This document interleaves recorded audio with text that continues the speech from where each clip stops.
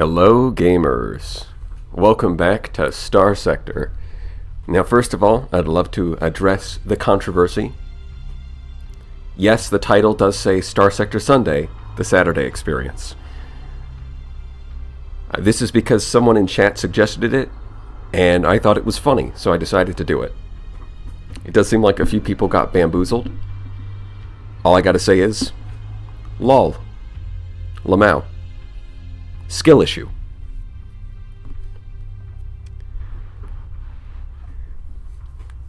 Cancelled?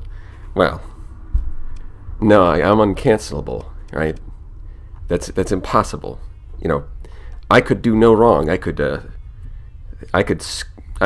shoot a child and throw it on the barbecue, and no one would cancel me. Because I would just say, guys, it's really funny though, and everyone would be like, "Oh, that's true. It is funny. He's right. We can't be mad at that. It was just a joke, guys. He just committed cannibalism as a joke." And like, if we get mad at that, that makes us look stupid, honestly.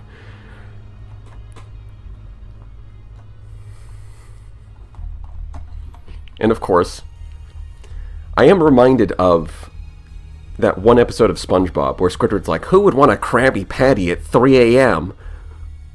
Oh boy, 3 a.m.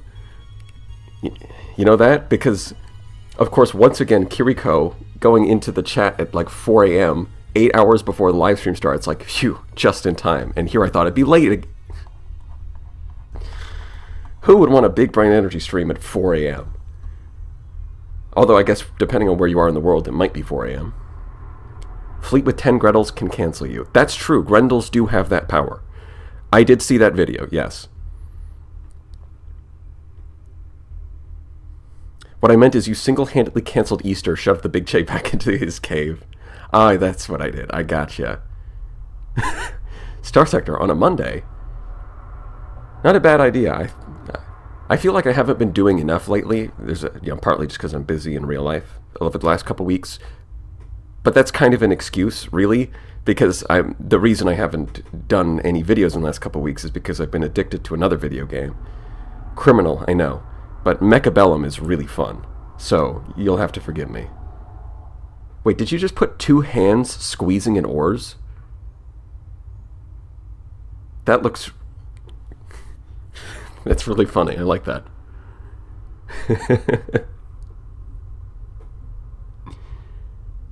You mean to imply you touch grass? Look, all I'm saying is I am not beating the grass-touching allegations. That's all I'll say about that. I'm not going to beat the grass-touching allegations. Mechabellum stream, maybe? Maybe. Well, video more likely, because my computer can barely run the game.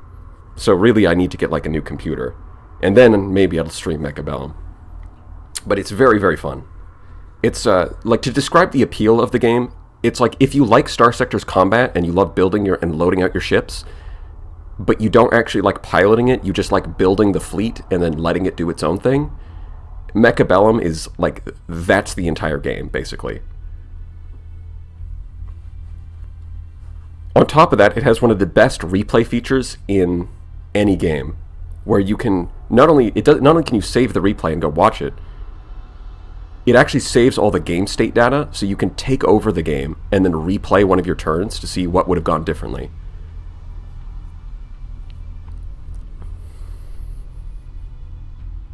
Haven't you earned some shekels for a new PC by now?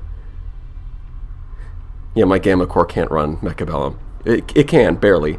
You know, at night, when the stars align, you know, if Mercury is in retrograde, then it will allow it to happen. I highly recommend slapping 2 heavy mass drivers on the Anubis, with 3 paladins and some S-mods. I think I'm going to go with resonators. I mean, heavy mass drivers are probably good before you beat the Omega, but post-Omega, resonators are probably one of your better options. TFT with mechs, basically. Kind of, but it's a lot less RNG than stuff like Teamfight Tactics. I mean, there is RNG still, but there's less of it. And the fact that you can save a replay and then go back in and go, oh, okay, I totally choked the last round. If I had done this instead, I would have won. And then it's not just like, because like that happens a lot in multiplayer games where you're like in your head, like, oh, I should have done this instead of that. Well, with Mechabellum, you don't have to think about it in your head. You can actually just go do that. It's kind of crazy. I haven't seen the ship. Would you kindly explain the Nubis to me? So it's a 18 deployment point cruiser with 3 large energy slots, which is pretty insane. So they nerf it by giving it a hull mod that makes it terrible at everything. It's good at everything, but it's terrible at everything. And so you end up mounting paladins because it just, like, this increases energy weapon flux by 100%. So you have to go really efficient with these slots. That's the basic idea. Hello gamers and viewers. Hello Stochastic Turtle. Someone donate a 5090 to this man so you can run Starsector at 3,600 FPS. No, you should have said 420 FPS. I am docking you you lose 69 funny points for using the wrong number.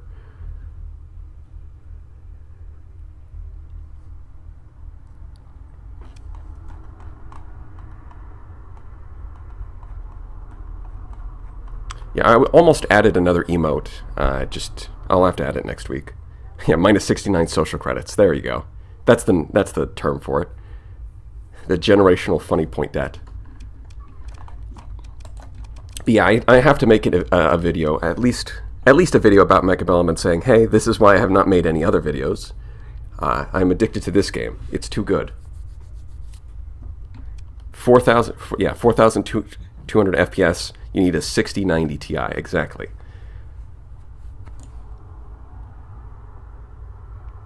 Oh yeah. I would love a video dedicated to the optimal way to tech mine. I did say I was going to do that. Because I did test that I did some testing with that, and then I was like, oh, okay, I figured it out. I figured out how to use tech mining optimally, and I'm going to make a video about it, and then I still haven't done that. Well, I mean, partly because the update came out, so I started the playthrough, and yeah. Speaking of, what were we doing? There's an orbital habitat. I've got $1 billion. That's right, at this point, I think what I wanted was reputation with Tritac, so that I could buy an Astral. Because that was one of the big things I wanted to do in this run.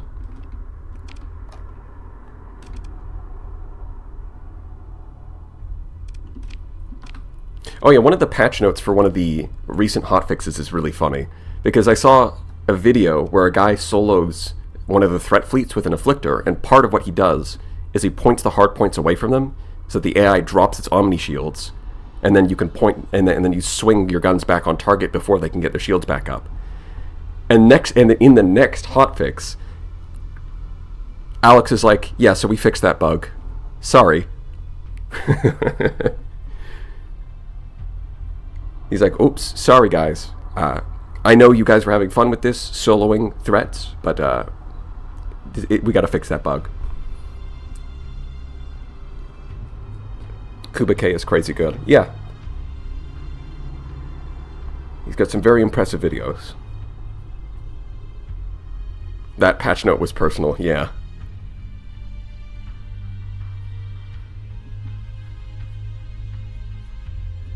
I actually kind of like the Anubis. I really would like to see more big support ship for this game.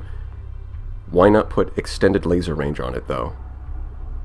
Oh, you mean, when you say extended laser range, you mean like advanced optics? I just don't have the ordnance points for it. You know, right now. I'll probably S-mod, like, hardened shields, and then get that in there.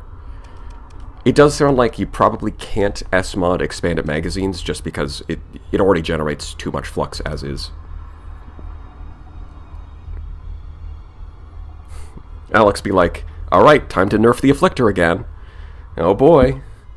My favorite part of every patch. Remnant AI has changed, less brain-dead reckless from 0.97.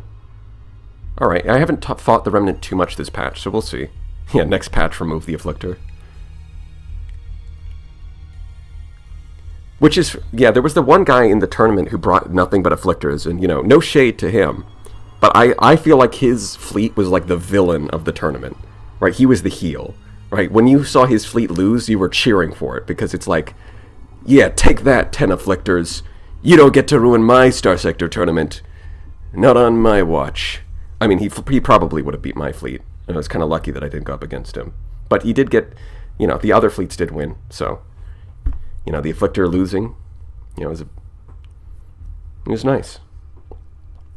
And I don't think the Grendel... Now, to be clear, for the Grendel guy, who... The video he made was pretty good, and I think... I think a few things about it. First of all, I think the Grendel is a really good addition to the game. Because it definitely... It feels like a low-tech phase ship. Like, they nailed the design. It doesn't feel like a high-tech phase ship. It feels very low-tech. And even though it's not really for me, it's not the kind of thing that I would use, it definitely... I like that diversity that it adds to the game. And the fact that there's somebody out there who's such a big fan of Grendels, it's kind of nice. It's kind of heartwarming. Like, even Grendel just too ugly to play. Yeah, that's what a lot of people feel. But there is a guy who loves it. Grendel guy is going to get the Grendel nerfed. I'd bet on DP. Possibly. It might need to go up to like 20 or 22. I don't know. And another thing that was nice about that video was the fact that he tuned his fleet to beat Tranquility, who won the tournament, and then he went up against the Uber Noob with the Burst Laser Scarabs and still lost. So he had to tune it up even more to he had to throw in some Swarmers to distract the Burst Lasers, and then he won. But the first version the first version he built to beat Tranquility still lost the Burst Laser Scarabs, which the Burst Laser Scarabs were kind of like a surprise hero of the tournament. Everyone looked at that like, huh? Burst Laser Scarabs? I've only heard of that in Legends. I think for a lot of people it was a surprise that you can use them effectively. I've only seen them like a couple of times, and both times they were before that, and they impressed me both times. So when I saw them, I was like, ooh, this is going to be good.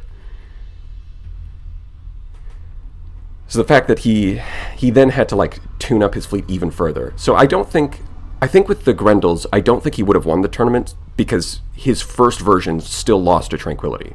Like, the first version he built lost to Tranquility, and then he adjusted it, and then he was able to beat Tranquility, and then still lost to Ubernoob, and then he adjusted it further, and then he was able to beat everyone. So, as a method to prepare for a future tournament, that's perfectly valid. Right? That's a perfectly good way to prepare for a future tournament by testing against the winners of the last tournament.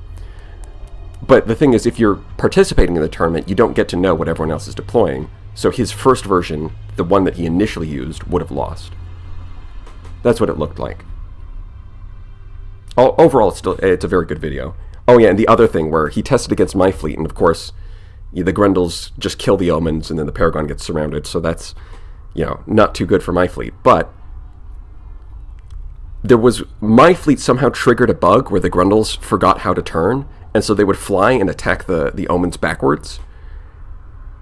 And because of that, he actually lost 1 out of 10 matches against my fleet. And I think, of course, it would be my fleet that somehow bugs the AI.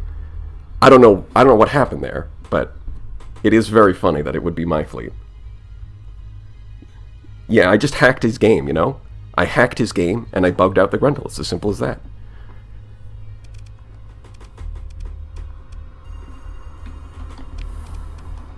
All right. Yeah, so I think this is what we wanted to do, is this is supposed to grind out some reputation for us. Let's see, gates. Not really. We're just going to have to fly there. We're also going to have to pick up that wormhole from Galatia because it's not super useful anymore. I think first things first, I want to buy fuel and supply. Actually, I've got plenty of supplies. Okay, I don't need that. Anubis apparently messed with the Grendel AI too. They get scared even through their ruthless AI. Interesting. Who's the author of the video? I want to save it for later. What was it? It's like Mycelium? Damn it, you're asking me a question that I don't have an answer. His profile picture has a Grendel, so I recognize it instantly. Hold on, I'll look up the video. I'll try to add a link. See. Starsector Brawl King. Let's see. Yeah, there it is. Yeah, it's... okay. Isn't... This is his, No, can I copy that? Hold on. Hello, guys. I'm trying to copy-paste his username. A fleet of Grendels. YouTube instead clicked on it. Because copy-pasting someone's name is just never... Yeah, okay, Fennec got it already. That's the channel. Yeah, and by the way, I found him before you guys did. Alright, I found the Grendel guy first. If you look at one of his older videos, you'll see that I had left a comment. So I found him first. Okay? I found the Grendel guy before it was cool. Just to let everyone know.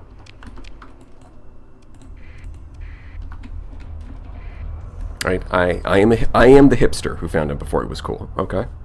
Do not underestimate a Starsector fan. We are starved for content. I mean, why am I saying that to you guys? You're here, watching me. Of course you're starved for content.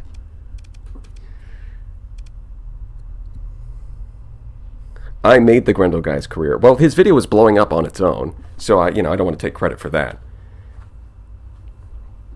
And if I can help his career a little bit, and like I do like that there is a Grendel guy. I think that's cool. But if I can, it's like I don't want to take credit for his video because it's already blowing up on its own. I mean, relatively speaking, as far as Starsector videos go, it's doing pretty well. So I don't want to take credit for that. He did that on his own. But if I can get a little more attention to it, then I will certainly do that. Was testing the Astral is good, like really good, but honestly, just one Paragon is not enough as an anchor. Trying. Interesting. Yeah, because right now my fleet is going to be running one Paragon. So we'll see. It might be that it's just not enough by itself. And if it fails, it fails. We'll find out when we get there.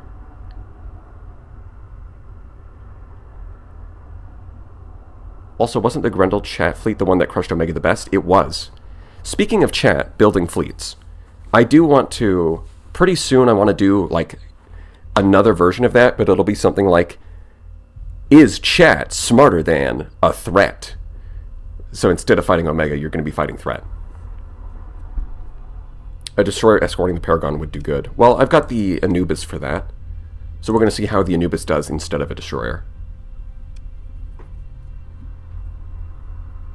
I can't make a Doom work good. Yeah, it can be a bit weird trying to make the Doom work. I've definitely, like, I've found some builds for the Doom that work, but I've never quite found something that feels like a really solid build. It's like, it's good enough, but I don't feel like I've fully unlocked its potential here.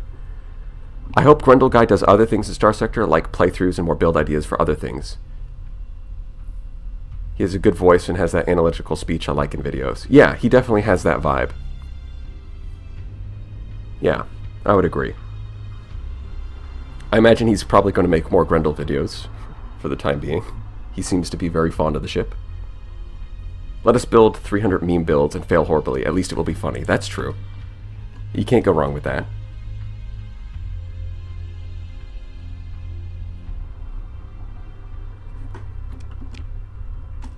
Yeah, let's go grab the other wormhole anchor.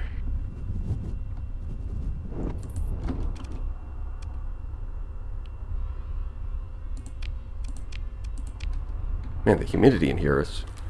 Hold on.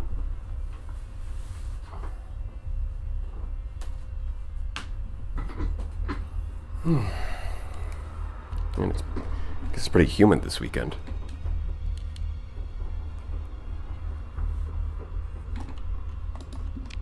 Grendel and Gremlin, the dynamic duo. Yeah, I don't think people are going to be... I don't think Gremlin is going to be catching on anytime soon.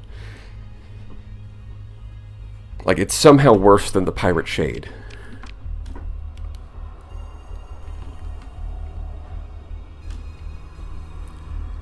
Okay, but can a Grendel take 300 Paragons? Here's the question. What could you beat in a fist fight? 1 Paragon-sized Omen, or 10 Omen-sized Paragons? I'll let you ponder that one. Which of those could John Starsector beat in a fist fight?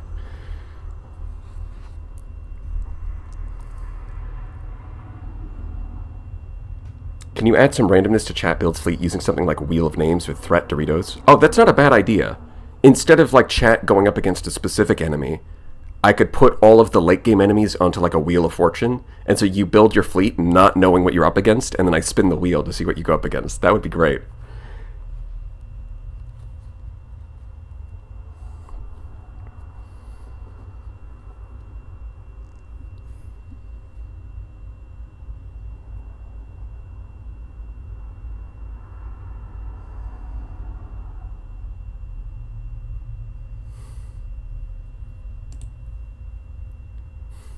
John Starsector would need 2 SP, 0% bonus.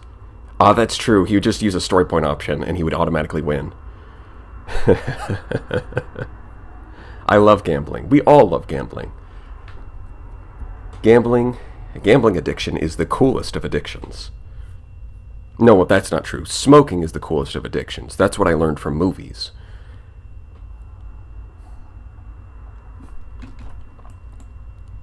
Okay, so we take that wormhole. Now we're just going to go do that bounty system, I think. Oh yeah, did I find Sentinel? I think I did. Wait, does Sentinel show up in Intel? Hold on. If you find Sentinel, does it actually show up in Intel?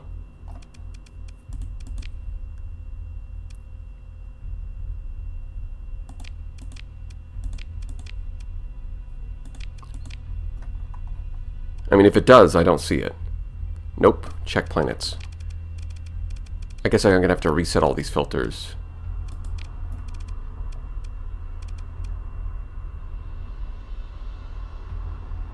Look for Tundra. Oh, you can't sort by that, can you? Name. We'll just have to sort by name. Go down to S. Yes, I did find it. Okay. Yeah, I was right. It is out here. So, I'm pretty sure I interacted with it. So, I'm just going to have to go to the hegemony and tell them about it. And then it'll become a colony out here. Then I can go do the... I think I'm ready to do the hidden cache, too. You know, once I'm done beating up pirates. Are you going to finish the Moneyfish 2 Mu2 game? Yes. That's something I've been meaning to do. But again... over the last couple of weeks, I discovered Mechabellum. I've been trying to grind up my MMR. It's like, again, it's like building your fleet in Starsector and then letting the AI pilot itself. It has that same appeal, except also it's like a PvP game. I mean, you don't have to do PvP. Survival mode is also pretty fun. But the fact that there is PvP, and then the fact that you can... Like, one of the problems in Starsector is, like the Grendel guy kind of it showed this by, like, one of the really fun things that would be really fun is being able to, like, test against other people's fleets and sort of, like, fine-tune your designs. The problem is that setting all of that up is really difficult. And, like, Mechabellum kind of scratches that itch, but it's like, that's the core gameplay. That's kind of why it's been so addicting for me. There we go. So now, if I want to find Sentinel, it'll be really easy, because it just pops up on the map. Mechabellum these nuts. Wait, what game? Didn't quite catch what you said the title is. Mechabellum. Just like Tree Clay typed there. Love your content. Question, what is the best way to get a second apogee? That is a great question. Sometimes they show up in independent markets, but honestly, the best way is to find the blueprint, because they are pretty rare. The best way is to just find a blueprint and build them at your colony. The Apogee was one of my favorite ships, but it is just so rare, so it's kind of hard to get a lot of them. Is it meant to be like Parabellum but mech? Probably. I don't really know. Yes, I've been watching The Rat. It's not a proper rat video unless he starts by looking at his opening options, like, what the fuck is this shit? I swear, 90% of his videos, the first thing he does is complain about his opening options. It's kind of iconic, you know? It's like, where would we be without Surrey Mechabellum complaining that his opening options are all shit. But I mean, what can you do? Like, he sounds depressed too. But it's probably, he's not, I don't think he sounds like he's sick or he's depressed. But I promise he's not. He's just Finnish. That's just how they sound.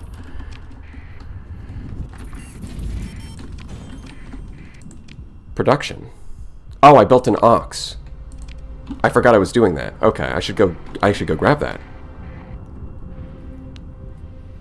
Hi there, streams are good, but people demand new tier lists. Yes, that's another thing. I've got to make tier lists. And of course, I've got to make quality tier lists that actually have footage of the weapon I'm talking about, just like the missile tier list. I've also got to finish the Moneyfish series. And, you know, once I finish the Moneyfish series, I'd like to start doing some Master of Orion streams as well. It's just a really fun game. Have you seen the YouTube channel Redacted? He has a funny Neuralink Prometheus Mark II build. I actually have not seen that one. That does sound awesome, though. Gladius rank E. No, the Gladius is actually decent. Come on, don't be hard on the Gladius. It has more DPS, it has more sustained DPS than the Broadsword. So would you like an in-game fleet/build submission system with DP sorting, tagging system, and score voting? You can just download the fleet in the sim scenario for testing yours. Yeah, that kind of thing would be pretty awesome. You basically described what I'm talking about, yeah. Stellaris when? I think Stellaris is most fun with friends. I think Stellaris is I don't really play Stellaris by myself. That's the kind of game that it's like, alright, we get the boys together, and we're going to do something really stupid in Stellaris.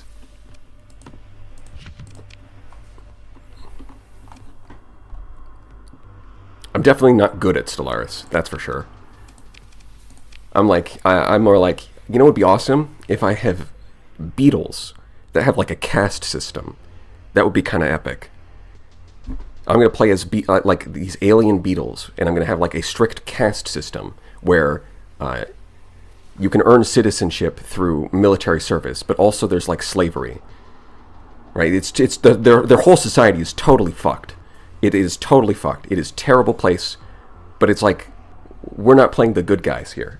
That's kind of how I end up playing the game. I'm not really thinking about like what's actually good. I'm thinking about like more of the role-playing aspect of it.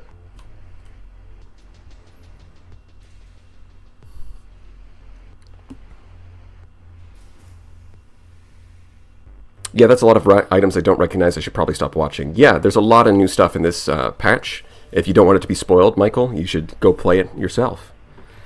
There's a lot of new content. It's a pretty nice patch. What are the Starsector YouTubers? Big Brain, Yoran, Yorar, is that it? I think there's a few others, actually. They're just kind of... I guess their approaches are a bit different. Like, there's definitely other people. Like, there's Grumpy Thumper, right? He's definitely out there. There's kind of like a mix of people who just kind of do Let's Plays. And then there's some people... Well, I guess Grumpy also has a few tutorials of his own. Some people like do occasional tutorials, some people do Let's Plays, and there's some people who just make like silent videos where they're just showing off a fleet. Just none of them get, like, they don't tend to get very big. So a lot of the time they're pretty hard to find. All I can hear is the words, "Let's be xenophobic, it's really in this year." Yes, I've seen that video, where they put that song to over Stellaris gameplay. Yamik's Starsector videos are really good too. Oh yeah. The Yamix exists. That's true.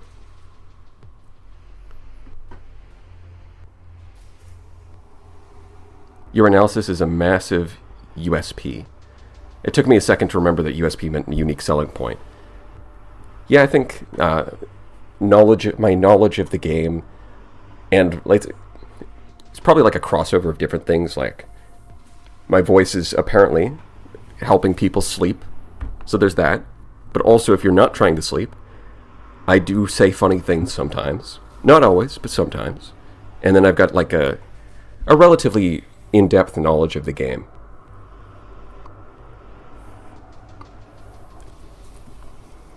Although I gotta say, the tournament definitely humbled me a bit.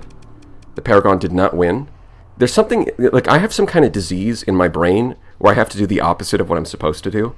So, like, the tournament rules clearly favor frigate spam, and my first thought is, let's bring a Paragon. Like, there's something wrong with my brain that I do that. But I don't know, I think it would have been really funny if the Paragon won, so I think it's justified. It didn't, but it would have been funny.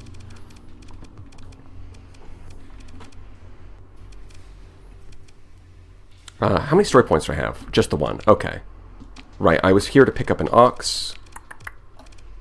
Hey, I'm actually remembering what I'm doing instead of forgetting immediately. That's cool. That's an improvement. What's this? Target analysis. That is a good skill. Do I have someone I can fire? You're good. I can fire you. And this is going to eat up my last story point. But I think that's fine. We'll take that. Promote. 100% bonus XP. Nice. So we put you after... Yes, after him. Okay. Perfect. There's a smaller YouTuber for Starsector doing a pilot playthrough using Atlas Mark II as his main ship. Smaller YouTuber, you say? That sounds kind of like... because there was a bigger YouTuber... BB, you were still a semifinalist. That's technically true. I was still a semifinalist in the tournament. Which is funny, because I got... even though my fleet ended up losing to Lortis's fleet, I technically got further than he did. Although I think that's just kind of... partly just because I got lucky with my matchups early on. Why didn't you go full Omens, maybe one Afflictor? That's the most big energy fleet I can think of. Yeah, I definitely thought about that. But again, something in my brain said, no. Don't do frigate spam. That's too obvious. You gotta bring a Paragon. Actually, the Afflictor was not something I was really planning on bringing. I just looked at it, I was like, okay, I'm gonna bring in a Paragon and 5 Omens. Now I've got 10 deployment points left, what do I spend it on? And then I looked at the Afflictor and was like, alright. Because here's the thing, when I take the Afflictor, normally I build it as a player ship. If I want an AI-controlled Afflictor, I use Pirate Afflictors for that. So bringing a normal Afflictor for AI control was kind of an experiment for me. And honestly, I think it was a successful experiment because I didn't really know exactly what I was doing. But I was like, okay, I'm going to try S-modded auxiliary thrusters with elite helmsmanship and see how it does. And I think if you watch the tournament, it actually worked out really well because pretty much every time my Afflictor was in a 1v1 against an enemy Afflictor, it just fucking matrix dodged all of their shit and then kung fu blasted them into the next dimension. Like, every 1v1, it beat the enemy Afflictor. So I think the S-modded auxiliary thruster helmsmanship combo was actually a big success. Because for me, that ship was the biggest experiment, where the other builds were pretty standard for me. Should have went all lashers. That would have been...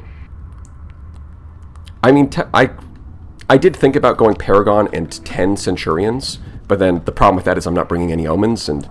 well, that would just be kind of lame, wouldn't it?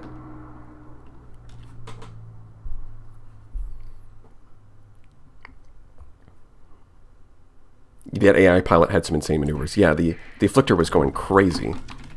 So, okay, I can see why they need a bounty here, because there's a lot of this crap. The Chatagon was no mistake. That's true. I mean, if it won, that would have been hilarious. It's like the frigate spam losing to a Paragon would have been hilarious. I'm all about that.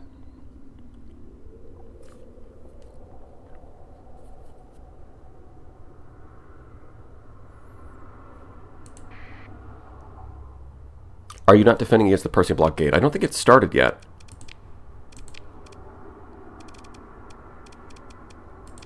Has it started yet? I'm not... Colony threats. Ah, there it is.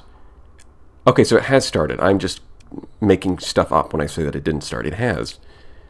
How is my... I'm pretty sure I'm still making money, though, right? Even with the minus massive penalty to accessibility, I'm still making a ton of money. I'll go kick their ass later. Honestly, it's not a priority.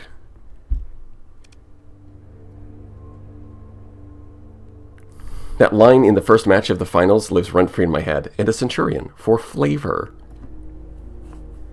Yeah, I don't know what came over me when I said that, but I think it was a good line.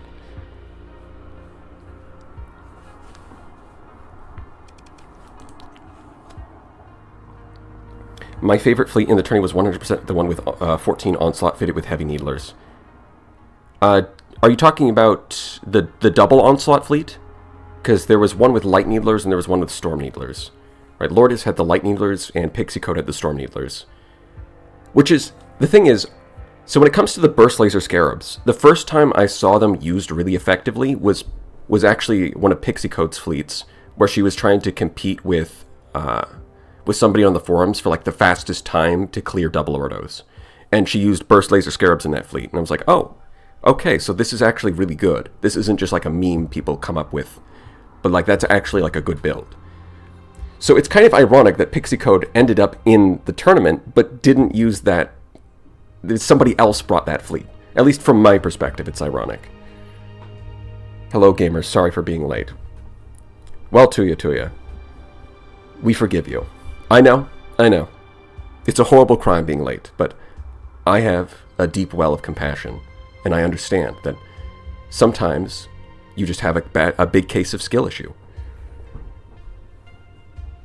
Kind of wonder if Conquest would have done better than Onslaughts. I'm trying to think of it. It's a bit difficult. Because you could definitely load up the Conquest with like double Hydra, and that would have done pretty good at threatening the frigates. At the very least, it's good in campaign, but the problem is, in campaign, usually the AI doesn't like optimize their frigates, versus the fleets that people brought to the tournament, where they have like maxed out capacitors. I don't know if the Hydras are actually going to be that threatening anymore. And without them, like, what do you do? Like, Storm Needlers? I mean, maybe, because it can't, but it's like, at that point, it's like, if you're going, like, Storm Needlers on both sides, why not just use an Onslaught anyways? I think that, like, an Onslaught build could have worked really well, I think, if Lourdes had brought, like, triple Storm Needler. Like, I think he got most of his fleet composition was really good, but I think some, like, his Onslaught would have been better with, like, Storm Needlers instead of Devastators. Like, and, like, maybe some, like, Dual Flax or Vulcans for point defense instead. That probably would have worked better. Imagine if someone brought Invictus there. Now that would have been crazy.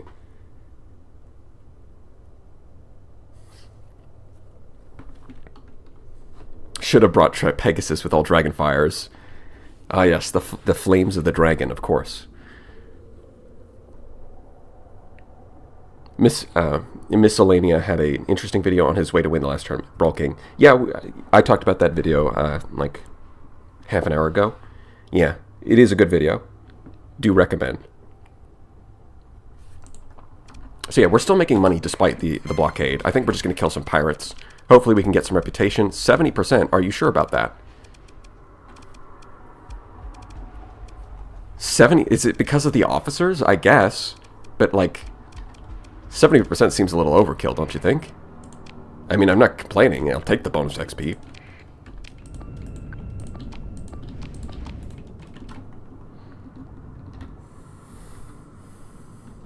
Oh damn, I missed it. I'll have to watch it later. Yeah. Yeah. Good. Give me that extra watch time. Feed me that algorithm sauce. I loved the Executor in this tourney. Yes, of course. Our son Mudson, the son of Mud, did bring an Executor. It's a shame I had to put it down with the Paragon, but, you know. It is what it is.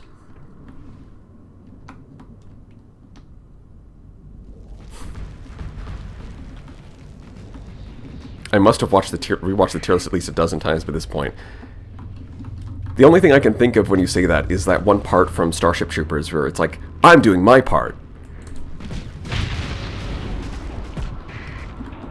Well, I guess I'll have to make more tier lists so that people can spend more time watching them.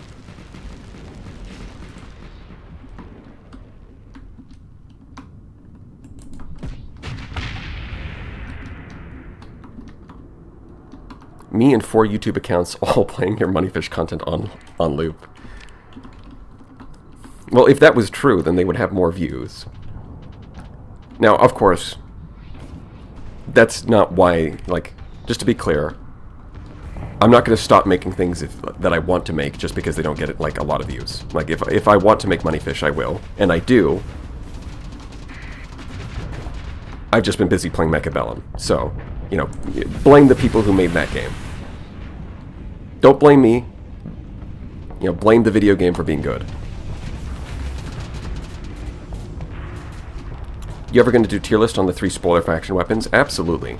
Yeah. Big Brain only cares about money and views, confirmed.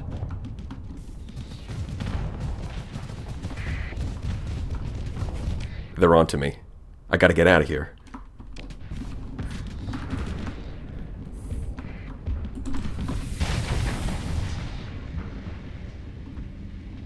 Should I build a Paragon with full energy or mix energy with anti-armor? Well, a lot of the time your energy is your anti-armor with the Paragon, because large energy slots do a pretty good job against armor. It's like smaller energy weapons can struggle against armor, but once you get to the large slots, it's just like their hit strength is just naturally high enough at that point. They can work for both anti-shield and anti-armor. Thoughts on Shield Shot Paragon? Very funny. Absolutely no downsides to it as well. It's a flawless design.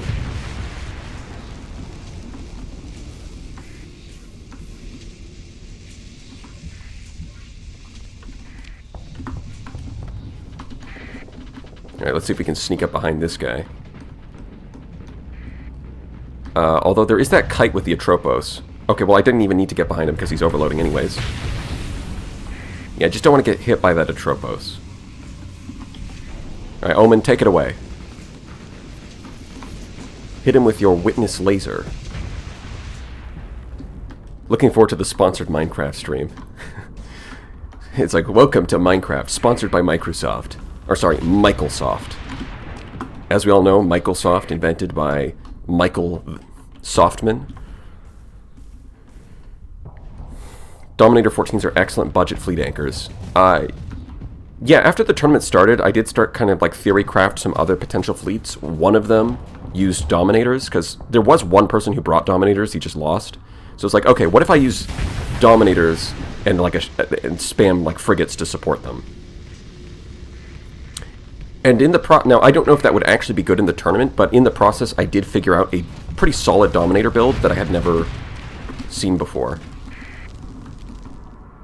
Especially with going triple Gorgon pod, I think worked really well, because normally what I would do is I would go with like railguns and a ballistic rangefinder to deal with frigates. But with Gorgon pods getting buffed ammo this patch, I think going triple Gorgon pod on your Dominator can kind of cover the anti-frigate weaponry. Which then let me drop ballistic rangefinder, which saves a lot of ordnance points. Does Temporal Shell increase beam damage? It doesn't increase the damage, but it does increase the hit strength. Just due to the way that beam mechanics work.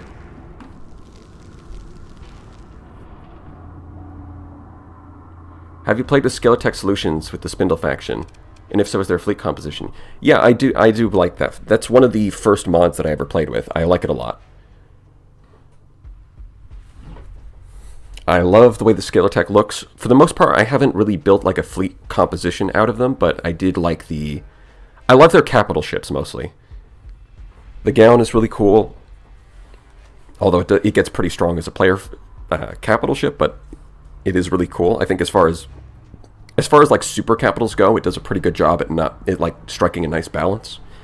And then the filaments are also really fun. And I just like the aesthetic of the faction overall. Beams do continuous DPS, so speeding up the time increases damage. Right, so, okay, yeah. So I might have phrased that a bit weird, because I was thinking burst lasers. For burst lasers, speeding up time, like each burst is going to do the same total damage, but with higher hit strength. Whereas for like a continuous laser, like a tactical laser, yeah, it would just increase the DPS. What about Talon Shipworks? Yeah, Talon Shipworks is made by the same person. That one I've actually used less. Although, yeah, it does add a lot of variety to the game. But just the fact that it's like a more of a variety pack kind of makes it less appealing to me. Versus Scalar Tech just has a more like coherent identity as its separate faction from like the vanilla ones. Gown used to be undefeatable with Reflector Shield from Super Weapon Arsenal, a mod that's no longer updated. I think there are people working on updates for the Super Weapon Arsenal. In fact, someone messaged me on the forum saying that he did his own like fork of it to keep it up to date with his own sprites. Although I have not used Super Weapon Arsenal in a while, so maybe I'll pick that up for the next playthrough. So yeah, it's like 71%, but this fleet was really easy.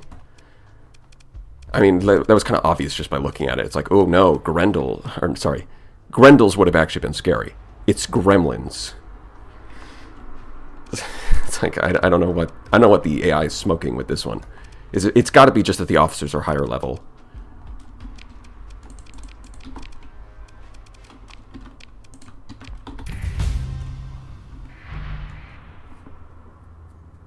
The Grundle.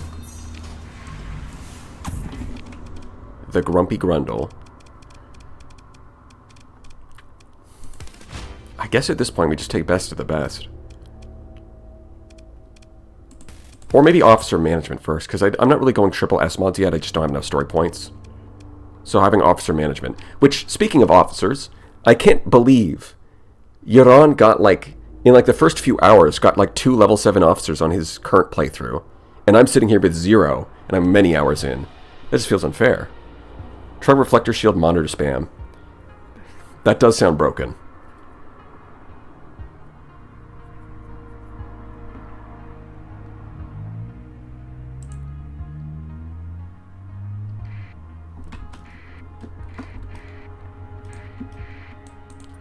Alright, let's look at our reputation. Did it move? If it did, it's still in the 60s. Well, anyways, we'll just do that again. This one doesn't even have an atlas. Still 65%. Where is this bonus XP coming from? Like, I don't even need to deploy the Paragon, honestly. I think the frigates will just take care of this. This is like super overkill. Only found a level 5 in my playthrough. I'm already at level 11. I found a lot of level 5s, but no level 7s. 8 corrupted nanoforges. Yeah, I think there was one guy talking about that. Level 7s always show up when you least need them. Yeah, that seems to be the rule. Have you tried Legacies of Arc Genesis? I think I downloaded that at like one point when I was just playing with it like a ton of mods. But it was just like drowned out by all the other mods, so I didn't really notice what it was doing.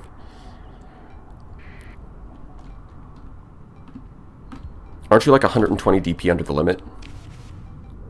Yeah, I guess that's true. I am way under the deployment point limit. It's just that, you know, quality beats quantity. At least in campaign. You know, obviously, when it comes to player-built ships, things are a little different, but in this case, like the pirates can throw all this garbage at me if they want to. You know, defeat in detail is a powerful tool. Oh, really? That didn't... Alright, hold on. There we go. I'll eat a few swarmers, that's fine. I've only found one level 7 officer, even though I've only explored the whole sector. Well, Berserker, you might want to try answering some distress calls, because it's possible that it only spawned in the one, and the rest will come through distress.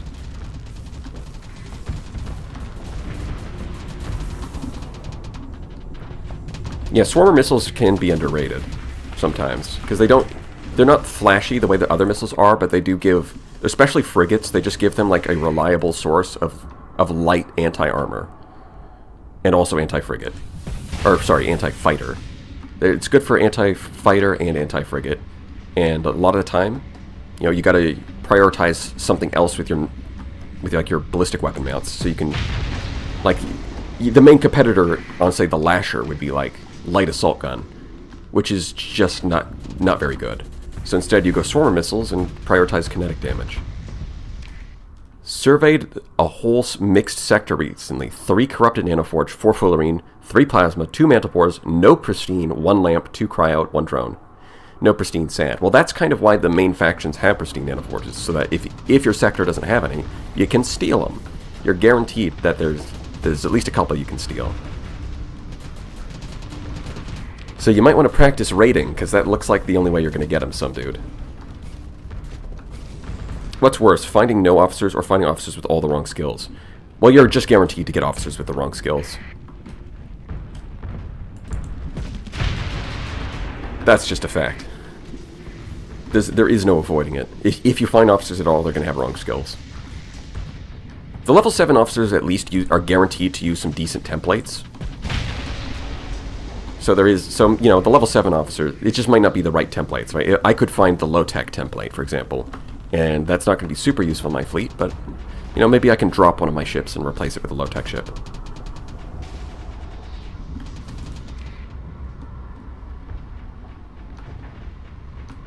Get him.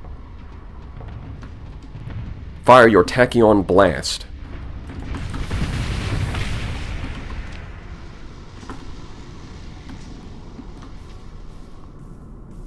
Yeah, Pristines seem to have a high chance of dropping from motherships for some reason. Well, it's not some reason. That was actually a change made in a... maybe was it last patch or a couple patches ago? Alex made it so that the motherships are guaranteed to drop 1 of 3 items. Pristine Nanoforge, Synchrotron Core, or Catalytic Core. All of which are normally very useful and normally pretty hard to find. He made it so that the motherships are guaranteed to drop at least 1 of them.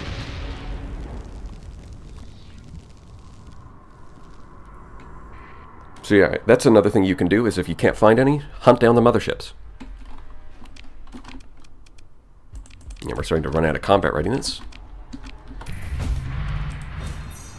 Tritachyon, relationship improved by 3. Okay, so we are going up, it's just not super fast. Do you build most of your fleets monotech? Not really. I don't think so. Yeah, not usually. I do end up throwing in, like... I think the better way of putting it is I'll build it, like, 80% one tech, and then I'll throw in, like, a couple of ships from another technology to support. Usually. I do kind of, like... I don't know, I think there's, like, a... When they all are the same color, and then you throw in, like, a couple of other ships from another tech level to sort of, like, as, like, an accent color. I don't know, it's kind of like an aesthetic thing rather than a practical thing. But I like it.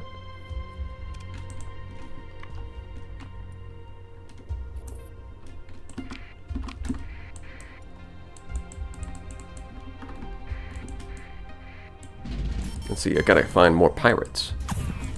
Gotta... Let me hack. Hold on, let me hack. Okay, now I can hack. I want to find pirates. And I need that extra sensor range so I can do it.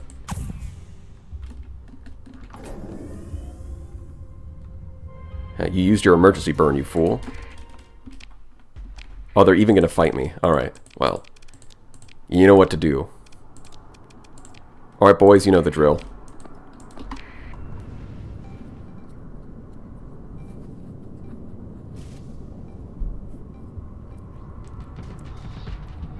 I found like 3 farming items, then only colonized worlds with rare ore, so I couldn't use them. That's... yeah, that happens sometimes, where you get like double, triple soil nanites, and then all the best planets also happen to have, like, trace rare metals. So it's like either you colonize bad planets so you can use the soil nanites, or you just colonize good planets. Man, difficult choice. Is this completely vanilla playthrough? Yes. No necks, no speed up. I mean, why would I want to speed up combat? Right, this is the best part of the game. Right, speed up means that you're playing less of the best part of the game. Think about it. It's like putting your vacation on fast forward.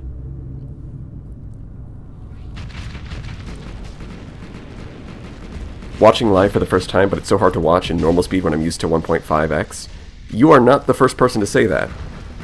Actually, funny enough. Don't get me wrong, I also watch a lot of YouTube in 1.5 speed, so I understand.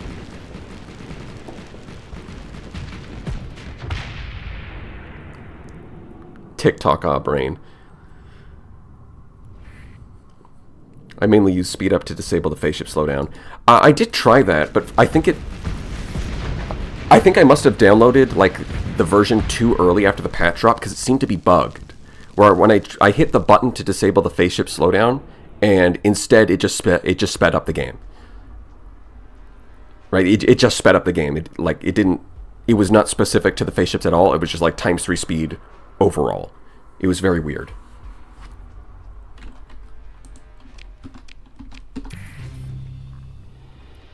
There was a bug, it's fixed? Okay, yeah, that's what I thought. It must have been bugged after the new patch dropped, and I downloaded it before the bug was fixed. That's what I assumed, because it did not look like it was working right.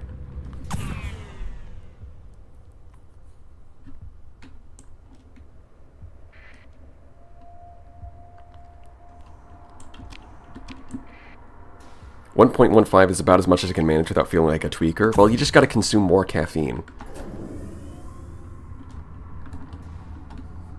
That solves that problem, with no downsides whatsoever. I guess I'll salvage this. Is that really all the pirates? I want more. Okay, wait, now we're up at the cooperative. We did it. That was... Wait, hold on. Weren't we at 70? Did I just get +7 from that tiny little fleet? That doesn't seem right.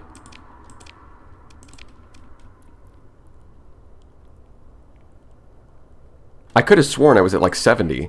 I was at 67, then I beat a fleet, went up to 70, and then I beat a tiny little fleet and went up to 77. Huh.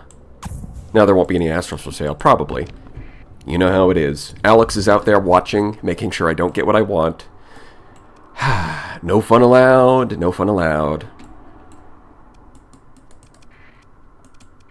Not that one, this one. Yeah, I think I'll go collect that. I'm gonna go do this little thing.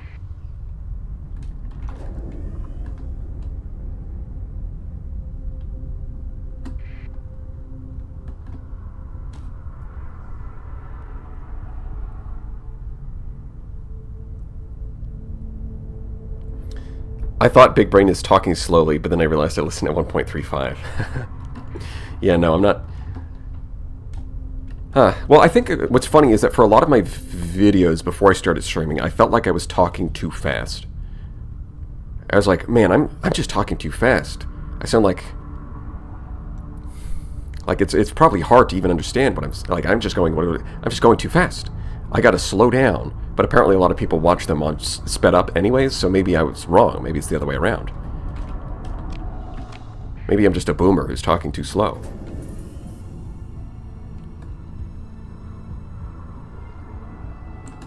You do talk pretty fast, people just have TikTok brain. Yeah, okay. Maybe I'm not crazy. Well, I am crazy, but not about this.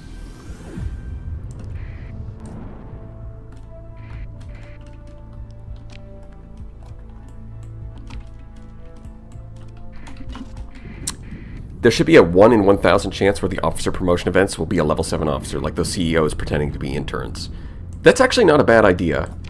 Because right now, the main way that you find your extra level 7s is through distress signals. So having an alternative way of finding them be through like officer promotions randomly, like surprise, I'm actually...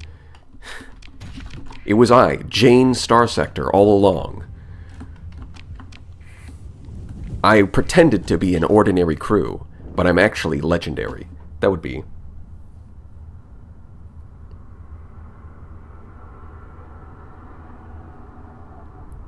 At least you enunciate gooder than moist. Ah, that's true, innit?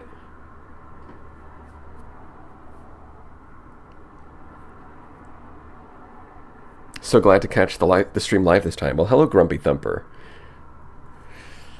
Good to see you. Alright, we're going to be doing this now. Should be fine.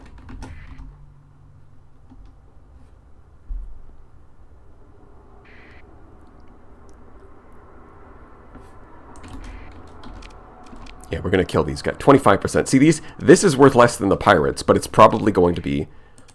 Well, not hard, but harder. Unless I just... Well, then again, I can just sneak up behind them with the Afflictor. They don't have any frigates to stop me. And a lot of these have frontal shields, so...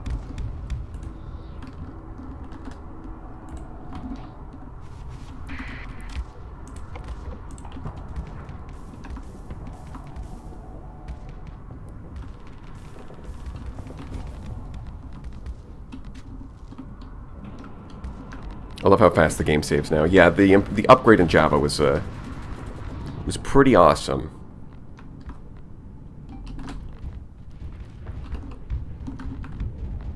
Alright, let's see if I can get around here. Okay, mostly hit the shields there. Unfortunate.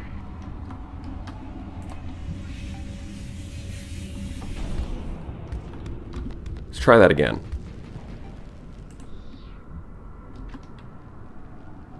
Actually, maybe just take out the enforcers first. They're kind of being a roadblock for my frigates.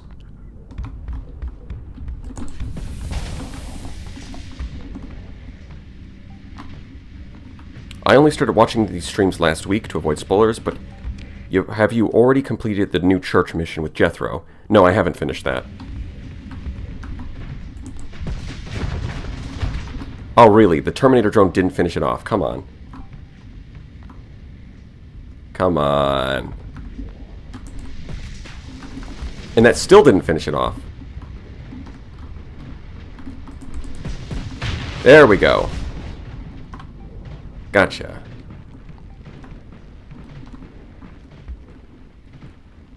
We just gotta back it up. Let the omens distract it. Do a little spin to distract the salamander. Phase through the harpoon. We're doing alright.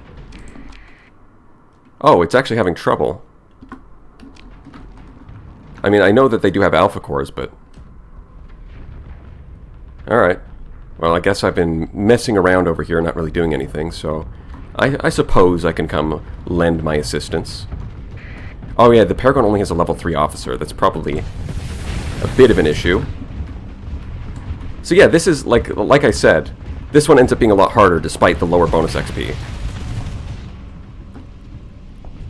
Yeah, I totally forgot that the Paragon might be in some trouble.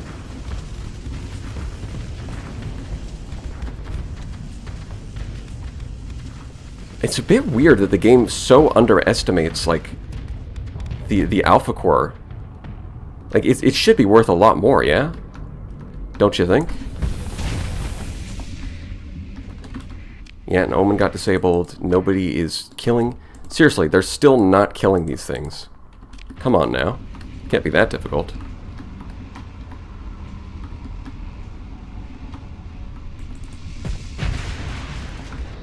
Yeah, I guess I shouldn't have been messing around with just, like, random falcons. I should have been over here helping kill these things. Even if I'm just spamming Entropy Amplifier, it makes a big difference. Will it be recoverable? It will. Where were you when Paragon died? I was at home eating Dorito. When phone ring. Paragon is killed. No.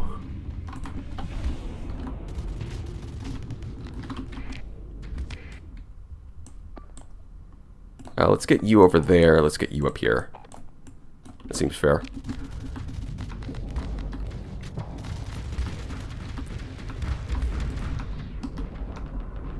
Doing the dishes.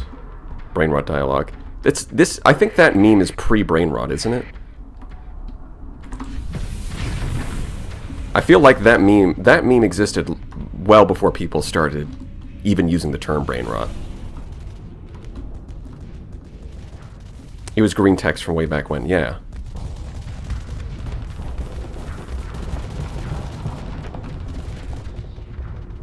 Anubis is doing fine. Just gotta finish these guys off. Without dying myself, because that would be an issue.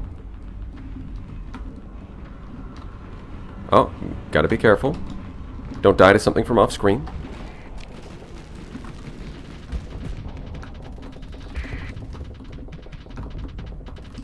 The Harbinger apparently has done literally nothing, because I told it to kill this thing, and it has done 0 armor damage, despite having phase lances and Quantum Disruptor. It's done literally no damage to it.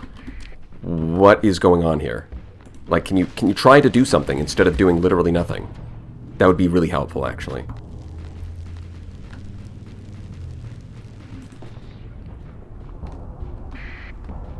Look, at least he's not whipping out TikTok Zoomer Slam. My brain cells would commit Sudoku.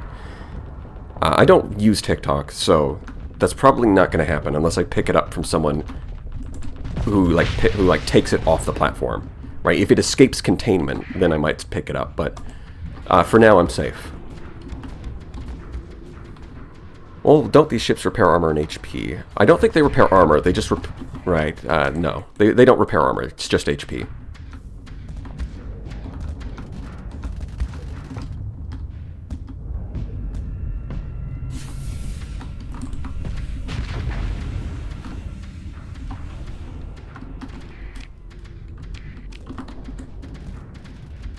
At the very least, the Anubis has mostly kept these flash bombers in check. So there's that. Okay, there we go. Oh, and they did manage to kill it eventually. There we go. I'm not crazy. The Paragon's body did just phase out of existence, right? Yeah, sometimes, debris will just stop existing. That's normal. Nothing to see here. Perfectly normal, average gameplay.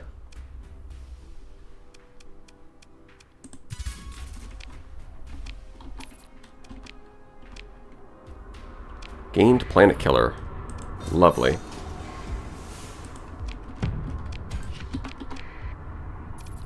Simulator update, of course. Sure is. And we're going to mothball this. Honestly, we're getting close to the point where you could make a fully automated fleet. Because you've got the old slot. That's 50. These two are guaranteed. So that's 130. And then if you go automated ships and use gamma cores, you could get pretty far with that. Right, because you can go up to... Right, the maximum number is 120. So if you use gamma cores, that's 120 that you could use. Yeah, that would actually be... So using these two ships, plus the old slot, plus automated ships, you could easily have a fully automated fleet. No human officers necessary. And that might be an interesting playthrough. Of course, the early game might be a bit challenging without any automated ships to work with, but it's possible. The old slot doesn't require automated ships, and it doesn't count towards automated ships. Is it a bug? No, that's just how the ship is. Because it's a unique ship, it's allowed to break the rules. We did at least get some levels on these guys. Hey, maybe now you'll be useful.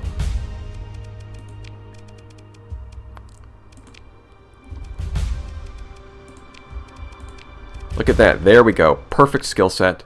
Excellent. I guess I'll save my story points for now, but yeah, this is... At least in campaign, this is the perfect skill set. More or less.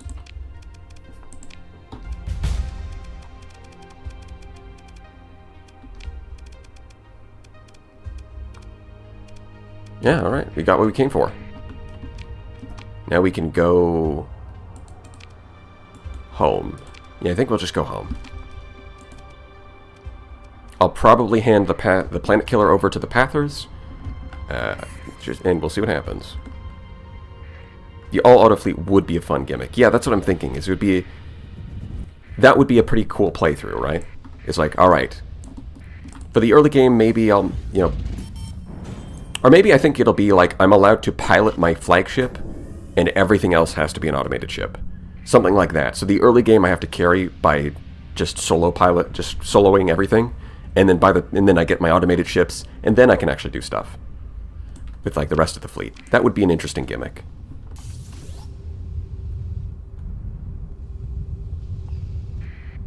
I wish choosing who to give the Planet Killer to would at least have consequences. I'm sure they plan to put consequences in the game, it's just one of those things that's not finished yet. Right, because it would be really weird for them to set up this whole quest line and then, like, oh my god, it's a Planet Killer, and then it goes literally nowhere. That would be really weird. Although, given how important a planet killer is, it might even be tied into, like, the actual end game with the story progression. Like it might be one of those, like, multiple ending games where different, like, the sector changes in a major way, and so it affects the ending kind of thing. Maybe. You know, if we're being optimistic about how much impact it could have. Pathers casually deatomizing your planet after you give them the PK. I'm thinking that there's going to be, like, some kind of way that they could get their hands on the activation codes and then blow up, like, a Tritachyon planet or something. The most right thing would be giving it to Hedge. No, the most right thing would be keeping it for myself, of course, because I am the most trustworthy person in the sector. Who else but John? Who else but John Starsector deserves to hold the planet killer? Oh my god, the Persean League is just going absolutely nuts. Okay. Yes, there's a blockade. Alright, now I'm gonna have to deal with it. You guys had your fun. You know, you've roamed free in my system. You got dirt all over my rug. But that is coming to an end.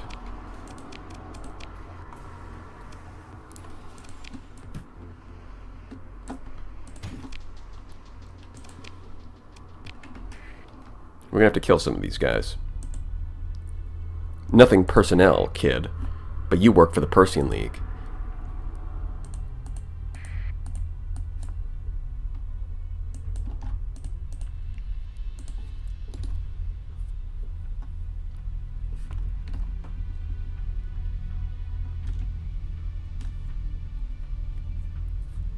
The smuggling inspector's ignoring the planet killer in my cargo because it isn't illegal.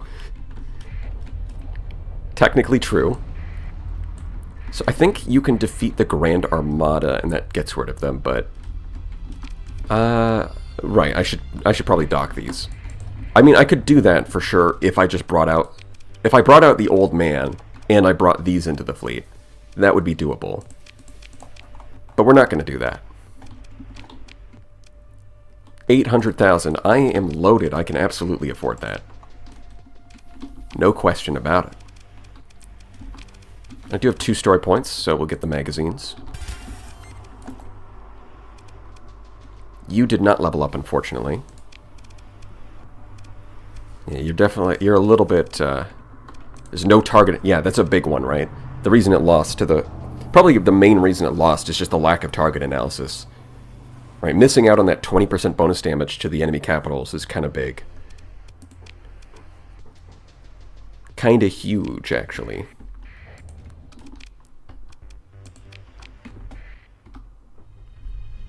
Starsector Saturday on Sunday. What a time to be alive. Yep, the title is a suggestion from a viewer, and I had to do it. There was no other way. You can see there, my poor wolf. There's a detachment, and the supply fleet, yeah, we passed them on our way in. Everybody else is busy. Look how exposed this is. People are like, oh no, the Persean League blockade is too hard. Look at these guys just sitting here by themselves. 11%, please. As if. They're just more XP for my officers, I'll tell you that. Do you prefer the Shrouded Red Things or the Threat? I'm not sure yet. I've only really fought them a little bit. Chat is all evil apart from me.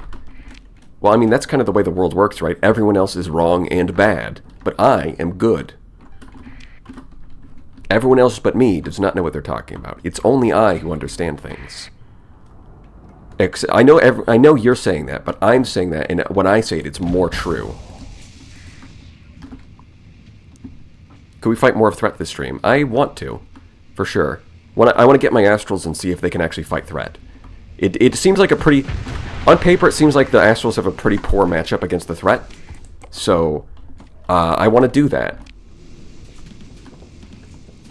Because again, my brain tells me I should do the thing that does not look like it makes sense on paper, and see if I can actually make it work.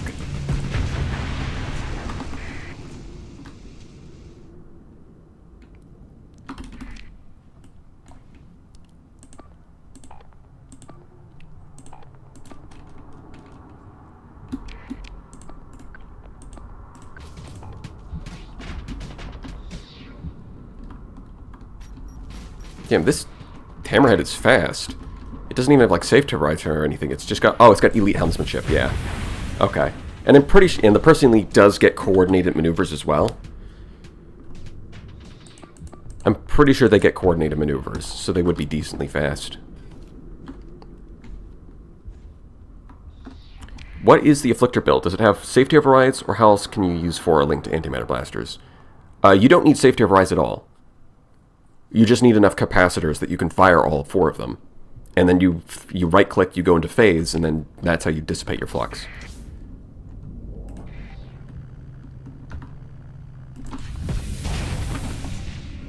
Like so.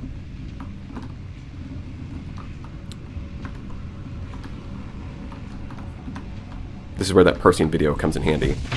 Yeah, like there's definitely something to be... In the process of making that Persian League video, I did learn a bit about what tools they have available. It's like, oh, they get... Interesting. So they get coordinated maneuvers, but not Wolfpack tactics. Very interesting.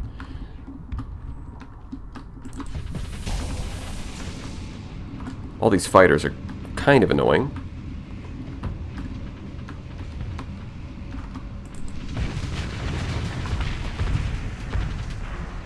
Somebody else could take care of them for me, that'd be great. Oh, sorry, Destiny, I almost missed your question. Which of the factions do you think is the most moral? I mean, kind of hard to say. Like, it's definitely not Tritachyon. I mean, the Persian League doesn't seem terrible, aside from the... yeah, it's kind of annoying to deal with right now, but the current leadership is largely to blame. And it does have some structural issues, but I don't think it's terrible. The hegemony as well. It's like they're a military dictatorship, kind of, but at the same time, AI is a legitimate threat, existential threat, so the fact that they're mostly focused on dealing with AI is not terrible. The Ludic Church is also not terrible. Like, they're not really... I think, like, the main 3 factions of, like, Hegemony, the Church, and the Persian League all have some claim to being decently moral. Whereas Tritakyon's kind of... I mean, they were going to planet kill Chico Moztok, so... I mean, they don't really have a leg to stand on.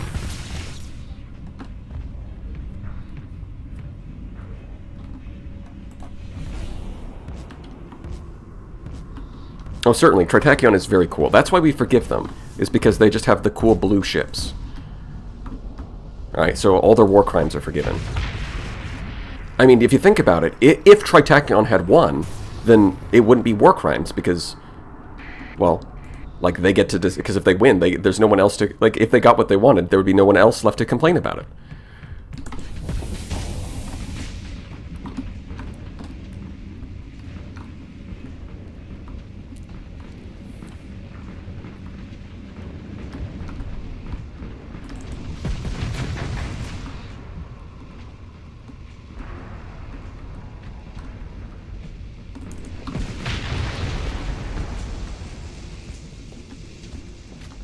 Tritak lost both AI wars. Well, that's due to incompetence. More than anything else.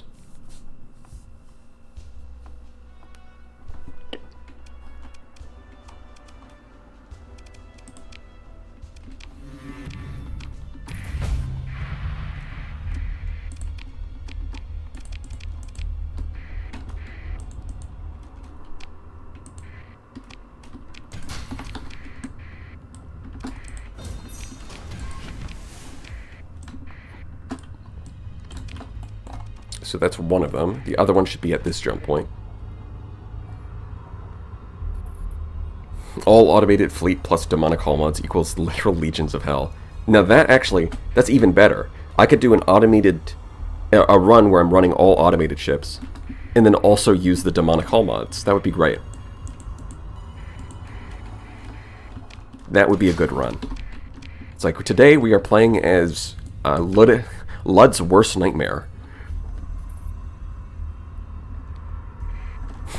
Hegemony is cool and all, but they keep inspecting my planets for the AI cores that I am using. So we're not at war anymore, that's cool. Where's the other supply fleet, though?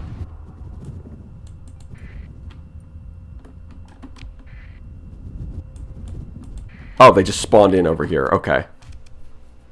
Gotcha. So I just killed this one, and I had to leave the system and come back, and then the next one spawned in.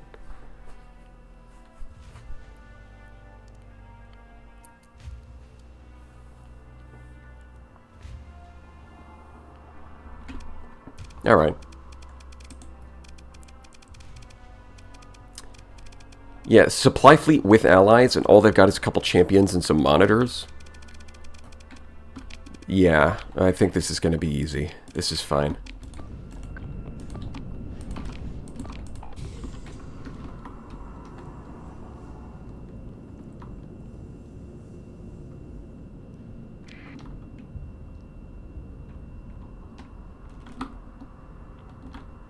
I think the mop-up didn't actually kill the larger ships, so it didn't disengage.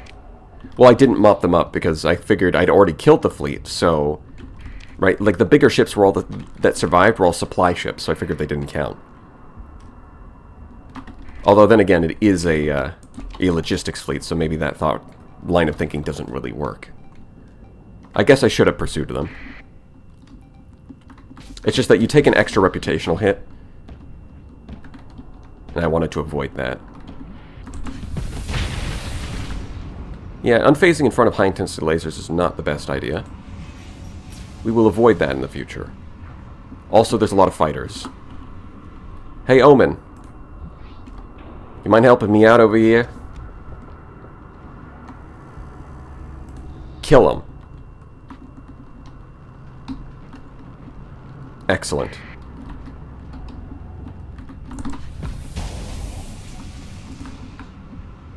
Just going to avoid that. I'd love to finish this guy off. Give me a second, and bam! Don't want to get killed by my friendly fire here.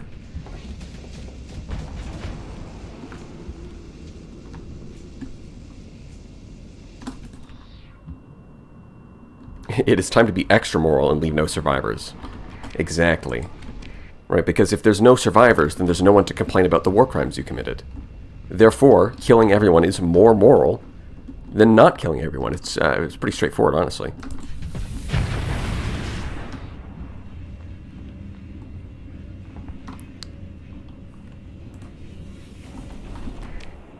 Oh boy, look at all these monitors. You know what I'm going to do? I'm going to use the fancy new ignore order and pretend they are not there.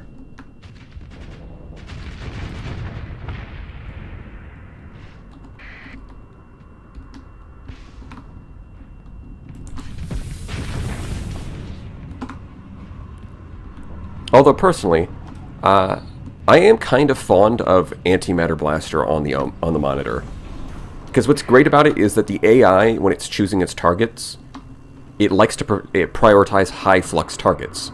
So what happens is the monitor fires an antimatter blaster, which does some decent damage, but it also builds up a bunch of soft flux, which then draws aggro from the enemy ships. So they focus on the monitor, and then it just activates fortress shields. So I know a lot of people like to put no weapons on their monitor, but I think slapping an antimatter blaster on it's actually a decent idea. Plus, sometimes it actually does kill things.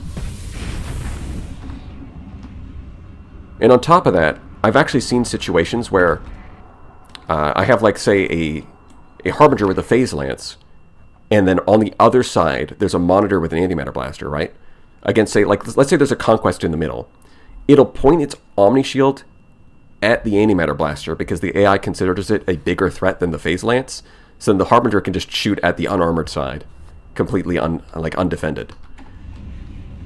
So if your monitor has no weapons, it's not going to do that. But if you give it an antimatter blaster, the AI will consider it a much bigger threat, and it'll actually point its shields at it.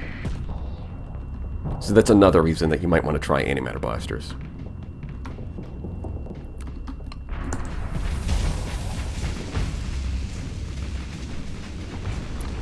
Dead fleets can send out signals to nearby comm relays, which is how factions suspect when you attack them without transponder. Well, yeah, something like that. And it happens even if you kill everyone.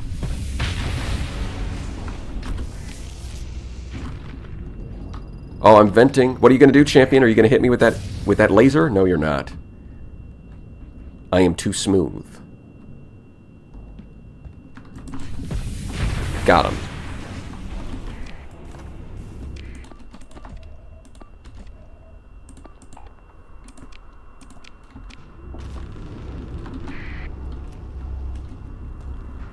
I mostly use monitors for early objective contesting, but now they can secure it against other frigates. Yeah, I think with, they used to be kind of bad at that, but now that electronic warfare helps you capture points faster, monitors can actually do that job.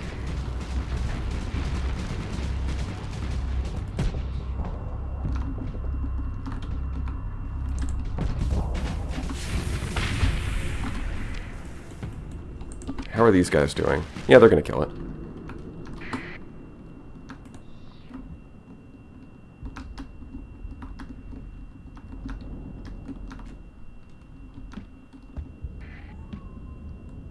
Imagine if you just sling monitors straight towards a ship. Well, you can kind of do that if you get like a... if you pilot a ship with plasma burn.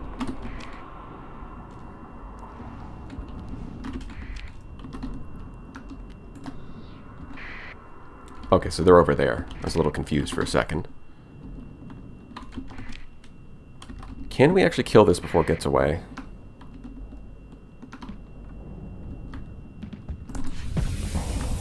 Ah, you didn't activate your fortress shields in time, you fool.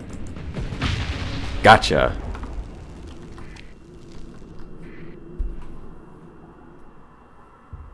I remember trying to use monitor spam against the Ziggurat and getting fleet wiped. Well, yeah, the Ziggurat, the motes are going to do pretty decent damage even through shields.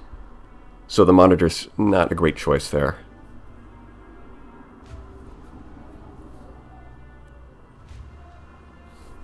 I always wonder how you can play frigates so well without steering via mouse look, and then I remember what other games you played before.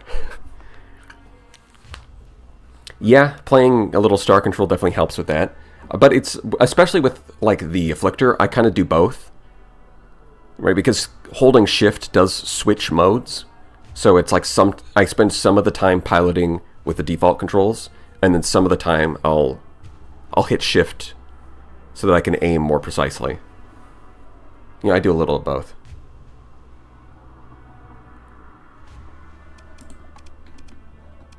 This time I'm going to pursue you guys. Let's see, does this end the blockade? I'm going to say no. Yeah, I think we didn't...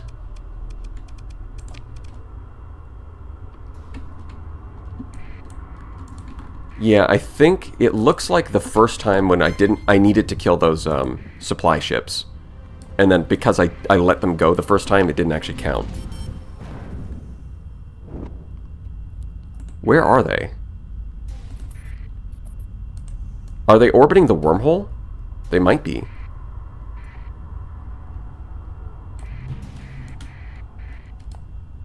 Yeah, it's orbiting the wormhole. That's funny. Hey, first time catching your stream. I watched your last 2 playthroughs over the last weeks. Love your content. Well, it's good to see you, Zeppelino. Alright, let's see if we can...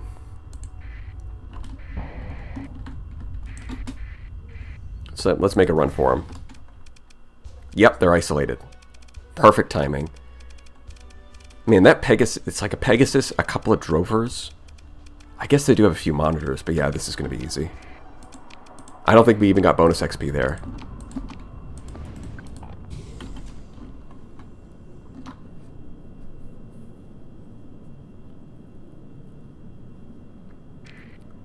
Should have fought floor feats at once. Well, then we'd be here all day. I don't want to give the Persian League more time than they deserve. And they deserve to be crushed.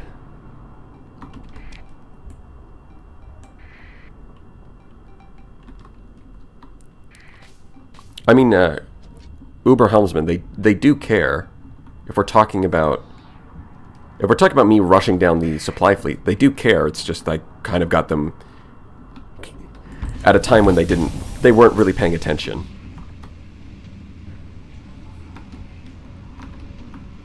Right, they're not close. Like none of the fleets are close enough to join the battle.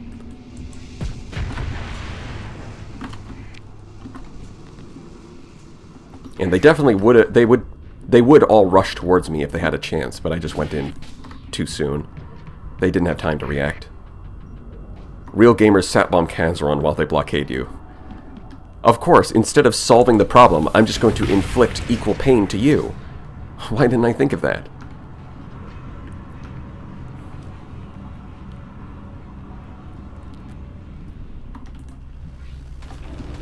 Where can I get more Phantoms and Revenants? You can either get them from Tritachyon if you're lucky, or you can get the blueprints. They can be a little difficult to find at times.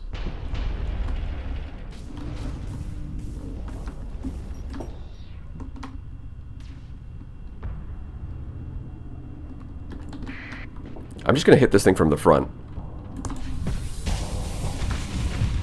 Yeah, let's just get that overload, and hopefully the Paragon will finish it off. Yeah, the Tachyon strip the armor, and then the Autolances do some pretty serious hull damage.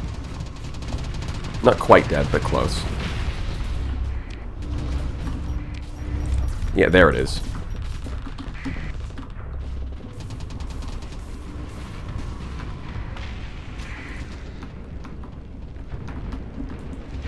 I was going to shoot you, but you're already dead anyways.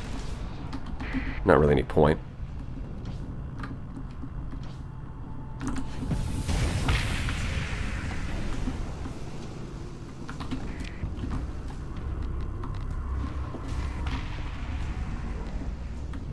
Yeah, I mean, an easy way to get blueprints for, like, Revenants or something would be to raid Tritachyon. Although, I've mostly find raiding tedious, so I never really learned how to do it efficiently, so it might be because I never learned how to do it efficiently that I find it tedious. It might be like a catch-22. It might actually just be really easy, and I just never bothered to learn how to do it effectively. It just seems like you need a million billion Marines to do anything effective.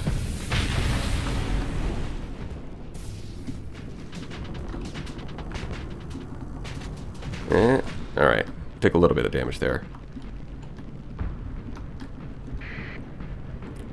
The Vigilance is such a sad ship. Well, that's what I thought until I did the Persean League video. And it turns out Vigilance with Gorgon pods are shockingly effective.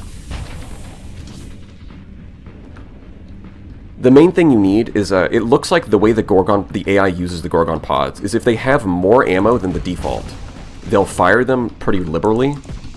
And then once they get down to their default ammo, they kind of hold on to them. So you need some kind of ammo bonus, like expanded missile racks or missile specialization, and because then it goes over its default amount of ammo, and then it'll actually use the missiles. And once you do that, the Vigilance with its fast missile racks, just spamming Gorgon pod is actually pretty effective. It turns out.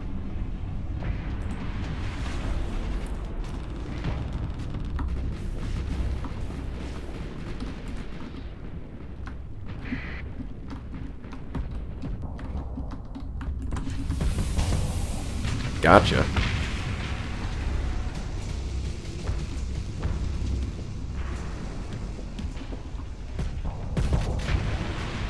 There we go.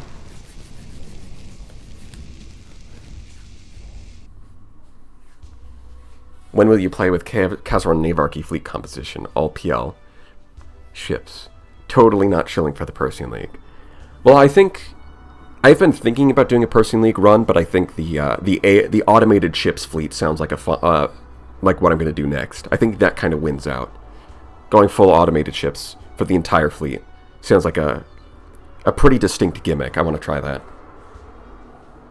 The Vigilance is cracked with Wolfpack tactics and target analysis. I was thinking about doing an all-frigate front with them as the backbone. Yeah, I think the introduction of the Gorgon pod has made the Vigilance a lot stronger. Because the Gorgon pod kind of sits in a sweet spot where it's accurate enough to hit frigates even without ECCM. And it's got more ammo than it's... Like, the thing about the Gorgon pod is it only fires 2 shots per volley, but in exchange it has a lot of ammo compared to something like the Harpoon pod. The great thing about the Vigilance is that because it has fast missile racks, then only firing 2 per volley is not really an issue, because it can just use its system to speed up the process. So you basically just end up with extra ammo compared to other missiles.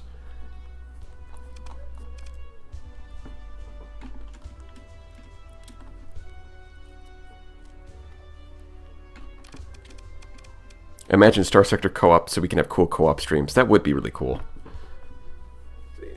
It doesn't seem like a priority for the devs, but yeah, I think a lot of people would love to some co-op for this game. Although, yeah, I can see how it'd be a bit difficult to implement with a lot of the things. With a lot of the mechanics in the game, it would be kind of difficult to implement.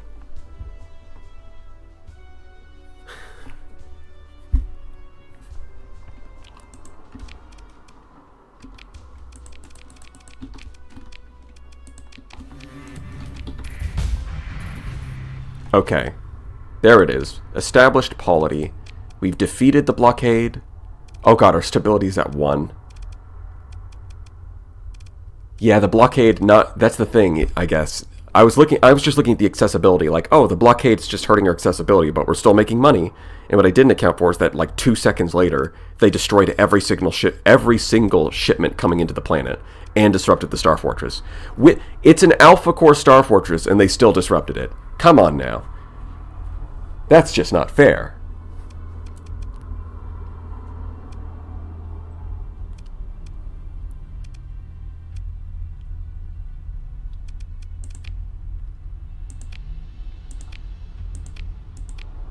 I love how using these stockpiles hurts my income, but it's not improving the stability at all. All it does is it gives me slightly more defenses. That's kind of crazy. Huh. Well, I guess I'll leave it on. It's fine. I mean, yeah, I could turn off Freeport.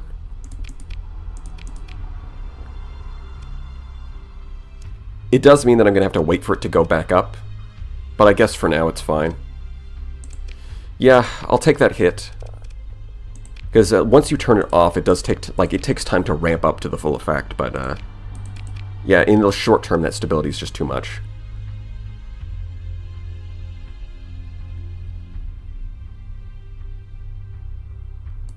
Yeah, guess we'll have to do with that. Of course, this other planet in the same system is totally fine. They have not hit this one at all. You've proven the independence and strength of your colonies by defeating a Persian League force sent against you and are viewed as a stable trading partner. Excellent.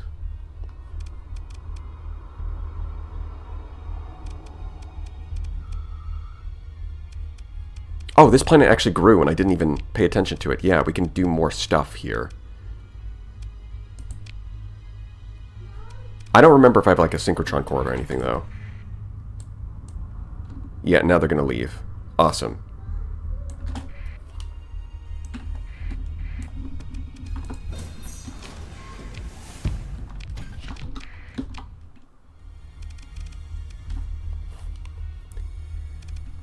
Okay, let's see, level 14. Yeah, that's right, I'm going to respec out of that, okay.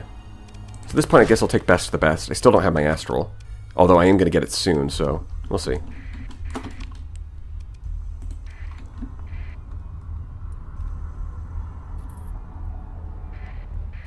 Were you going to talk about maximizing tech mining?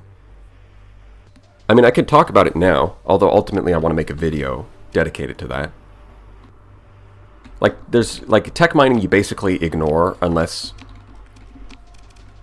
Like, if you're colonizing a planet that's already good, and it has, like, at least the, what is it, extensive ruins? Like, vast ruins or extensive ruins, you just build that as your first industry while it's still growing. And the amount of supplies and fuel it outputs is better than what you would earn from, like, from a tier 1, from, like, an industry at the start. And then when it grows to the next size, then you just dismantle the tech mining. It's like when it grows from size 3 to size 4, you dismantle the tech mining and build 2 fresh industries. Because tech mining, the output scales down over time, whereas your other industries get better the bigger the colony gets. So that's one way of using it. This sort of like to bootstrap your colony.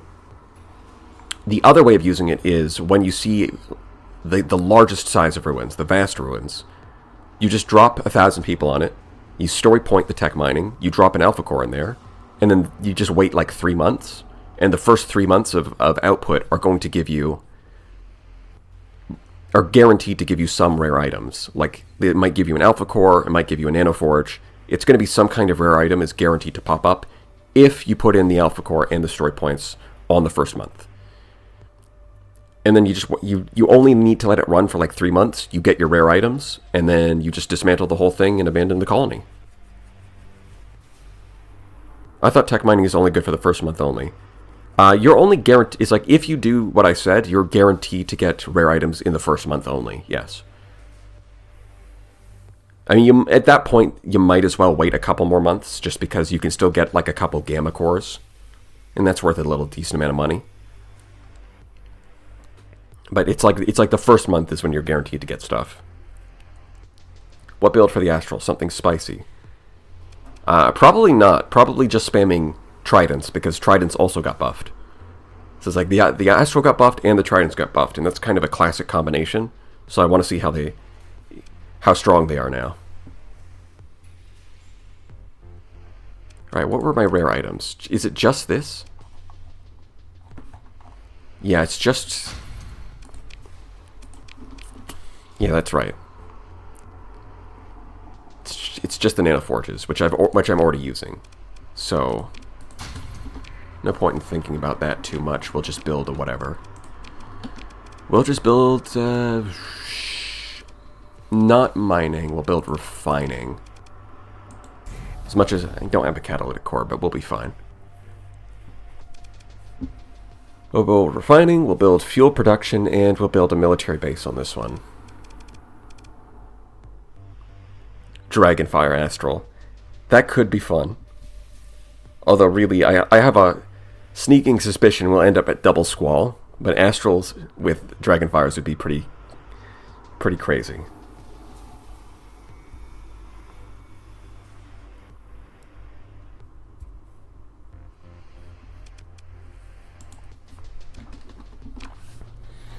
It is nice that they got a cost reduction, though, because the missiles themselves are pretty effective. They were just a little expensive. Let's see, 4 story points. Okay. And you leveled up. Excellent. And you got a good skill. Excellent. Finally. You can actually do something. Let's see, for you... I guess we'll just do solar shielding first. Or do I? Probably want unstable injector.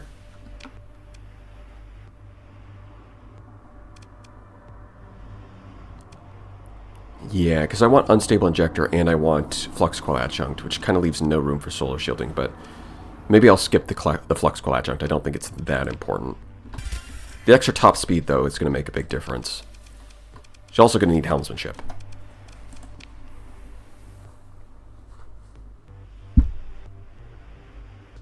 And speaking of Harbinger, this might be the bane of the Grendel build, by the way. The Grendels do look pretty strong, that Miscellanea was able to cook up. I do wonder how it would perform against a solid Harbinger build. Although the Harbinger does suffer from Starsector AI a lot more, so it might actually not work. But in theory, the Quantum Disruptor Phase Lance combo should be really strong against... It's, in theory, strong against phase ships, especially if they're relying on armor. So it might be the hard counter, but then the AI might just screw it up. We'll see.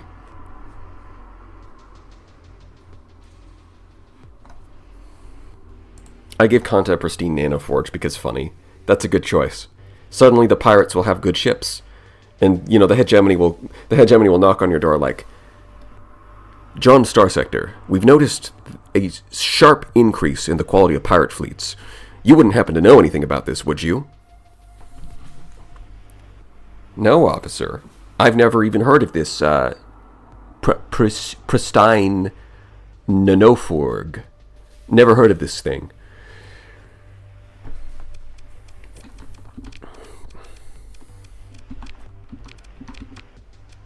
Yeah, it's just a 1 story point. Okay.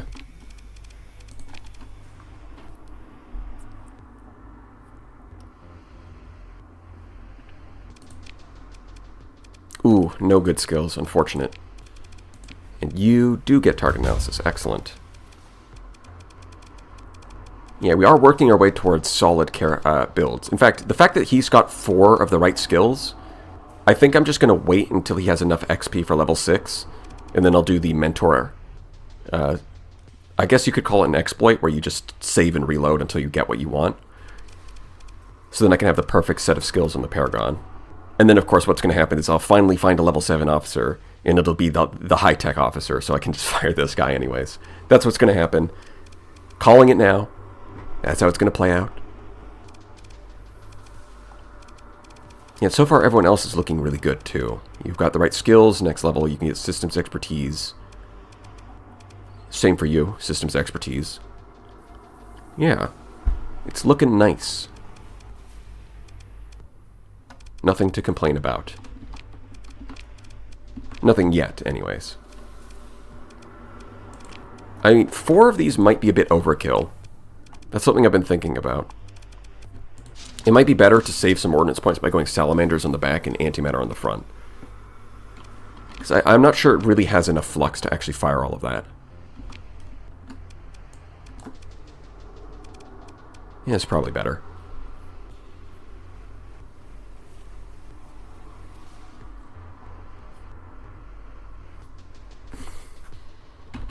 Alright. Yeah, so I've got to wait until I get another story point so I can mentor. Everyone else is leveled up. Great, the fleet is coming together. Now we just got to rely on Tritachyon, something that nobody should ever have to do. But I've got to rely on them to deliver the Astral. Yeah, so I already did that. That's cool. Alright, Tritach, show me what you got. Maybe I should put the wormhole in here. I should dismantle one of these, the sensor array, and drop a wormhole anchor. Or maybe the nav buoy. One of them.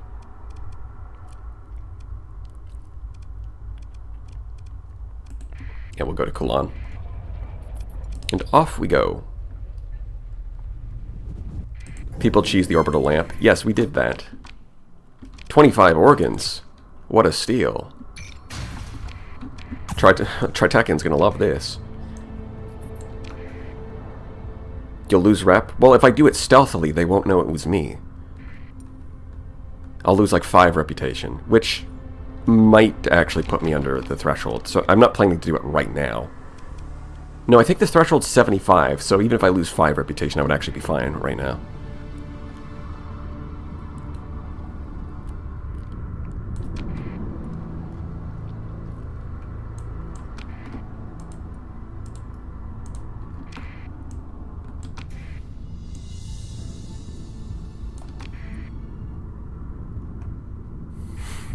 Gotta paint your ships purple and be all sneaky. Is purple a sneaky color? I would think I'd have to paint them camouflage so that they become invisible. That would actually be a pretty funny gimmick. It's like a mod where like there's like a camouflage in the same way that there's like the Lion's Guard variant.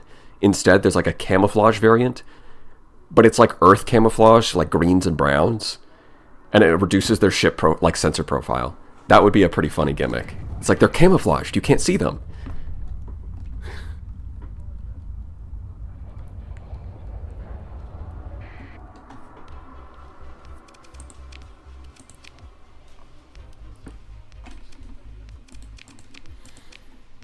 Alright. I guess I'll sell these on the open market. I don't need the money. I'll take the reputation. Alright, what do you got? There's an Astral. Let's go. We're gonna need a little more crew.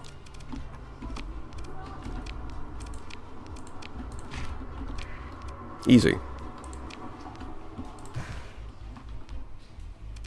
Do I need the fuel? I'll take the fuel. Yeah, we'll do all this open market trading so that they increase their reputation. Don't mind the loss of money. And it also means that they won't be mad about me buying a couple of tridents off the black market. How much of these do I own? 0. Yeah, I'm going to need more of those. 1 broadsword. 1 longbow. And I guess for now I'll fill the middle with 2 cobras. I think I'd rather have 3 Astrals and 1 Cobra, or just go for 4 Tridents. Sorry, not Astrals. Oh look, they even have the Squalls for me. How thoughtful. They've even got Gravitons too. Wow. Do you have Burst Lasers? No.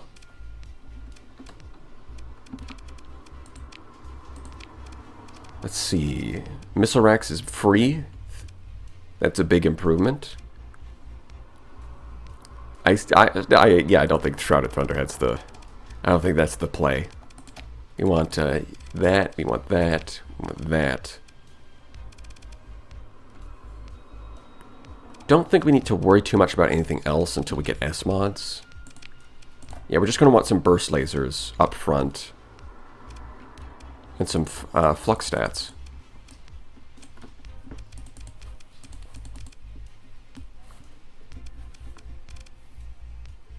Yeah, we're going to take out some of these so we can afford the Burst Lasers in a minute. Maybe even get Gravitons back here. We'll see. Or maybe I'll go Heavy Burst Lasers. They did get buffed. Shrouded Mantle built in is super strong. Does it have a... Hold on, what is it? Oh, Shrouded Mantle is the one where they, like, move away and then the S-Mod bonus gives them healing, right? Yo, how's the stream going and how is chat? Well, Dark Anubis. Chat is behaving itself. As you can see, they are not doing anything crazy. They're just being perfectly normal.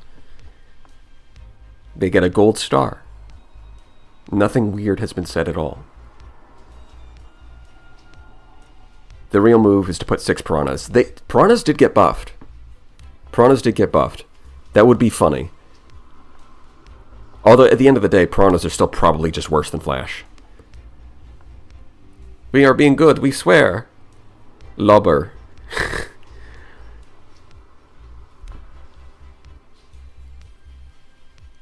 Astral is hot. No, Astral is cold. Blue means cold. Red means hot. I never really liked Heavy Burst Lasers. I just put normal lasers. Yeah, that's the thing. Is Heavy Burst Lasers have pretty much always been like an expensive upgrade to the Burst Laser that's not really worth it. But it got buffed quite a lot in this patch, so I think it's at least worth giving them a chance.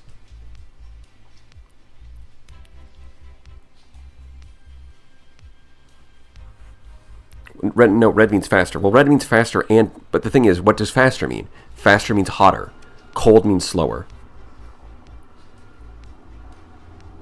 Podsky, apparently following in the footsteps of one cooler guy. Apparently, I was about to say, Podsky following in the footsteps of one cooler guy and donating an insane number of memberships, sending 20 people to the gamer dungeon. And then before I could even finish my sentence, one cooler guy follows it up with a bigger number. Apparently not allowing himself to be outdone in the tax fraud department. That's another 70 people. You are all being drafted as Talon pilots. I'm sorry.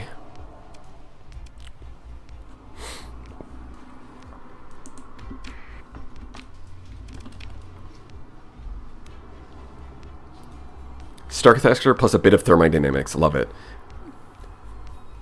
It's funny because your name is Stochastic Turtle, and I think stochastic... I think that stochastic maths are relevant to thermodynamics, aren't they?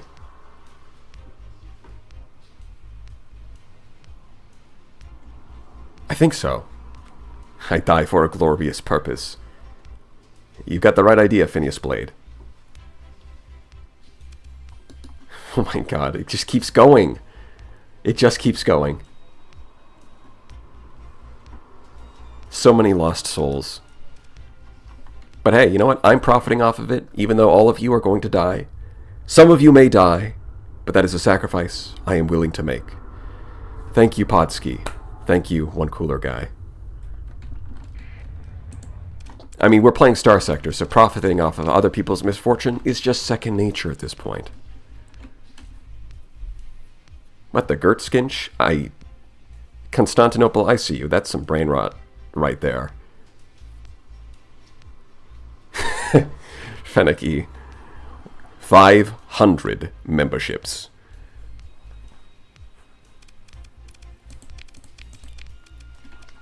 Oh, wait a minute. There's also a Paragon and an Odyssey. That's a rare sight. It's too bad I'm not... There's some of my favorite ships to pilot. The two Furies with Neuralink and the Odyssey. They're right there. It's a shame that I'm not going to pilot them today. It's a real shame that I'm not doing that this run, but they are there. I just need to find an officer for the Astral now. How do I give it back? Please don't put me in Talon. No, I don't want to be a Talon pilot.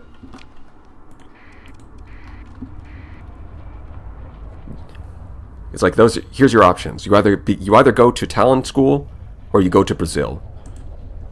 Those are your options. Energy weapon mastery, no. That's not really astral material. Actually, I probably want to go to the Persian League because I think they're guaranteed. A lot of the time they get missile specialization, which is pretty good. Too late, I volunteered to pilot the Talon. You madman. What is this, the Hunger Games? You volunteering as tribute? Are you taking someone else's place? Come to Brazil. I think people would rather pilot Talon's verb noun. I'm sorry. Although it does look like we're not at the best of relationships with these guys. I don't know what's wrong. John Starsector is such a... Or rather, in this case, Pauline Bingus. You know, she's... oh, wait, no, she's not a people person. That's right. It was Paul Bingus who was a people person. Pauline Bingus does not care.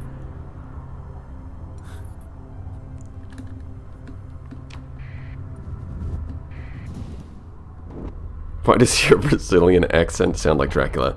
Well, because I'm not doing a Brazilian accent. I'm just saying, go to Brazil in a funny voice. It's not a Brazilian accent. I do not represent Brazil in any meaningful way. Okay, so there's a lot going on here. I feel like... Okay, they are technically neutral, even if the ports don't like me, so they're not going to attack me. I can just go up and try to hire an officer, and there's none. Do you guys mind like selling me an officer? I'd love to buy some people, please. But you know, I'll give them a salary. It's nothing bad.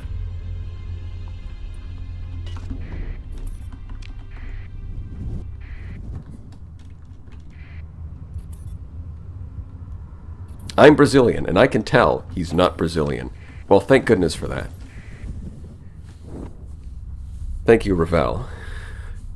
I mean, I'm sure a lot of people might have been concerned about that. Yeah, so it's good to have an expert here to clear the air.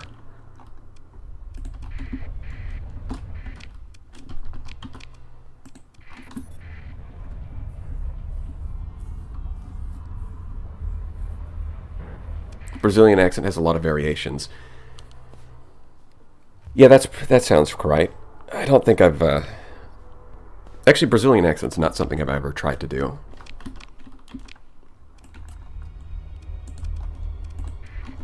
Well, that might be worth trying.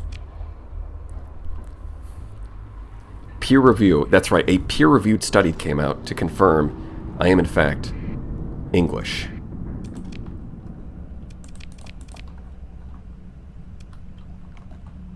Yeah, I guess I'll... That was the wrong button. Oh, great. Now where is it? I guess I'll accept that. I've just got to kill time until I can get my other astral and my officers. Wait, hold on. Let's see if I can... Alright, Ravel, I'm going to try and read your message. Vou falar em português só para atentar mesmo. How was that? Big Brain está vindo pro Brasil. That's what I got.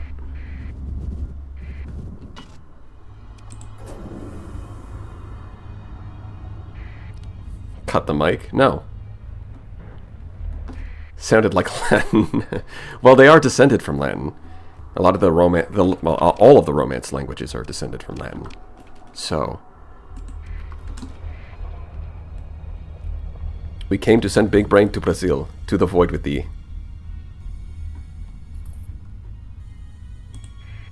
You'll never find me. I'll escape into the Orion Persean abyss if I have to. See, there we go. Now that's a skill set I can get behind. Put you right up here with the Paragon. Actually, maybe I should put them at the end. Because I think a lot of the time, I want to deploy them last.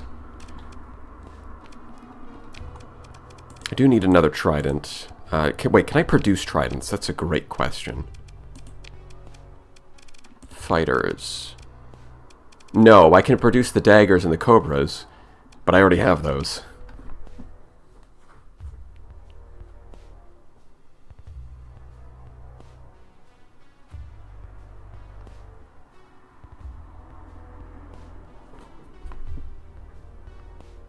Longbow, though? Well, the longbow's not hard to find. And I'm pretty sure I have some. Yeah. I already have 2, and I only really need 1 more.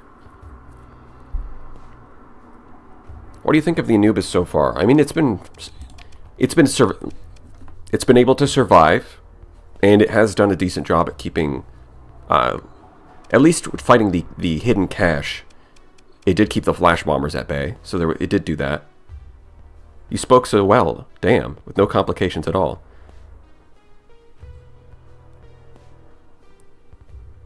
Well, thank you. I mean, I speak, oh, I don't speak Portuguese, so I have no idea what those words mean. But it's like, I do speak a little bit of French, so a lot of, like, hiccups when it comes to pronunciation are not going to be too bad.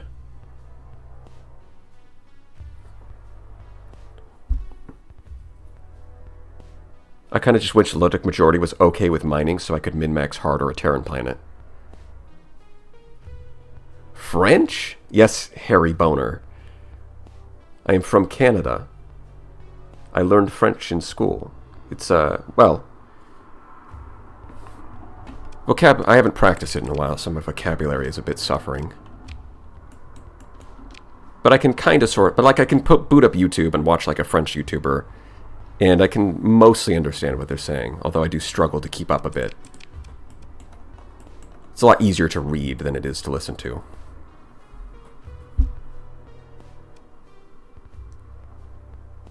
Does Australian count as a second language? That's true.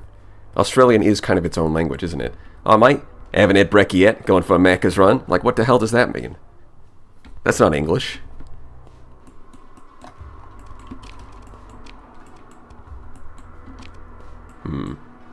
Yeah, am I just going to go straight here? I guess so. I'm not really too concerned about anything else in the sector. Oh, we can hit that orbital hab at the same time. Yeah, we'll do this. Okay, let's right-click. There we go. Off we go. Not gonna lie, I learned English watching videos on YouTube. I think that's surprisingly common, right? Because the statistic I saw said something like 60% of the internet is in English.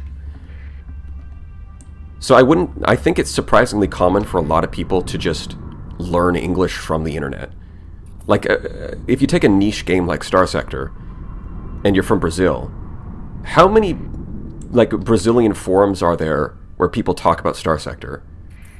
Probably not a lot. So if you want to find content, a lot of the time it's going to be in English. And if you're like, you know, if you're young, you might just try to brute force it and watch it anyways. And then from that you can pick up a language, I think. Learned English screaming at people in Gary's mod. Yeah, that's the way to do it. G'day, mate. Throw some blue lobster on the barbie, yeah? Well, that's the plan, Apoc Tank. We're gonna have a nice little barbie with some blue lobster. I learned English when Bannerlord came out and it didn't have localization. Yeah, that's what I'm saying. Is if something doesn't exist in your language, a lot of the time on the internet you'll find it in English. So a lot of people, I think, they learn English that way. It's just like, oh, I like this thing, but it's not in my language, and then it's not that hard to find it in English. Australian is objectively the worst accent. Well, can you cite a source for that? Where's your source for that? Do you have a peer-reviewed study? I actually don't think there's any Brazilian forum that speaks about Starsector, but I think there's a few YouTubers. Yeah, exactly. I thought I knew enough English until I started listening to Scottish comedians.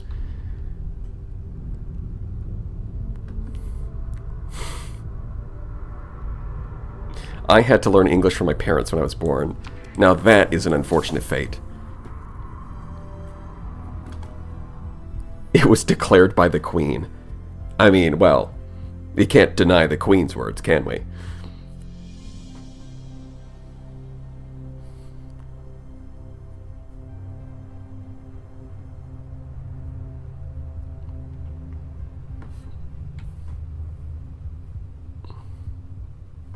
I learned English with Adventure Quest games and Muse musics. Yeah.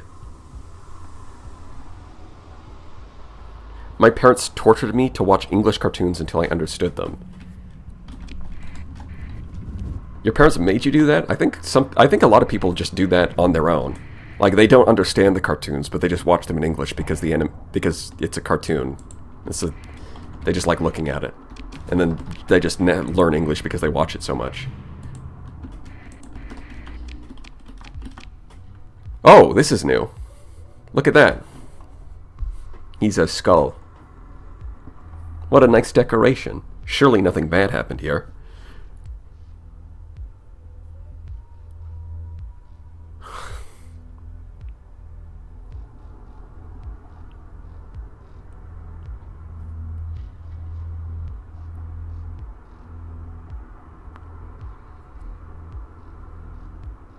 I learned English because I'm Canadian. Well, I'm sorry to hear that, Destiny.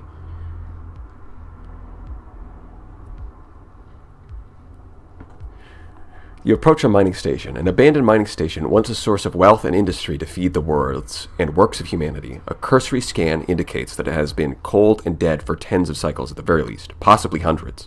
Closer inspection may yield salvage.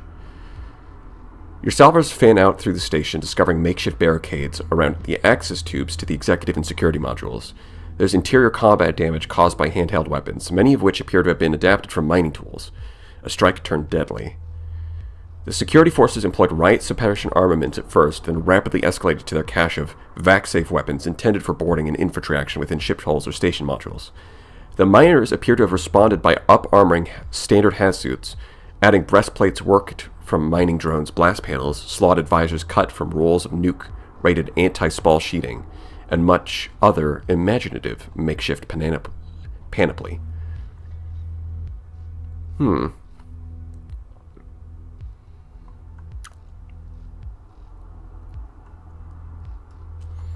With the tides turning against them once more, the security forces fought a breakout action towards central life support. Successfully, they choked off the atmo and water to those modules held by the strikers. This won the fight, if the heavily armored but nonetheless desiccated corpses floating through the corridors have anything to say about it, but the war was still lost. The station appears to have been abandoned, as is too much of a scandal to reactivate, or perhaps merely a write-off.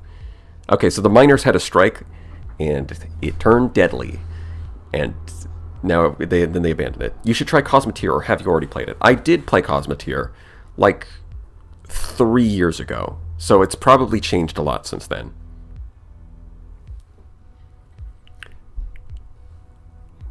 Very Canadian thing to apologize to someone else for them also being Canadian. Yes, exactly.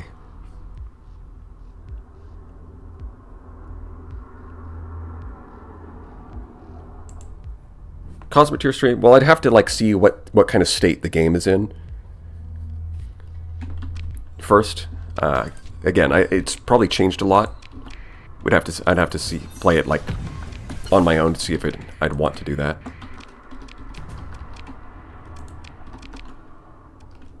Yeah, that illustration was really nice. I liked that.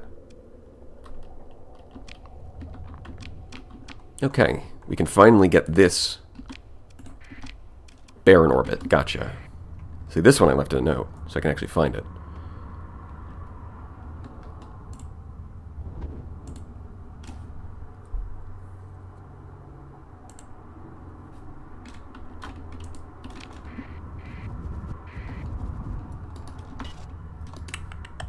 Let's see.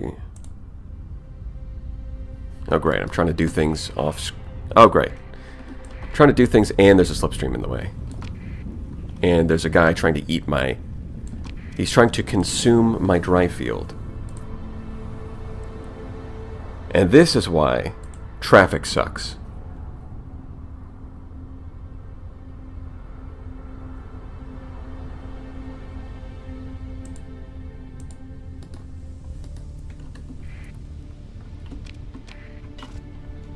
Alright.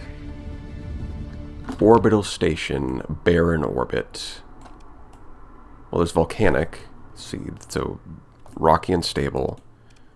So it's either this one or this one. Me when I get pulled over for generating slip surge on my trip to work. That would be kind of funny if there was like traffic, hyperspace traffic police.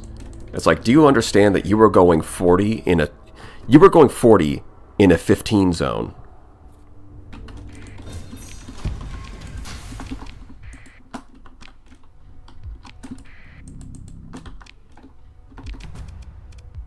That's some nice resources.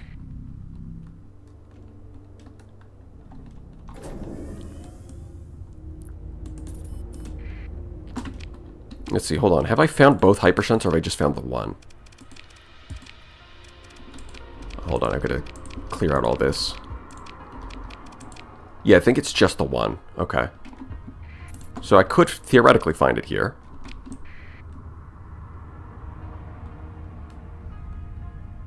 You were 25, yeah, 25 light years over the speed limit. Even the light year is a measure of distance, so 25 light years per... Oh, great, an incident. My favorite.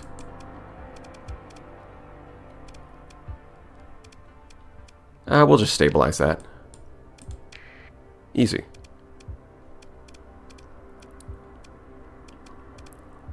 Yeah, I'm gonna have to do something about this. Well, I do have the planet killer. I'll just hand it into the nearest Pather base, see what happens. Nothing could possibly go wrong.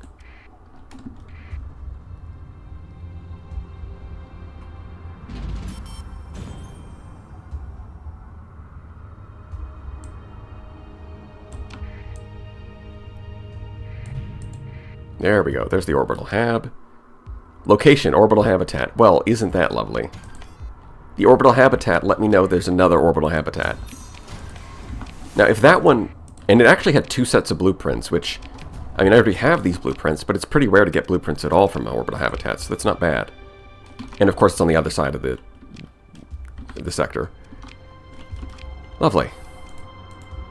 Alright, well, we've done that. Now we can go home. You know, just tidy things up a little bit. And then I'm going to go see if there's another astral available.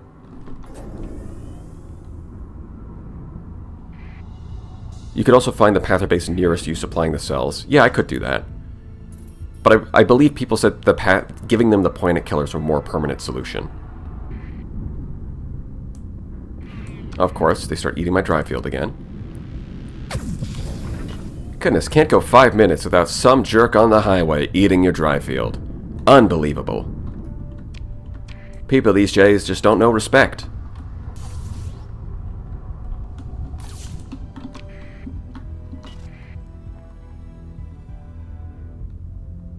You can interdict them to make them go away? Yes, Epic Tom, you can. I mean, people will... the next time you visit a bar, a bunch of people are going to tell you it's bad luck and that you shouldn't do that. But that's never stopped me.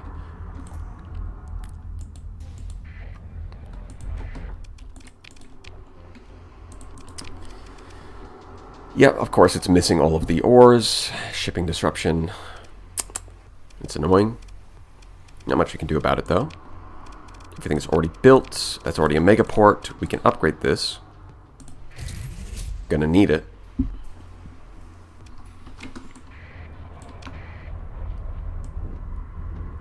Who gifted me a sub? Well, no pointer. It could have been Podsky or it could have been one cooler guy. It's hard to say.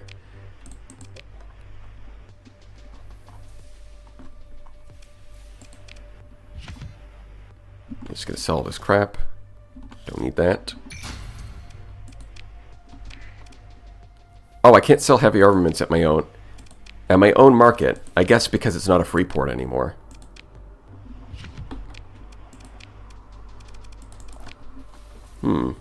But I can sell. No, I sold those earlier, right, when it was a free port. Okay. That would explain that. This makes sense. This makes sense. Yeah, we're back up to making money, but we still need a bit more stability. So I am going to go deal with the Pathers first.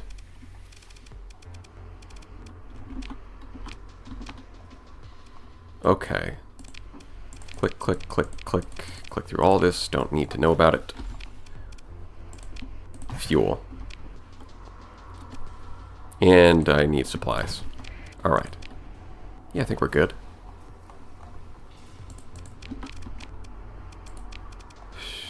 Yeah, I think that looks good. We're going to go visit the Pathers. If I go to the bar, that should do it.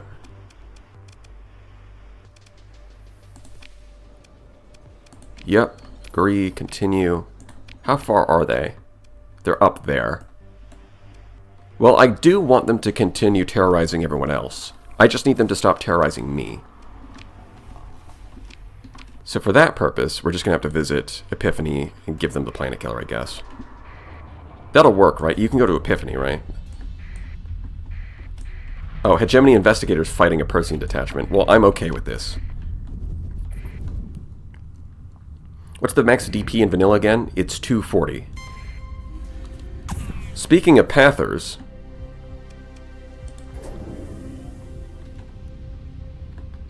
No, it has to be a non-core Pather base. Okay. Yeah, I was thinking, like, does it? It might actually have to be. So we'll... I guess we'll visit Kulan first.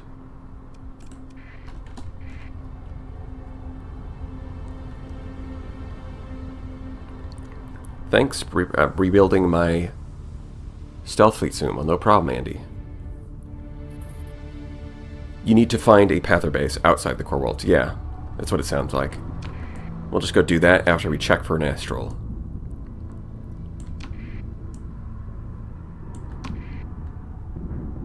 We're going to Astral City, baby.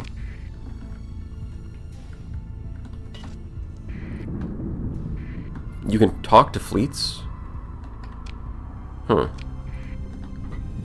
I mean, if you could hand the Planet Killer to a fleet, that would be pretty convenient.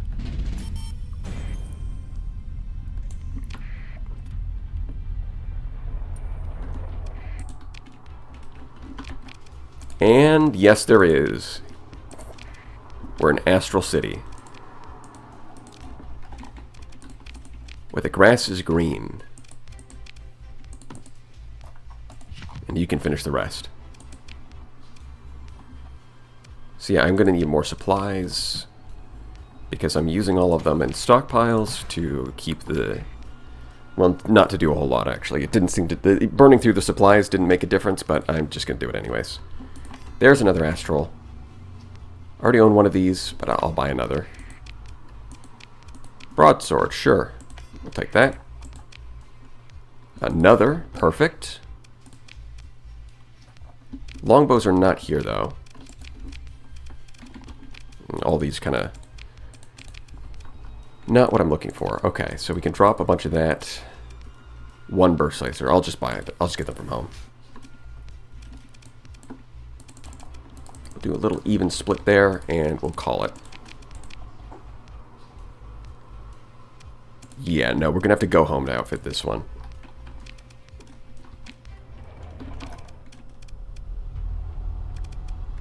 Oh, you know what? I should put solar shielding on them.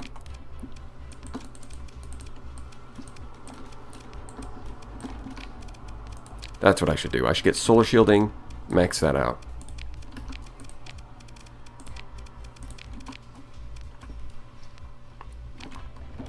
Now I'll go visit the Pather base and hand them the killer.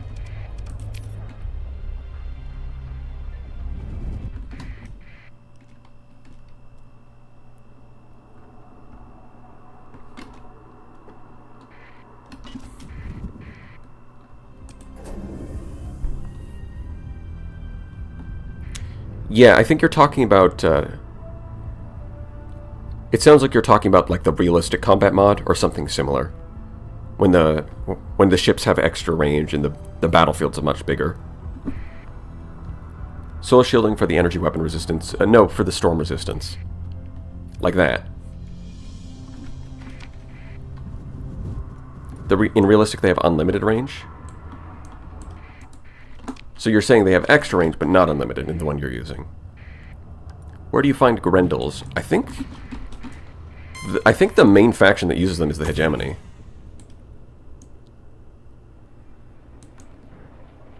Hello, guys. We're here to make a deal.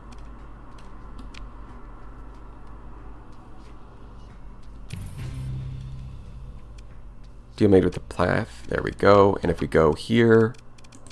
Sleeper. Okay, so now we've solved that stability issue. And... Yep. Look at that. The trading disruptions have ended. We're back to normal. Business as usual. We can go Freeport. And make even more money. $1 billion. Or something similar to that. And when we get to size 4 and get the light industry so we can actually produce recreational drugs on top of that, this is going to be pretty insane.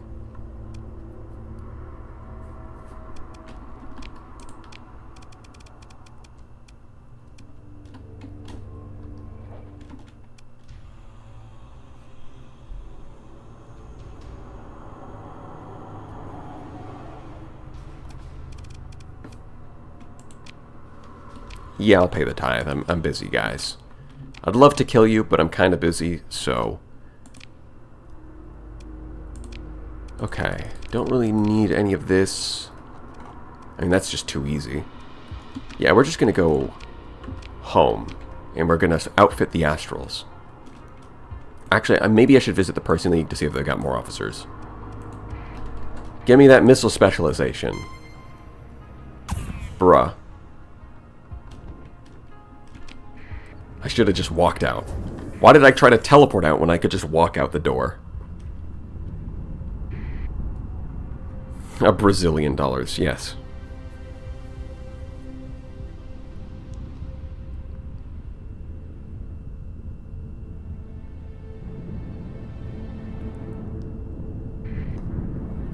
You just give them the most powerful weapon they know of, and then they still frisk you.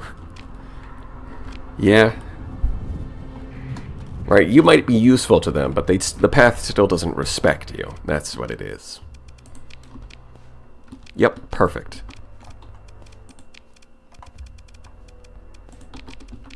Do I have any of these? I have 2. Perfect. Okay.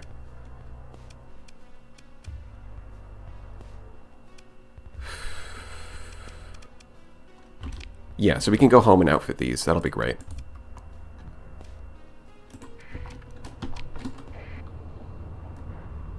Hello, what is the purpose of the solar shielding hull mod?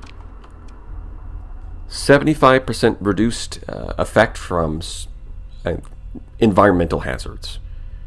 So things like solar coronas, black holes, hyperspace storms. It reduces their effect, the damage they do, by 75%. And if you S-mod it, it reduces it by 100%. So you can just straight up ignore it. You can just go wherever you want. And that saves you a lot of supplies. But it also saves you time, because sometimes you'll get in a situation where you just need to wait for your CR to recover after flying through a bunch of storms. And if you just S-mod your solar shielding, you don't need to do that.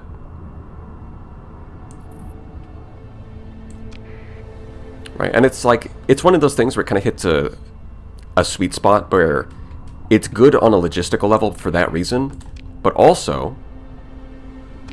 I'm pretty sure that's the same black hole that or the same No, it's a different orbital habitat. Interesting.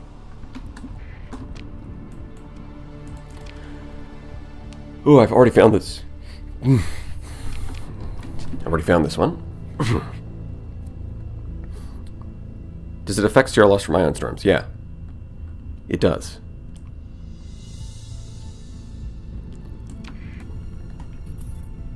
Yeah, finding it early for your exploration fleet is really good.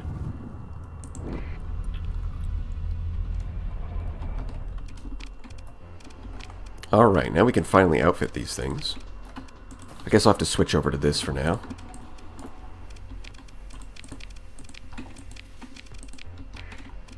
Okay, and we want burst lasers, so we're going to have to drop a bunch of this. Do I have any heavy burst lasers? I do, I have 3. Well, that wouldn't be symmetrical. I'll pass. We'll just run it like this for now.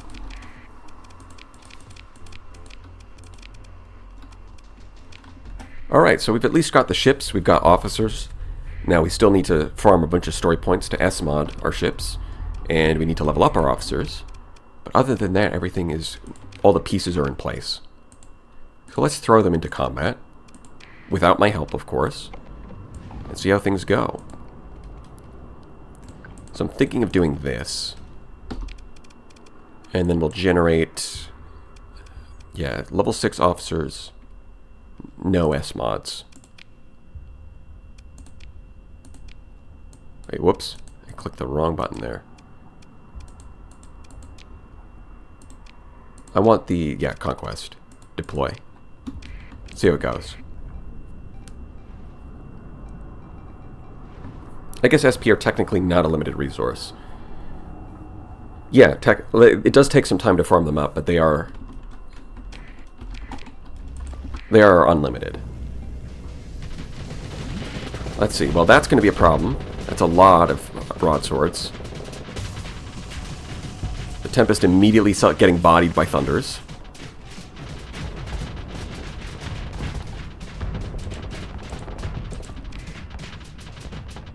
The Terminator drones are trying their best, but they're struggling to keep up with the Thunders. They're just so fast. Interesting. Okay, it barely survives. Yeah, we need to get more... we need to upgrade that a lot more. Even with level 6 and level 5 up... oh, it looks like level 5. Okay, so it only gives them level 6, I guess, if the fleet doctrine for that faction includes officer training.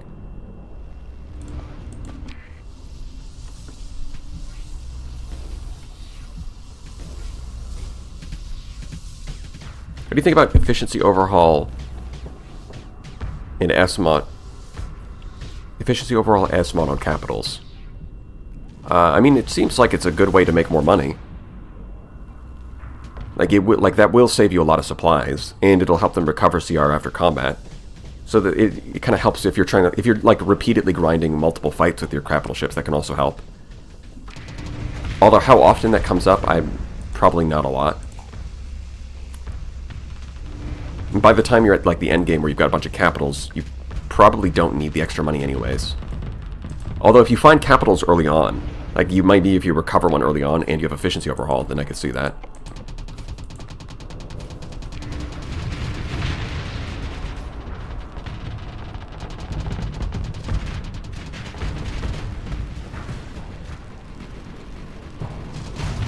So there we go.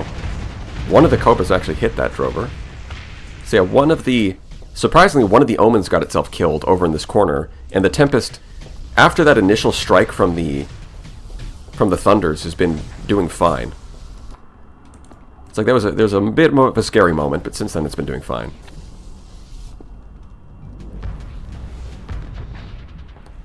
The Harbinger has almost killed this Heron. Just needs to get in there, get in range. You just need to close the distance. Fire.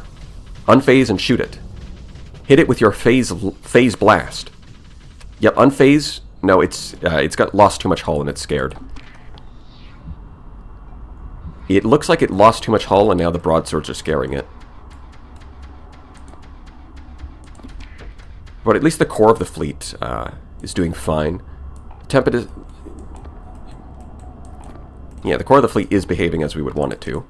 So let's try this again, but with, like, S-mods on the enemy ships. And let's try the hegemony.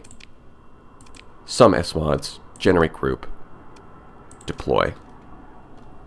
Set autopilot. We're going to deploy everything except the flagship. We'll have this escort that. We'll have this escort that. And we'll say go.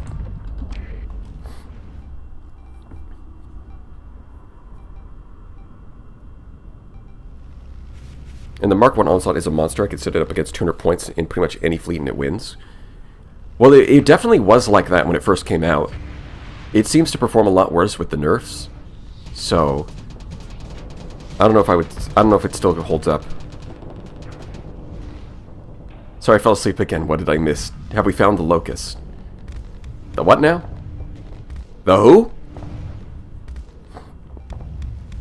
They nerfed it? Yes. In one of the... There's been a couple of hotfixes after the patch came out, and they did nerf the Onslaught Mark 1.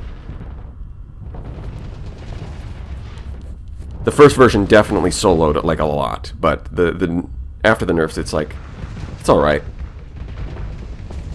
Threat. Locusts because they felt like locusts. Oh, yeah, they are kind of like locusts. Like a plague of locusts from the Bible. I'm sure that the Luddic Path is already making that kind of... Like, in-universe, if the Luddic Path found them, they probably would be like, oh my god, this is like the plague of locusts from the Bible. Remember Moses? Remember that? Although that's assuming that they're like a Christian denomination. Well, no. Abrahamic, broadly, would all make that comparison, so... It's probably not unrealistic.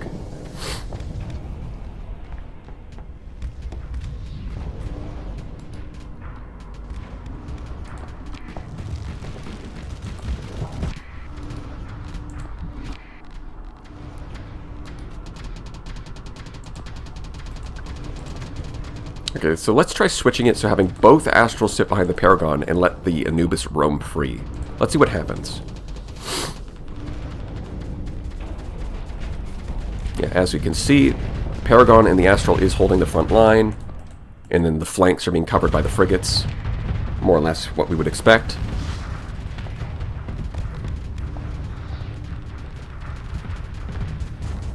I love the new simulator. If I wasn't running a YouTube series, I'd probably play it with that all day. Yeah, I hear you, Grumpy. Like, the new simulator is just... Ah.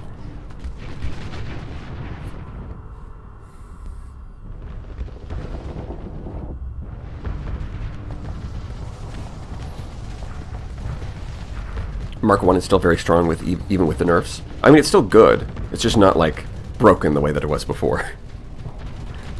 Like, now you can't just, like, throw it in your fleet and watch it solo everything. You do need to support it now. Because it will get itself killed if you just let it run into 200 deployment points of ships.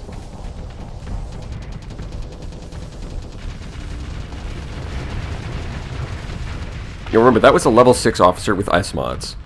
I mean, sure, it's an eagle, but... I mean, eagles are pretty good shields. Now, let's see it take on the Onslaught. In fact, go. Kill. The Harbinger, again... This is a level 6 officer with S mods on that eagle, and it just lost a 1v1 to a Harbinger.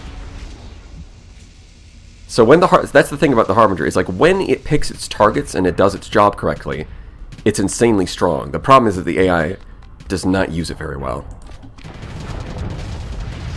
Yeah, baby, look at that firepower.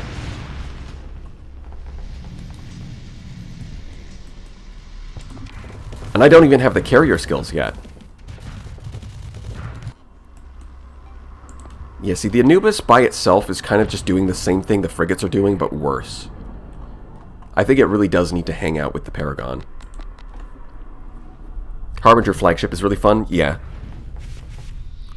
Harbinger flagship is quite strong, although I have more experience piloting the Afflictor, so I'm just going to stick with that.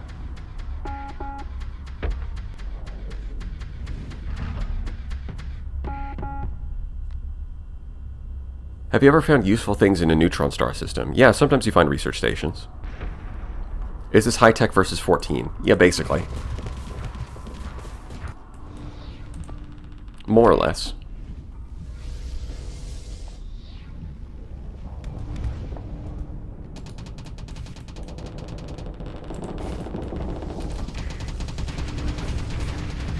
Man, that is so much firepower. 4 crowbars, 4 tridents, 2 longbows, 2 broadswords. Yeah, you can see the improvements in the AI's targeting. It's doing a lot better. That was one of the big problems with carriers, is that they would send their bombers to attack something in the back, and then they would just die on their way to the target. And now, that's not really an issue.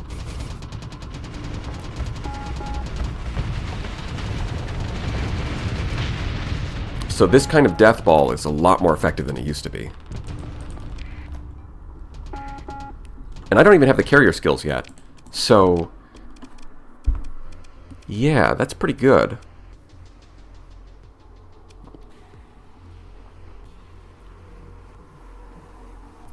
Do I send my last story point? I guess so.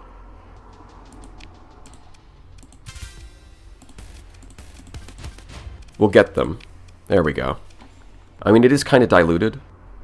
Because I have how many fighter bays? 14? Yeah. They are diluted a little bit, but even then, that's going to be a significant boost. Extra top speed, in addition to... Like, the buffs to these skills have felt pretty good. Like, extra top speed on carrier group is, it's just like a nice bonus that I don't think is too abusable. Like, making your carriers fast...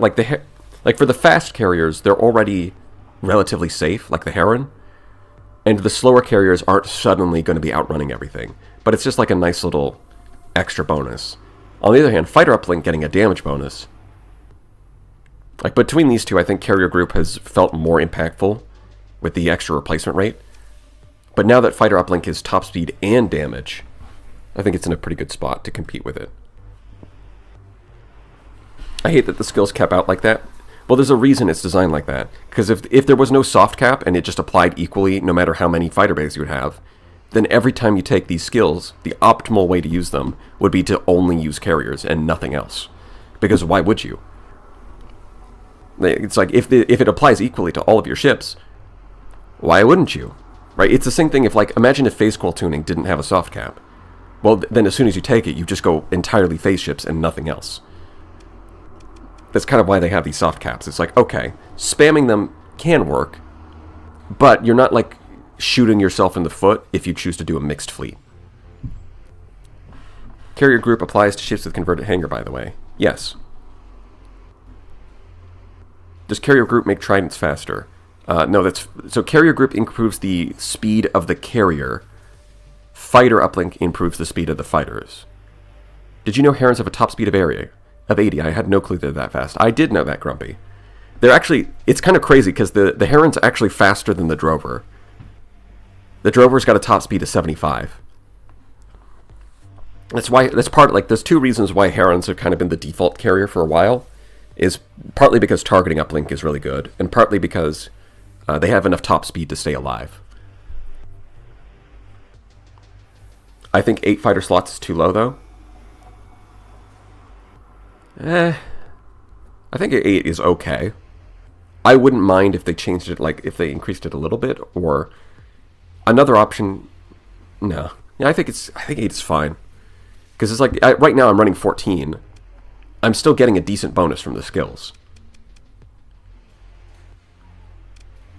Right, like 8 makes it so that if you you can run like a small group of like elite, like quote unquote elite carriers to support like a mostly combat focused fleet, or you can spam carriers, in which case the bonus is wider but not as deep. I just don't find Striders are strong enough to need a soft cap. Yeah, I think that's... Well, the thing is, fighter spam works even with the soft cap. So if you remove the soft cap, then fighter spam would be stronger than everything else. That's the problem you run into. If you spam fighters, both skills are not worth the price. Well, Mr. G, the thing is, if you have all of your ships are carriers, then getting like a... It's kind of like how, say, crew training is really good. Because all it is a 5% increase in like damage and a 5% reduced damage taken. But applying that to your entire fleet is really good. So even though it's a small bonus, a fleet-wide bonus is very strong. So it's like if your entire fleet is carriers, you might only be getting like a 15% bonus to replacement rate. But the fact that it's applying to so many ships makes it still really valuable.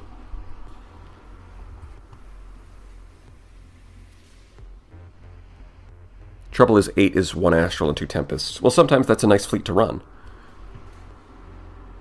I don't know, I think it's in a decent spot.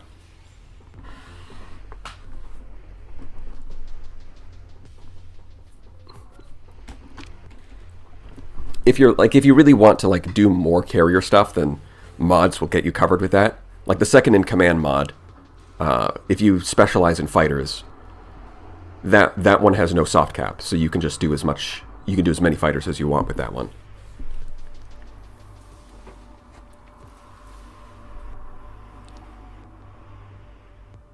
Have you seen the Buffalo Mark II with threat swarm spam? No, I haven't, but I have theorized about it.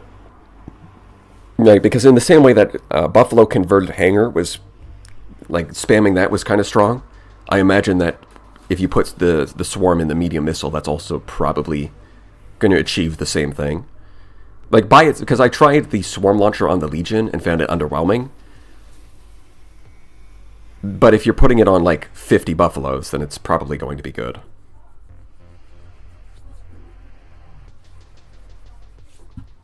Is cybernetic augmentation worth running with so few combat skills? I think it still is. 3%'s not a lot, but it does give me the extra elite skills. I mean, I guess it's okay, but if you compare that to okay, where else would I put this? I could get target analysis instead, or I could get tactical drills. Well, 5%. Compare that 5% damage versus 3% damage and 3% defense and an extra elite skill. So even if I'm only running 3, a capstone is still better than a basic skill.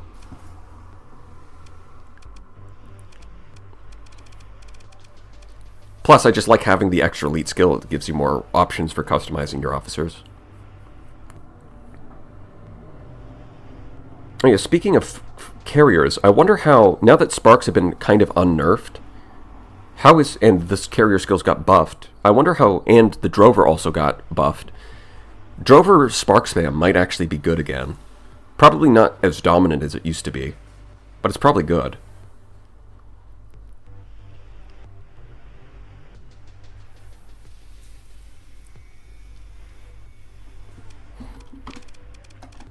Okay. So we've got that, we've got that. Yeah, so now we just need more story points, really. And how do we get that? Mostly from combat. Vroom. There's a lot of stuff going on here, apparently. Yeah, we can take that.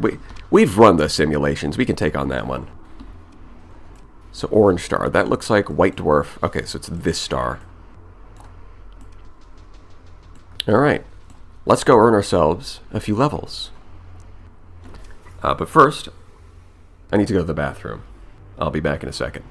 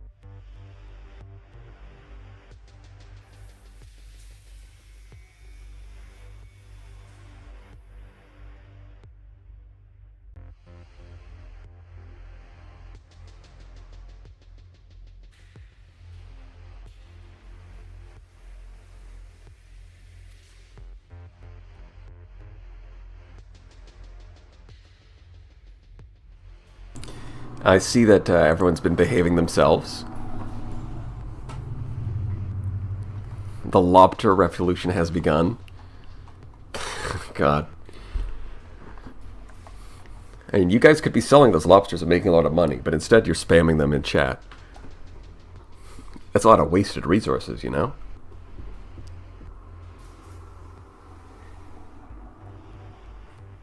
No, officer, I do not have an entire atlas full of lobsters. I do not know what you are talking about, said John Gaslight. It's a good one. Lobber farm. Worth it for the lobber. Good lord, that is a lot. I have to scroll up for a bit to see any words. Are lobsters actually any good as a trade commodity? They're decent. It's like they make it... The thing is they're legal, right? They're a legal commodity that makes a decent amount of money.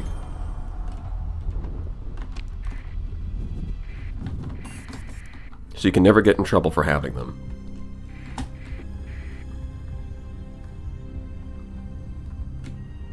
No, legal. They're the opposite of illegal.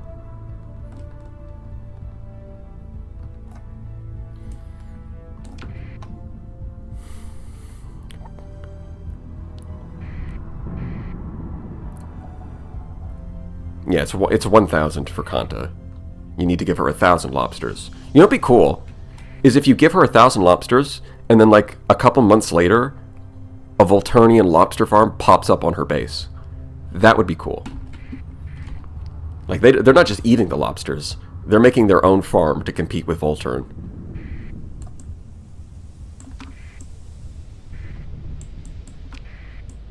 I mean, considering the kind of experiments that Dr. Sidonia gets up to, I don't think that would be entirely out of his wheelhouse. I mean, he made a clone of Loki. So, it seems perfectly doable.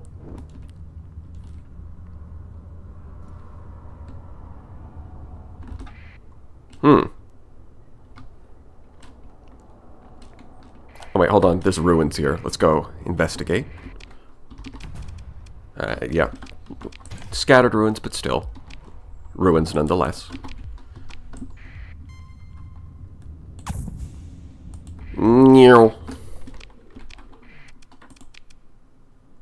Yeah, cannot deploy them. That's fine. We'll just take these capture points.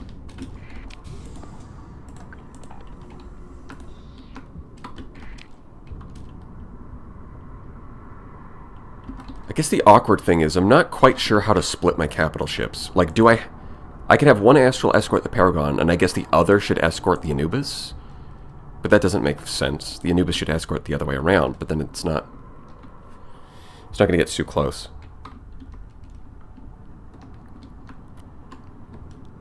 It started a while ago when I asked what this game was. Now all my friends play too. Thanks for the recommendation. Well, it's glad to get more people into Starsector, Rick Sin. It is very good.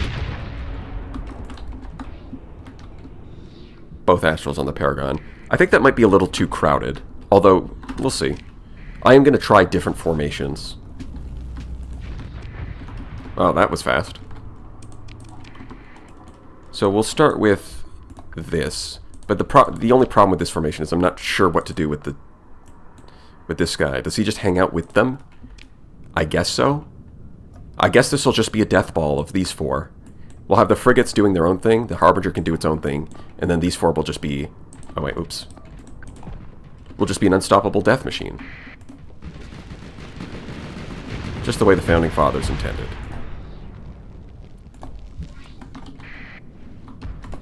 After the whole debacle with getting hit by an Omen Reaper, I'm going to be a little... I'm going to try and phase through anything red.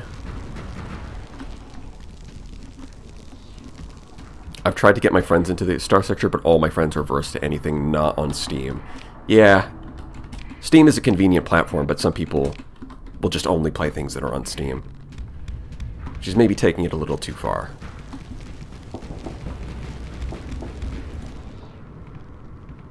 Hubris, thy name is Reaper. That's certainly one way of putting it. Get rid of some of that garbage.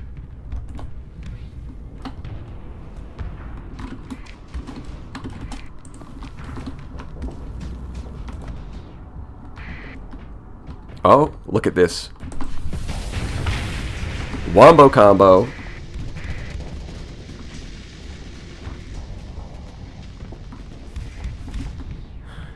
Your time is up, hegemony. Well, I guess they're not really the hegemony. These are deserters, technically speaking. They don't represent the will of the hegemony. But oh, look at this. Sorry, Legion. Your fighters are useless. I have paladins. This actually feels pretty solid. Like, the omens are nice because they do defend themselves against fighters.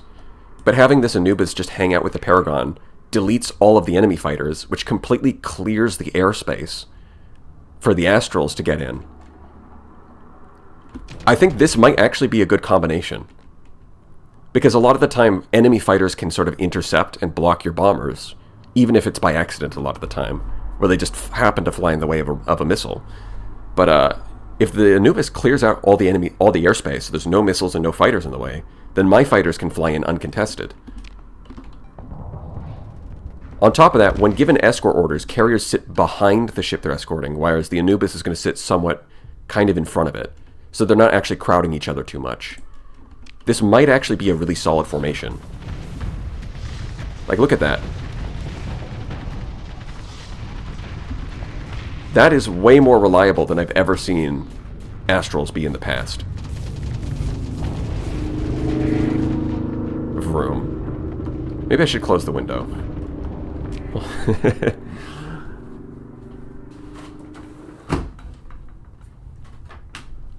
Alright, there we go.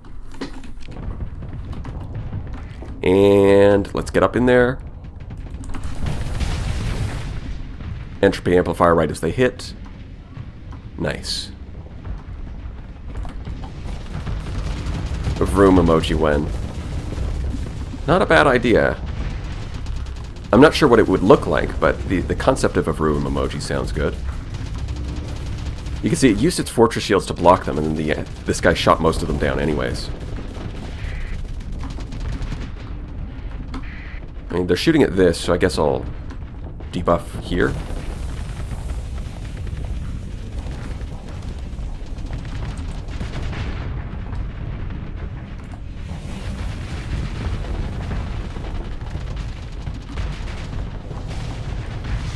Man. This is actually pretty brutal. I think this is a good combination, at least for fighting human fleets. Although these Astrals really need helmsmanship, because right now they're kind of... If the Paragon decides to back up, they can't turn around fast enough. See, look at that. Look at all this crap. Gone. I actually think this might be a good formation. It seems pretty... hopefully it still holds up against threat, but at least against human fleets it's doing really well. And these guys are no slouches. They've got level 6 officers.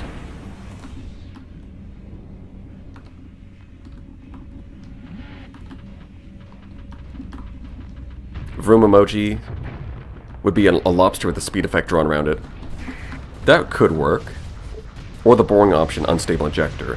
Oh, I think if I was to do like a hull mod, wouldn't it be safety overrides? Or maybe it'd be like a Tempest with safety overrides as the emoji. Like just put in a Tempest as the emoji and then give it like a red engine, like fire effect coming out the back.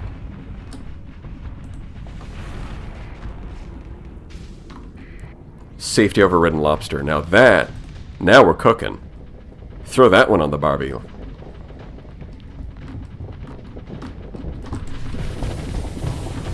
Kind of missed. Eh. Come on, do some damage.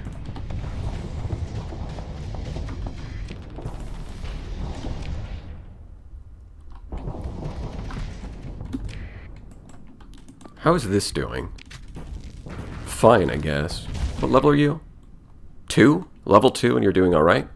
Level 6? Yeah, I think we're good.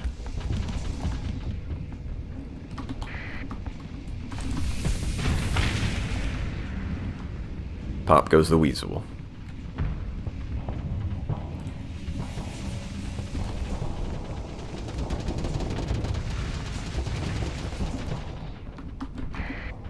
And bop.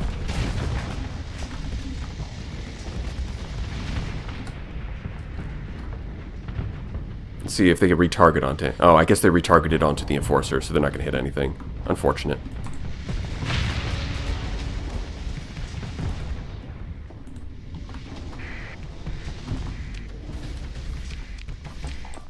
Yeah, you guys can just kill that and ignore the capture point. I don't think we need to worry about this.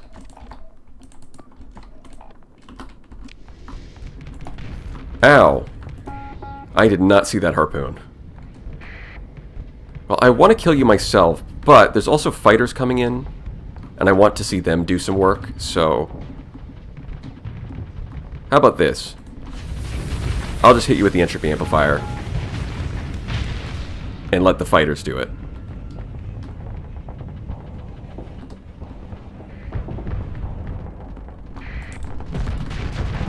Can snipe your engines, and slip away into the night.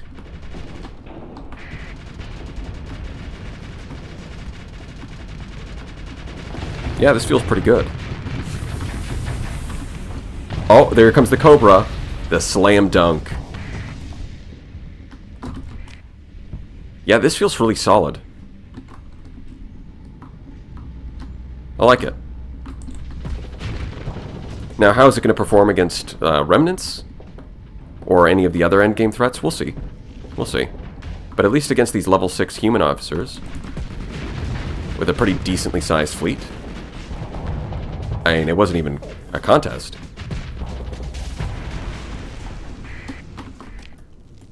Yeah, the only thing left is, of course, the Enforcer, because it's going to take a long time to kill.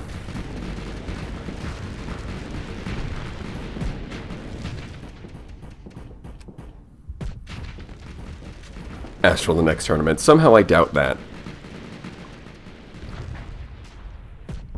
Although, I guess if a Grendel unfazed into a bomber wave, it would die.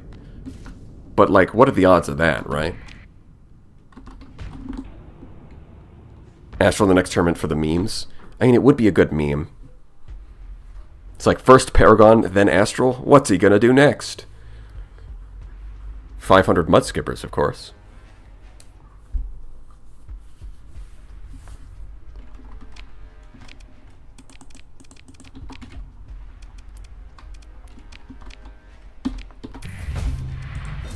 That was absolutely brutal. Simulator update, excellent. I got 2 fresh story points. We're close to level 15. We got some cash money out of that, although that's not as important when my colonies are already crazy. That doesn't have any ruins, so we'll ignore it. And let's just get out of here. Is there any good bounties? I guess this one's alright. Giant primary star, so it's got to be one of these two.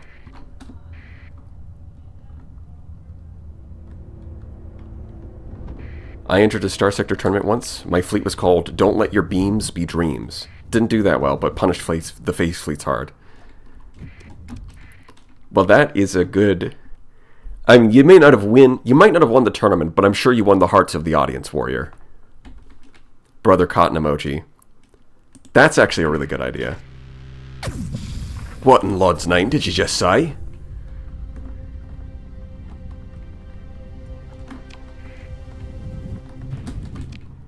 Actually, I think that's a heresy. That's what I'll call it. What is this heresy? It'll be like Brother Cotton just kind of looking at you judgmentally.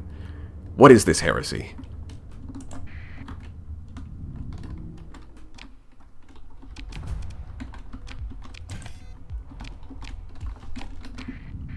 What the Lud? Are we making Cotton a Nazi now? Probably not. Yeah, that's just the best I could think of at that moment, but it's more like a...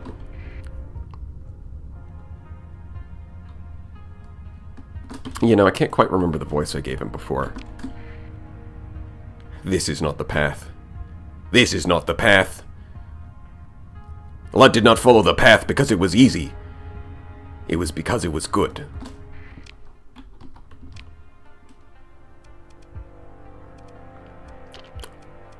Yeah, I guess we'll check for ruins. I do need to get some surveying equipment.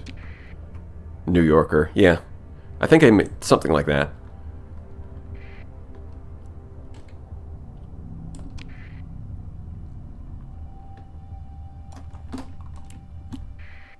Okay, there we got some ruins. Not a lot. We got something. Apparently all these ruins are dropping me organics. For some reason. Hey, orbital habitat.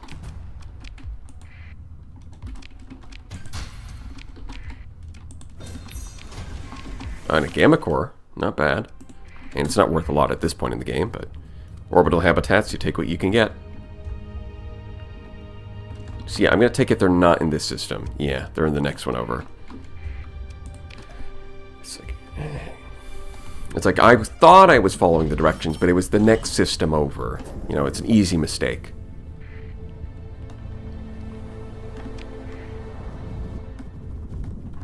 I think the Anubis might end up countering a lot of phase elites.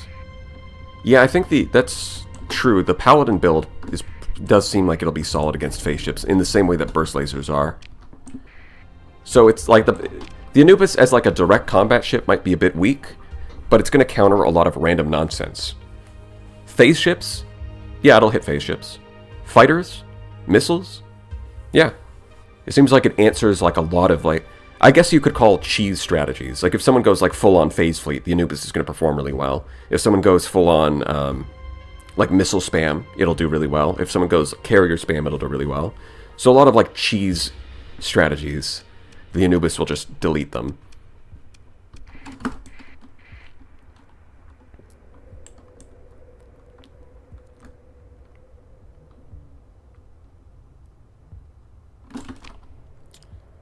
Well, I'm pretty sure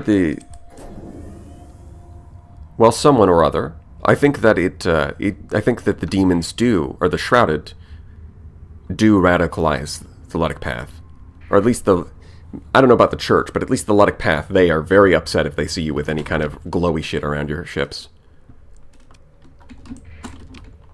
Where? Oh, it's this one, of course. My bad. It's hiding. The planet is shy. It's hiding. Would you redo the Paragon fleet for the tournament with the addition of the Anubis? No, I think Paragon plus Anubis would just use up too many deployment points, because then you only have 22 left for the rest of your fleet. So you would end up with like Paragon, Anubis, and 10 kites. I don't think I would go that far. Although 10 kites with like going with like Ludic Path kites that have free safety overrides and going like Light Needler, double Atropos. No, not Atropos, probably Gorgons. Yes, I finally catch a stream. Love your work, Brenergy. Well, it's good to see you, easy peasy. Opinion on Ashes of the Domain. It seems very popular, but I haven't actually tried it yet. It does seem like it adds a lot of content, so there's certainly a lot of work that went into it. Don't worry, 180 DP next season. Oh, that's a lot more than I was expecting. Well, 180 DP. That's a... Alright, if you're planning on heading into the tournament, now we know. Well, Mr. G, how many ships? How many ships are you allowed to have? Is it still going to be 12? Because, well, hello, Philip Duda. Good evening. Because, like, a lot of people have asked, like, why was frigate spam so big in the tournament?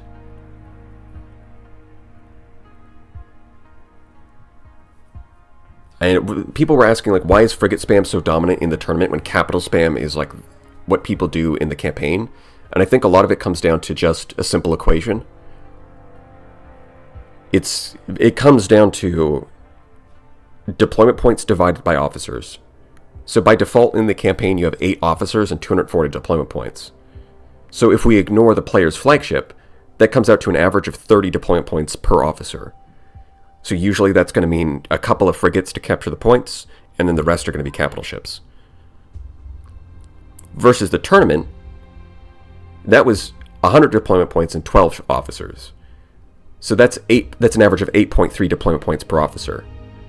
So in campaign, it's 30 deployment points per officer. In the tournament, it was 8.3. And that basically explains the difference.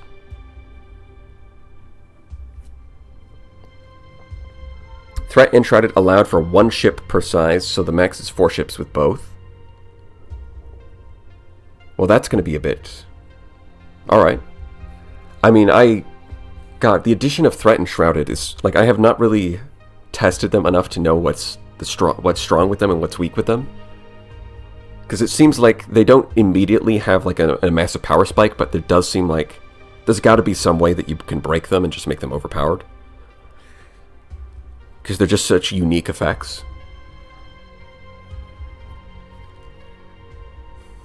Ah, Easy Peasy has bought his own gamer certification. Very nice. Welcome aboard. You are going into a Talon.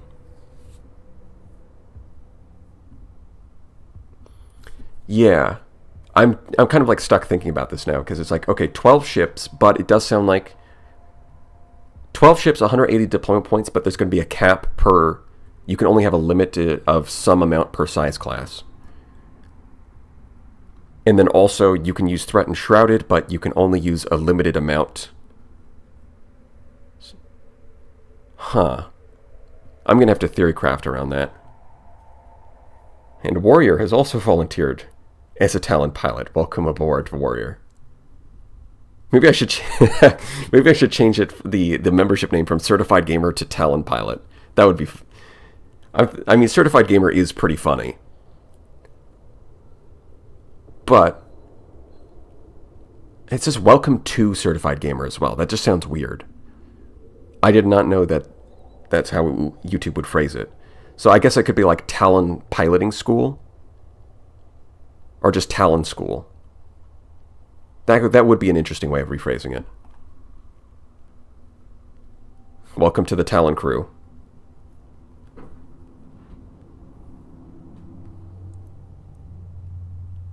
Welcome to the Talon Academy. Yeah, there we go. Lobster Enjoyer? Maybe. Talon Squadron? Not bad.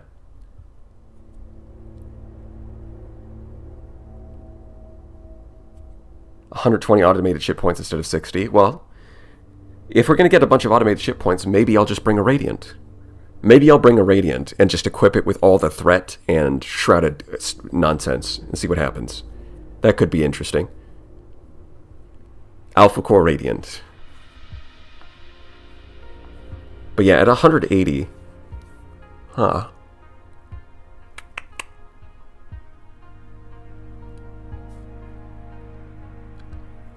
I mean, there's definitely... So I'm thinking more about what kinds of ships could be really unique. Because the reality is there's just too many variables. I don't really know what would actually be strong in this metagame. So I'm more thinking about like what's like some unique ships that would at least work well together, while at the same time being something that I doubt anyone else would bring. Because again, there's something in my brain that does that. It's like I want to be the special snowflake that brings the Paragon. Range is a good pick. Oh, so you're not allowed to go over the... Okay. Yeah. 10 Grendels. Well, there's already somebody who's going to bring a bunch of Grendels, for sure. Maybe now your Orwin Paragon fleet will work. Well, something that I think would help a lot is... Yeah, there they are. Oh, wow, this is a lot smaller than I thought it was going to be. Which is also what she said.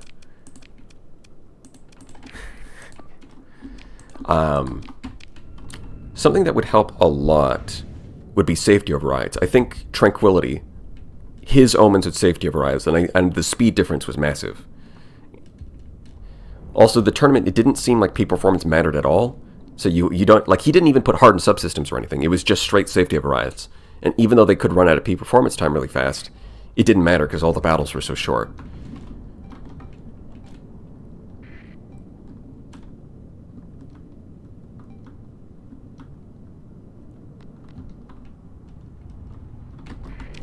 Anubis counters Grendel, though. That might be the answer.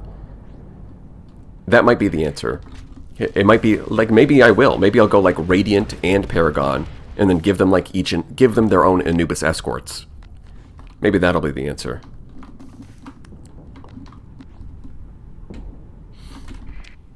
And, you know, I did... Maybe I won't bring Omens. Maybe I'll bring Tempests instead, now that they got buffed. Yeah, it's possible. You surprise people. It's like, what? He didn't bring omens. Impossible. Actually, SO is pretty good if we have rounds of 4 minutes at 2x speed. Yeah, exactly. Is that the battles were so short that peak performance really didn't matter. I mean, Safety Override still is really expensive, but the speed boost in Tranquility's fleet seemed to make a big difference. Even if omens don't really need the extra dissipation. Wouldn't Tempest's frigates mean your fleet is vulnerable to fighters? I mean, more vulnerable than omens for sure, but at least the Tempests have like phase lances and Terminator drones, so they're still better than they're still significantly better off than the average frigate when it comes to dealing with fighters. Although at the end of the day, they might still just be worse than like burst laser scarabs. We'll see. Yeah, there could be some like Pegasus shenanigans that are possible. Maybe Dragonfire spam is like actually really good. Like, can you imagine like bringing like 4 Anubises with double Dragonfires in the medium slots, and then Paladins? Like, you could run like longbows in the fighter bays, double Dragonfires in all of their missile slots, and then Paladins, and that would be... I mean, they'd be a bit lacking in anti-shield damage, but that's what the rest of your fleet would cover. Because they'd shoot down phase ships, they'd shoot down missiles that would cover carriers. The Dragonfires would provide some significant firepower to support your other ships. I don't know, it seems like it might work.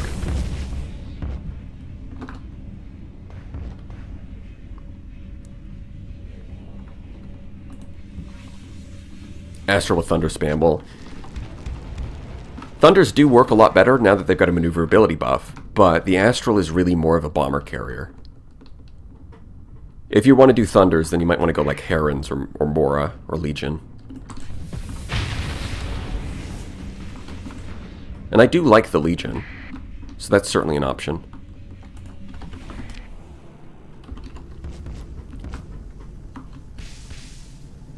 Yeah, there's definitely a lot to think about there. The Red Tech Engineer, IS mod shield shunts on light frigates. There is something wrong with you. That is psychotic. That's a worse fate than being a Talon pilot. Which I didn't even think was possible. Double Astral Tridents. Yeah, I mean, if there's 180 deployment points, you could get 2 Astrals and like 8 Scarabs. Or no, sorry, 10 Scarabs, and that would technically fit the budget. Wait a minute, actually that almost... Hold on, is there really a flaw in that design? I guess... I mean, like, the Astrals have, like, Squalls for anti-shield, they've got the Bombers for anti-armor and hull, and they'd be pretty vulnerable to, like, phase ships. But the Scarabs have that covered. That almost sounds like a legitimate composition.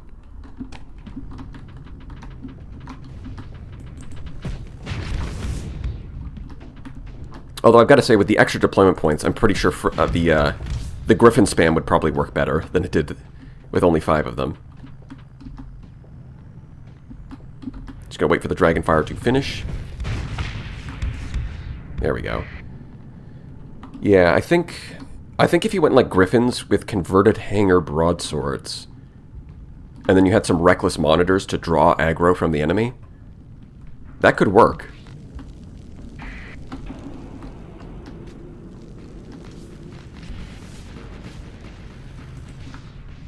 Let's go kill this guy.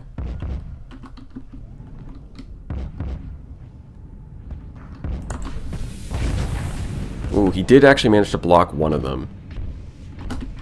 So he lives, for the moment.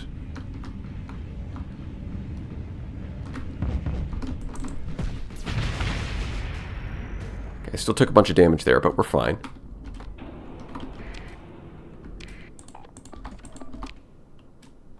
No. I want you to kill it. I want you to kill it. There we go.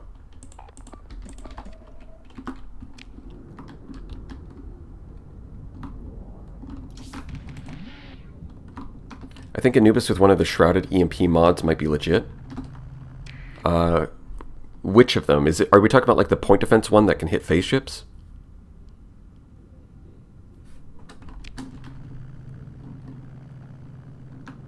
Also, if you don't mind me asking, which Tempest build are you preferred for the campaign? Been thinking that Iron Pulsars and IR Auto Lance with S-Mod expanded magazines. Yeah, that does sound pretty solid.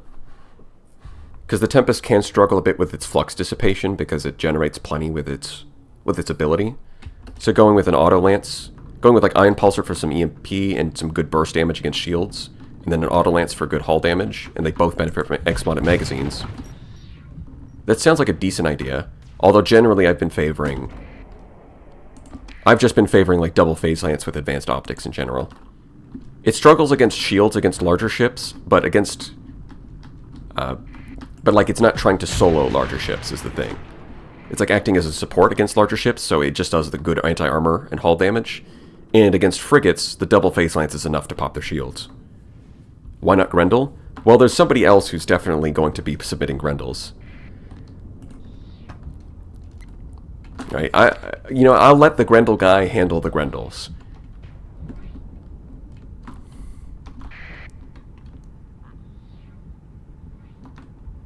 Yeah, phase lance seems too expensive when I tried. I mean, their flux is not so bad, and they're only 10 ordnance points each. It does get a little expensive once you factor in advanced optics, but I find it works pretty well.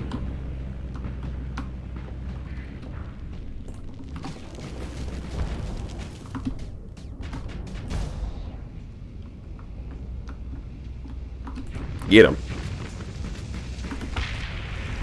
And there's just that one Griffin. Honorable BB doesn't steal another man's shtick. Yeah, I'm not gonna like... The Grendels certainly have a lot of untapped potential.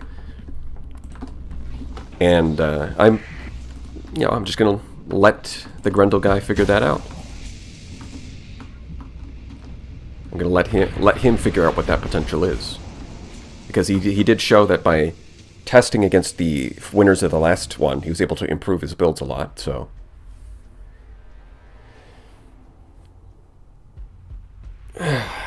Alright.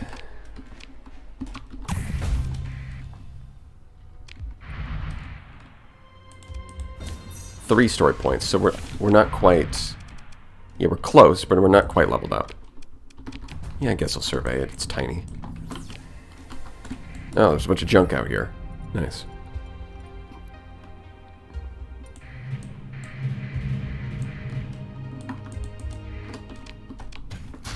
Give me a level 7 officer, please. Level 7's all I need.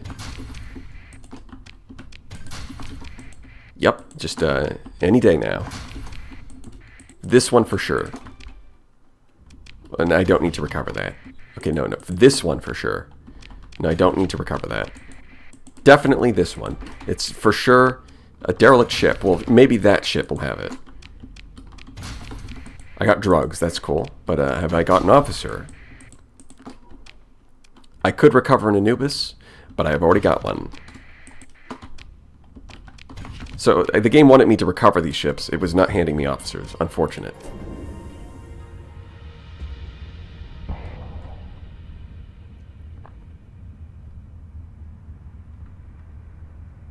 It's like, what's going on with 14th Fleet AI ships and Hedge being low-tech? Well, that... Does anyone want to dump the lore on that one?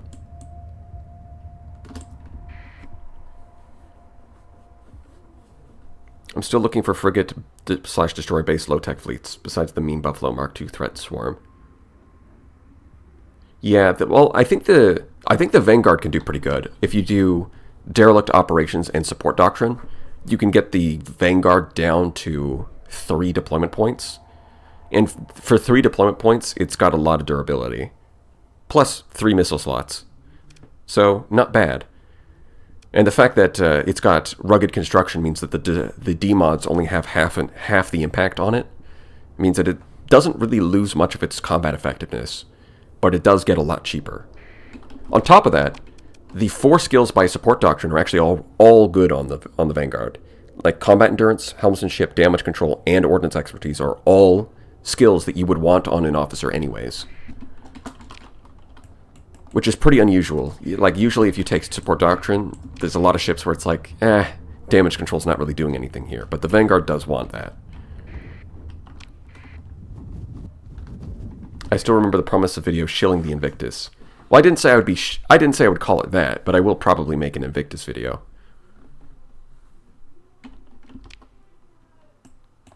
How will you handle hegemony inspection in crisis? By killing them, obviously.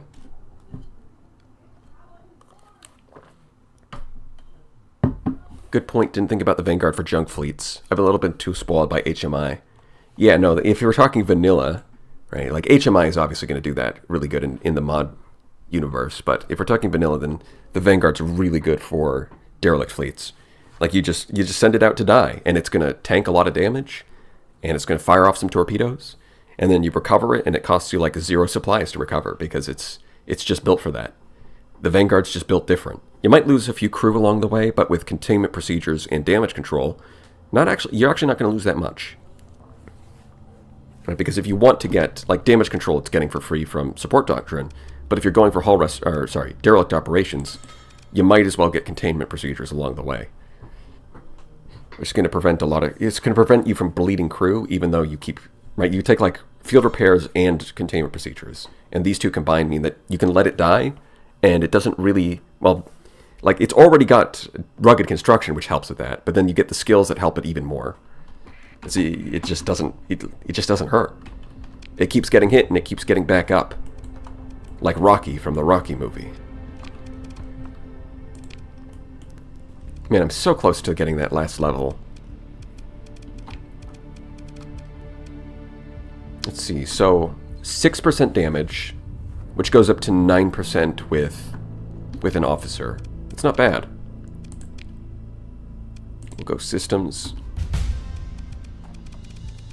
And you don't have any good skills. You also don't have any good skills. Okay.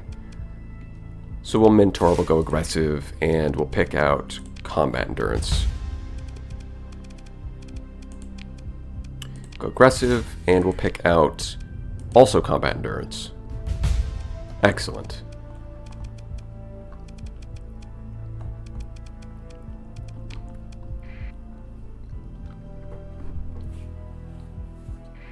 Or just take the S-mod removing stat and never lose a ship. Or, you mean, yeah, hull restoration. You could do that, but the reason you would go derelict operations is because now you can deploy more of them. Right? It's because it's the kind of ship that, with rugged construction, it doesn't really care about demods. So you're kind of getting the deployment reduction without much of a downside. If you want to do hull restoration, that's fine, but I would usually just do it with other ships besides the Vanguard.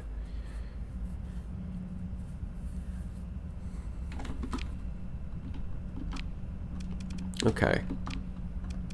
Yeah, I guess at this point we're just going to do some bounties. Or we could go to the Abyss. In fact, I believe the gate hauler has arrived.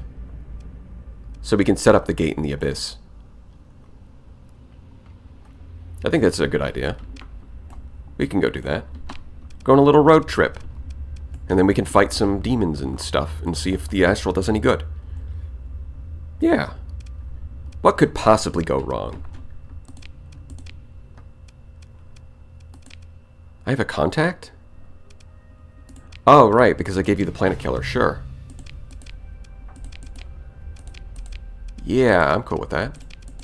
So that's green.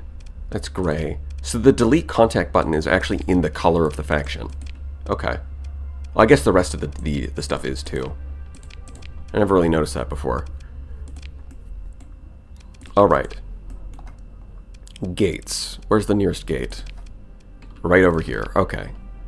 So we'll take this gate, we'll go right next to the Abyss, and we'll go set up that. We'll go to Limbo, set up the gate in there, and then we'll fight some horrors beyond human comprehension.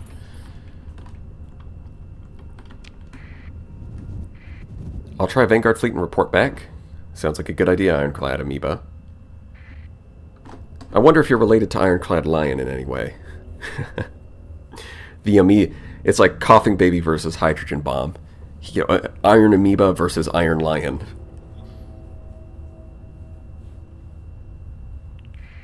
Have you considered doing a Lion's Guard playthrough? Well, that would be a good theme, for sure. I just think that if I'm going to do a themed playthrough, my next one's going to be in automated ships. Because that... I don't think I've seen that before. Especially in that, which is only really possible now that we have so many ships that are automated that don't use use up your points on the skill. It's only over the last couple of patches that we actually got the tools to do a fully automated fleet in vanilla.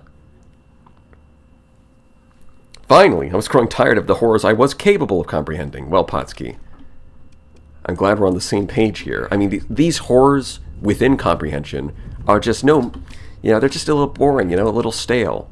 The mundane horror of an industrial wasteland on Chico Maztalk is just nothing compared to the ungodly horrors of the Outer Rim.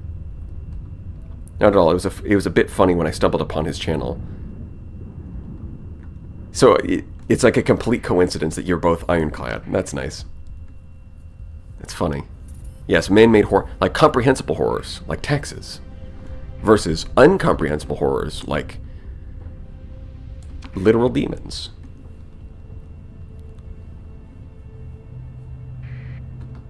But trying to stick to midline ships in the early game feels rough. Well, at least the Centurion's not bad. Like, you just gotta give it, like, a Swarmer missile and some kinetic weapons, and it'll do alright. Maybe throw in, like, an ion cannon. The Monitor is a good distraction ship, although it's not really going to help you kill the enemy. The Vigilance is good if you can get your hands on, like, a Gorgon pod. But other than that, it's kind of rough. Drovers are actually pretty good in the early game, I'd say.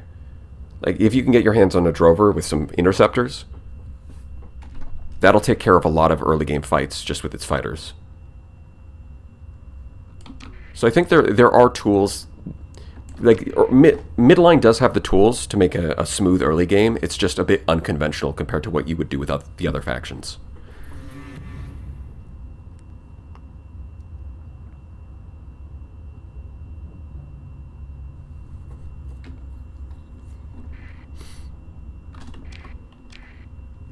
Will we find the funny system today? What's the funny system? Battle station finished. Excellent. I've also got $1 billion, so I don't mind upgrading that to a fortress. While we're at it, we'll upgrade to heavy batteries. I know it doesn't do anything, but I like it, so we're going to do it. Bigger number is better, as they say. I just need to get myself a nice catalytic core for the refining. Which just means exploring more ruins, I guess. Yeah, I should do tech mining. That's what I should do. If I do some tech mining, I might get myself a catalytic core, depending on how nice the RNGs decided to be today. Also, a synchrotron core wouldn't hurt because I do want to do fuel production, and a cryarithmetic engine also wouldn't hurt because I want to do a military base. So really, there's a lot of different items that would be nice. There's totally not a black hole in the abyss that's totally not filled with funny things. Really, a special black hole. Interesting, because before it was just completely, like, randomly generated. But if there's, like, a special one, that will be interesting.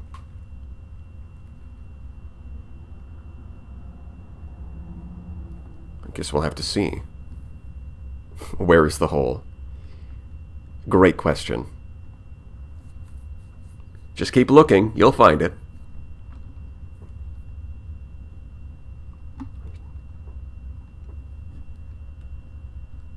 You don't scare me, sensor ghosts. Gravity well.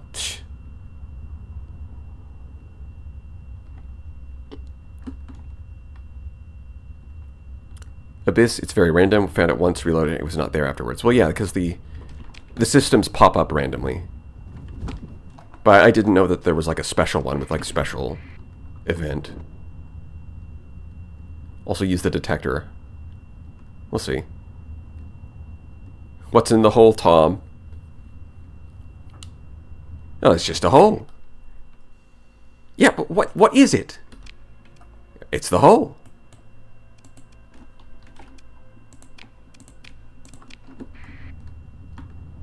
Where's your girlfriend, Tom? Where is your girlfriend? She's at work. Oh, where does she work? In the hole.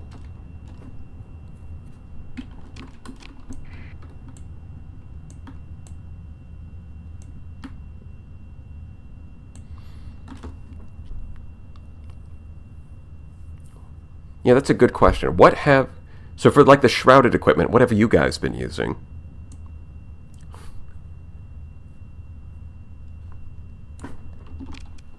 I did test a build of using like the Thunderhead on the Paragon, or not the Thunderhead, the Mantle. I think it's called the Mantle, the one where it jumps away.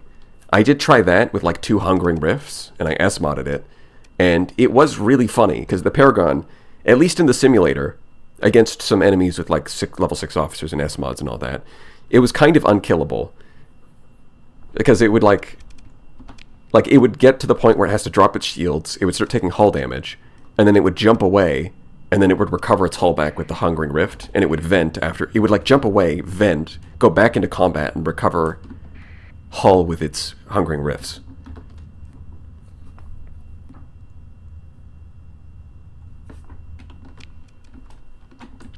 Alright, let's see. How long does this take to deploy? Okay, oh, right, that's right. Okay, I was wondering why I can't see the stable point. It's because I've told the gate hauler to go there. The stable point disappears. It's just on the minimap now. I really want to see if I can make the Thunderhead mod work on the Invictus. Yeah, that could be interesting. EMP brick. I mean, the Invictus already has flux issues, so the extra flux generated by it might be an issue, but the EMP would be really nice. So it's kind of hard. That's pretty metal, do that in the tournament. We'll see. I don't know if it's actually good, but it is funny. Watching a Paragon leap away from enemies at like high speeds is really unusual.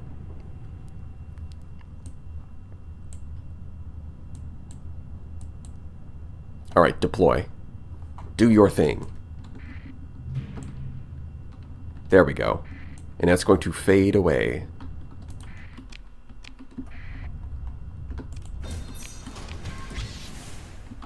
Excellent.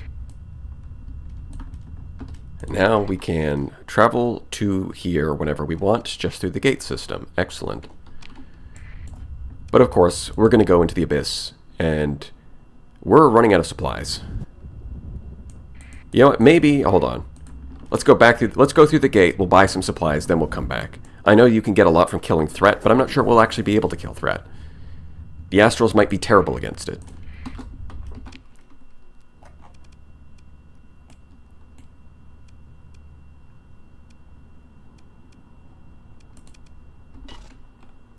Oh, I don't have enough fuel, of course. My mistake.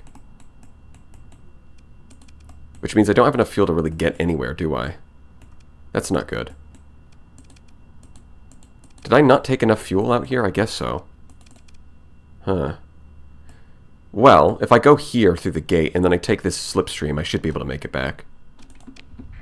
Slipstreams are actually a little bit more... Once you get your... what's it called? Let's see, hyperspace topography. Once you get this, slipstreams become more efficient than the gates. So it's not the end of the world. Yeah, it's a little oopsie. We just made a little bit of a mistake. Nothing a little high-speed maneuvers can't fix.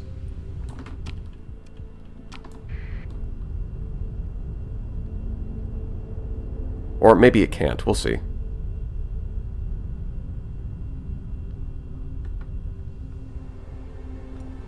I guess the slipstreams are less efficient. I mean, I could kill these guys. We'll see. You know, yeah, we're not going to make it. See, look, once we're in the slipstream, we're actually doing alright, but as soon as we exit, we just run out of fuel instantly. Which is an issue. Okay, let's get out of here. Let's see, alright, let's see where we end up. We're going to end up in this system, I think. Here we go. Oh, hey, a gate. Cool. Perfect. So all I need is just to spam distress signal until I get some fuel, and then I can take the gate. Who? Triton. Who is this? Those supplies are not looking good. Yeah, that's a bit of an issue. I mean, if they want to deliver supplies to me, I'm not going to say no.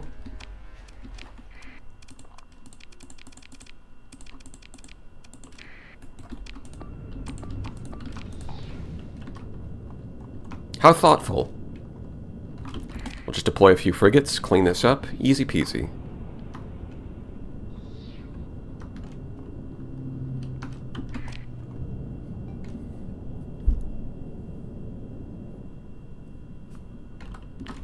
Yeah, I definitely did not bring enough supplies and fuel for that abyssal trip. You know, I was kind of underestimating the abyss. Which is lore accurate, so I guess it's not too far. I guess that's pretty, you know, I'm fitting in with the other spacers in the sector.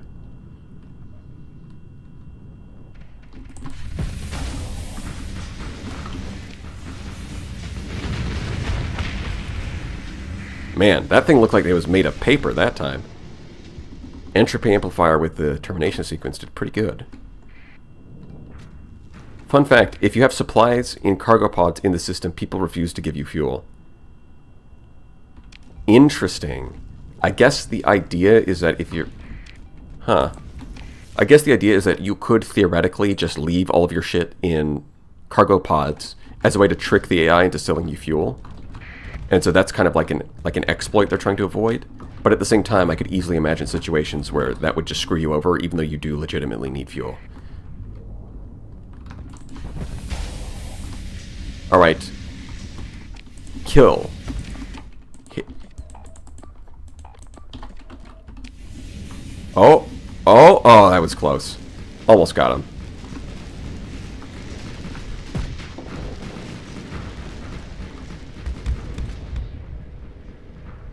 Gotta get this guy. There's a bunch of fighters, but that's fine.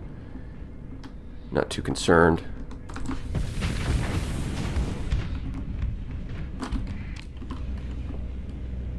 Gotta avoid that phase lance. That could be an issue. That's right. Face the wrong way. It's good. It's fine. Nothing bad will happen. I lied. Something bad happened. You idiot. You fell for it. I cannot believe you're this foolish.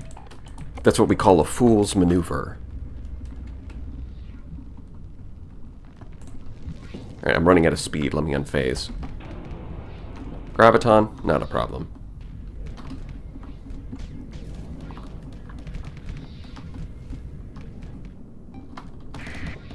Get him with your phase lance.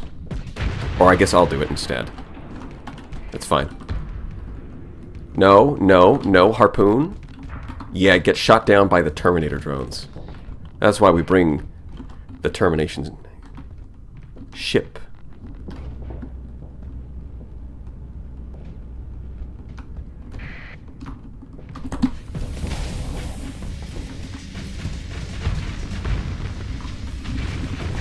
Yoink. Let's get over here. Wow, that's got some turn. Too bad I've got more.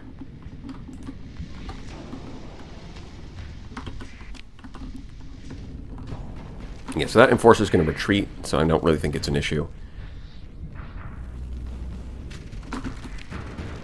Let's see. So I've taken out one eagle. I guess it'll be easier to go take out the one down there. The main thing I want to do is strip away the eagles before going. Yeah, I think we'll get to the Legion last. It's going to be a lot easier to take out the supporting ships.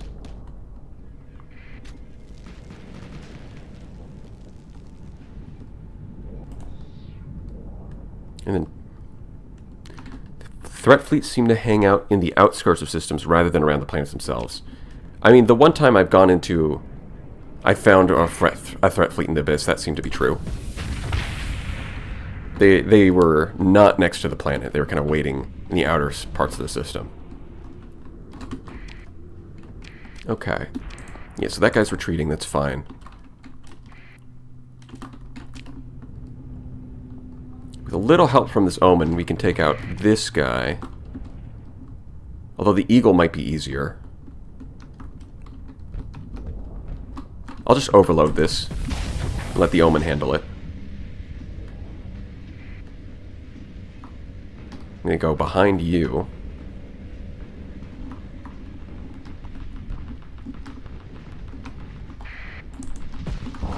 Oh, wow. That was not quite what I was planning on. Alright, so let's wait out the maneuvering jets. Okay, so we've got his engines. Now we can vent, and he won't turn around on me. Excellent.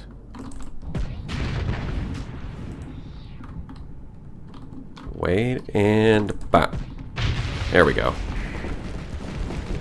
Alright, and then we can amplifier. There we go. That's some teamwork.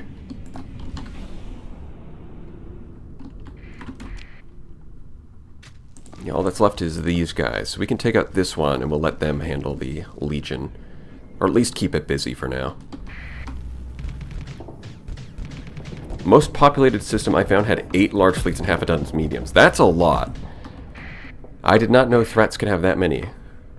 Who needs FPS anyways? Hello gamers. Well, hello Gabriel.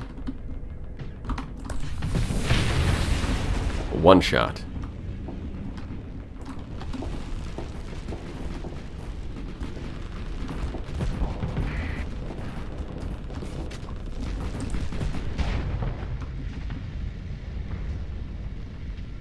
Gonna back up. Alright. Nice and easy. We should get more supplies from this fight than we deployed in ships.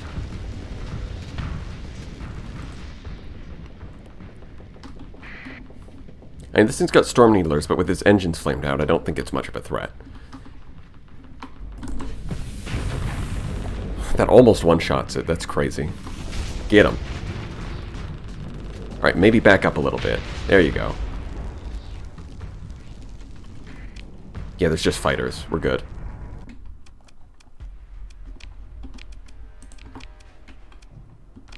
What do we get? 168.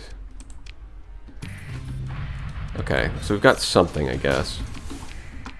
Still gonna need more. Unless, well, we'll check the gate. I don't think we have enough fuel to use it, but we'll check. We have enough supplies to last us for a little while.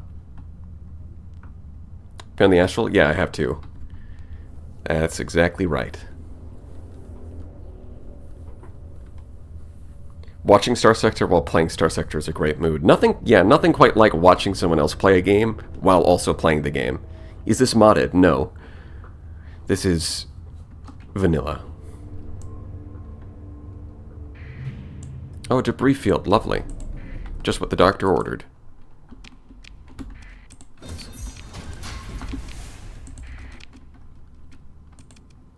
Yeah, we're still a little bit short on fuel. Alright, well, we're going to have to go to... Oh god, what counts as this? Look at these jump points. What is this? What are these jump points? Outer system, fringe, Omicron. So, which one are they going to show up at if I hit a distress beacon? Because normally it's whichever one's closest to the middle of the system, but this system's so chaotic, I have no idea what that is. How does the astral feel this patch? So far, it's felt pretty good.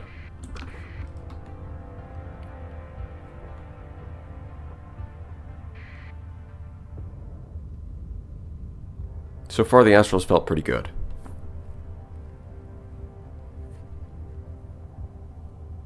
How much longer do you think people will keep asking, is this modded? Well, I don't think they're...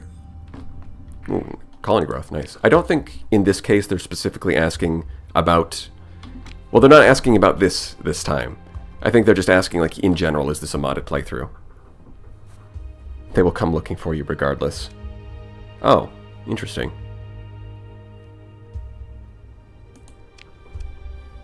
Okay. So look at that. Wow. Incredible. 400,000. And it's missing an industry. That's pretty good. And then we'll get light industry and the recreational drugs will push us up to like, what, 600,000? It's going to be a lot. What loadout do you run for them? Well, right now the loadout I'm running is this. double squall with double trident, double cobra, longbow, broadsword. Triple graviton, so that if they get in range of the enemy, they can debuff them with a triple graviton for 10% extra shield damage.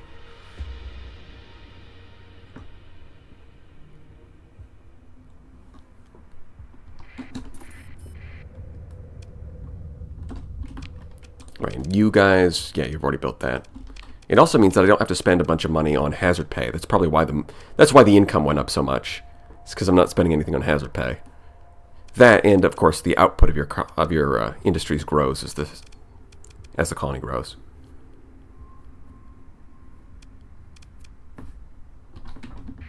All right, let's see. If I go here,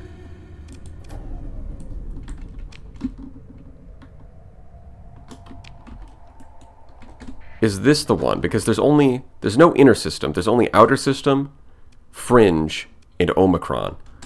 So this one has to be closest to the center, right? There it is.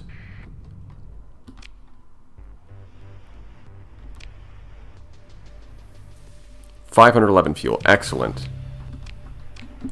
Okay. Now we can use this.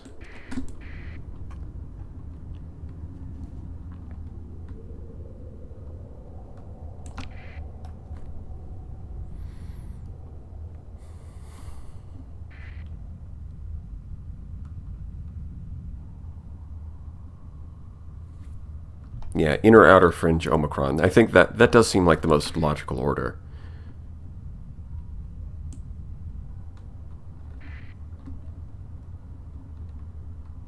Wait, I just joined. Did I see a distress signal? No.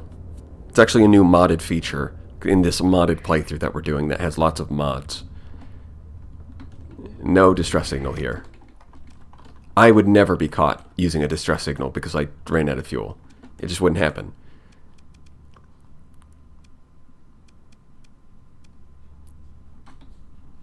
Yeah, I guess we'll go here.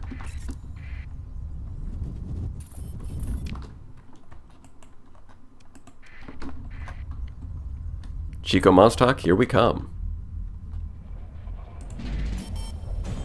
We're not at war, are we? It doesn't look like it. Yeah, don't really need you. I just wanted to look at your resume. I didn't actually want to hire you. Just like real life. There we go. Logic path cells. Sucks to suck. We don't have that problem anymore. Oh, you guys are selling them at a higher price, at a markup. Disgusting. I'll take 1,000.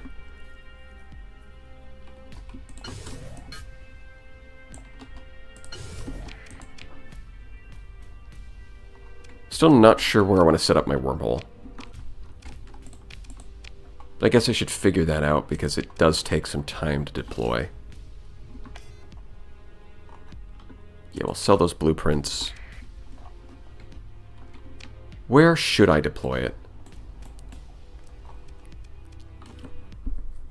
It could go to Tritachyon just because it's convenient. But then again, I've already got my Astrals now, so I don't really care about the core worlds. In fact, I might even resign. Because I don't really need anything from them. Is that a bug? I heard the sound for relationships improve. Oh, okay. No, it's Tritachyon. But everyone else improved. Okay. Gotcha. So now we don't have to worry about being attacked in the core worlds. And we don't really need that money because our own colonies are making way more. Okay. Hey, Brain. I was trying to fight 2 Doritos at the same time and got clapped. Any tips for Doritos? Capital ships tend to do better, I would say. Because a lot of the time they can snipe frigates pretty quickly during their temporal shell. But if you have a capital ship like an Onslaught or a Paragon, they can withstand it. I think that's like, if we're looking for like a very simple tip, that would be the easy one. Phase ships also seem to do pretty well. So yeah, like capital ships and phase ships.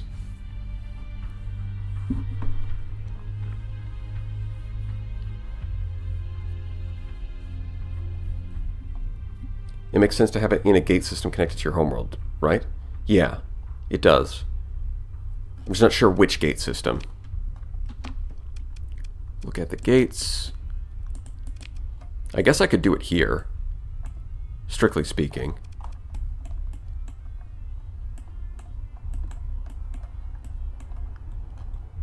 Although, I guess what I was thinking about was colonizing. Yeah. I mean, this system is also really good for resources.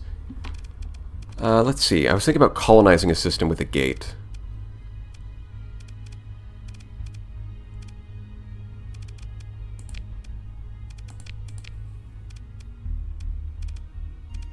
Is gate not a condition?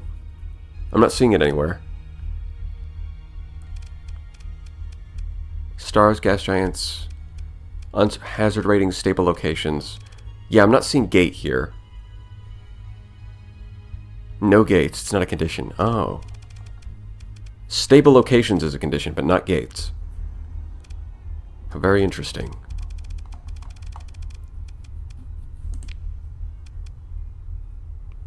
So this is the only one with a low hazard rating, huh?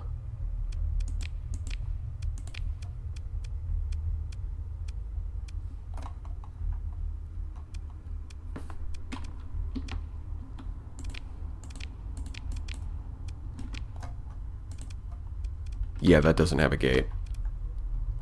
Interesting. Okay. You know, that's going to be too hot. Gas giant, irradiated. No, that's not it. Is there any good places I could colonize? I think it's just the one, but it's like the same... The problem is it's kind of the same world as I've already colonized. In a lot of ways.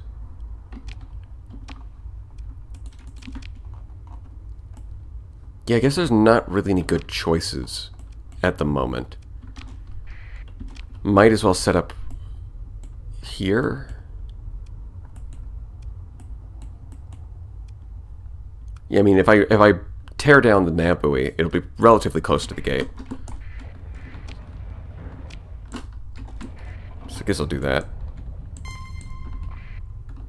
Okay, the pirate armada. I guess we're doing this now. They just wanted to feed me the extra XP I needed.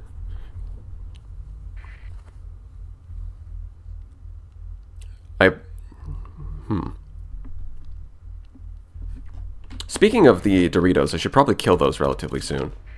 Because I can.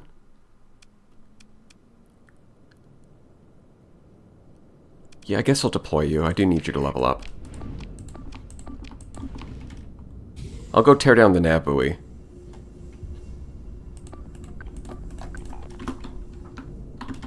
Well, I mean, against a pirate fleet, it's probably better to just let them do whatever.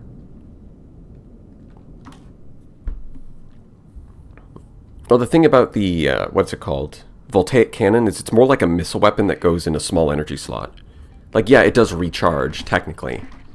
But it's slow enough that it's basically like a missile weapon. Which puts it in a pretty unique position.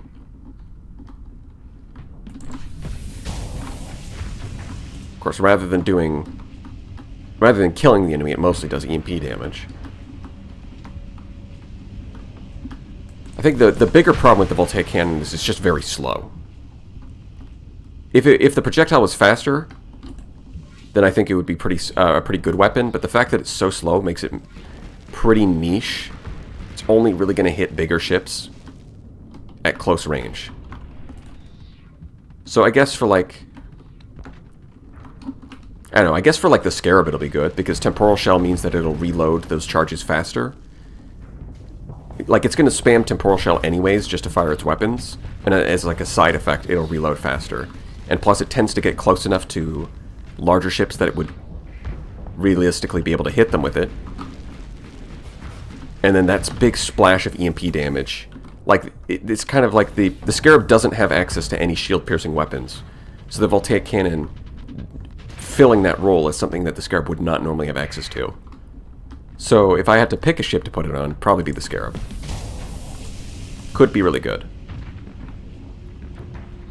You could do like 4 burst lasers plus a voltaic cannon. And then S-mod expanded magazines.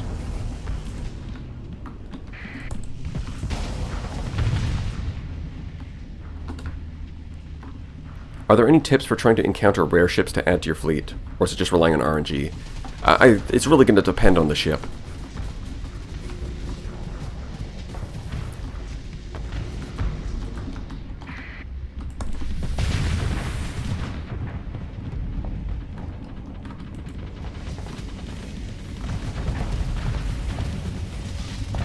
Look at that. Beautiful ordnance. Of course, the Atropos bounces off the Mud Skipper. It's the strongest ship in the game.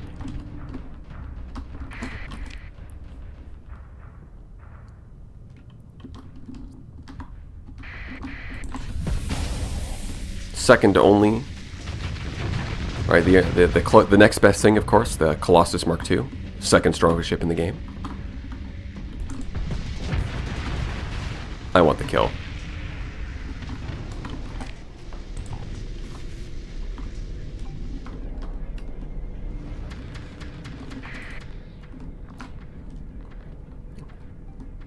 Duel of the century.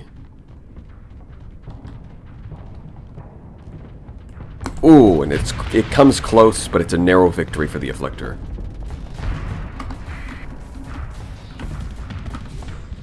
Alright, take care of those fighters for me, yeah?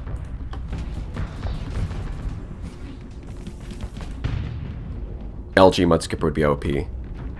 Yeah, if you know what? If the Mudskipper was so good, why is there no Lion's Guard variant? Right, surely the great Philip Andrada would have made a Lion's Guard variant if it was actually good, because he knows everything about military tactics. And if he didn't make a Lion's Guard variant, then it must not be very good.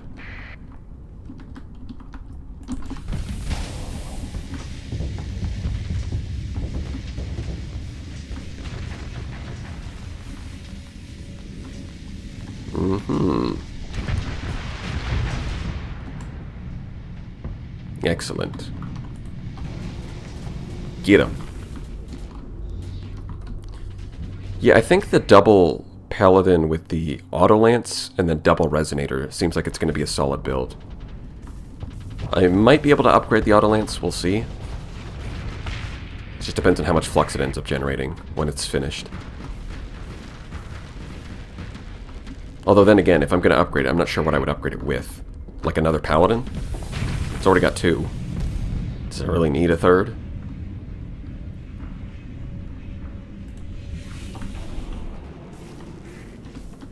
There wouldn't have been another Opus. All worlds would have burned if Mudskipper Lion's Guard had...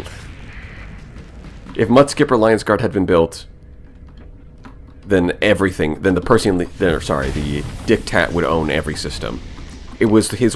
Right, that was Philip Andrada's one great mistake, was not making a Lion's Guard Mudskipper. If not for that, the Centurion Dictat would rightfully control the entire sector. I mean, this is something that is generally agreed upon by sector historians.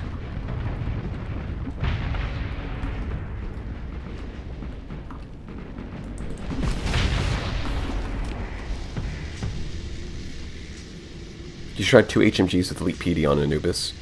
I mean, yeah, Elite PD does seem good already, just because it's got the Paladins, so the machine guns benefiting from that is not... It's not bad. Could work.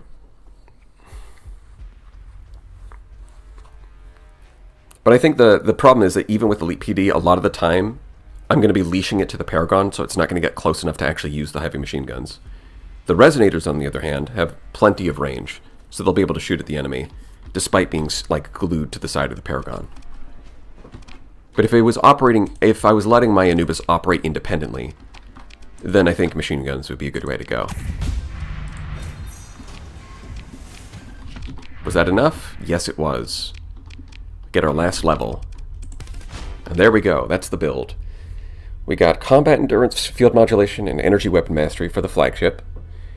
And then we get basically all of the leadership skills except tactical drills and support doctrine. Because we want our frigate skills, we want our flagship skill, or we want our frigate skills, our carrier skills, and our officer skills. And then we want this for phase ships, we want flux regulation because it's good. And there we go. That is everything we're going to need. Just got to farm up more story points so we can get more S-mods and stuff. Alright, what do you got? Target analysis? Seems good. And how about you?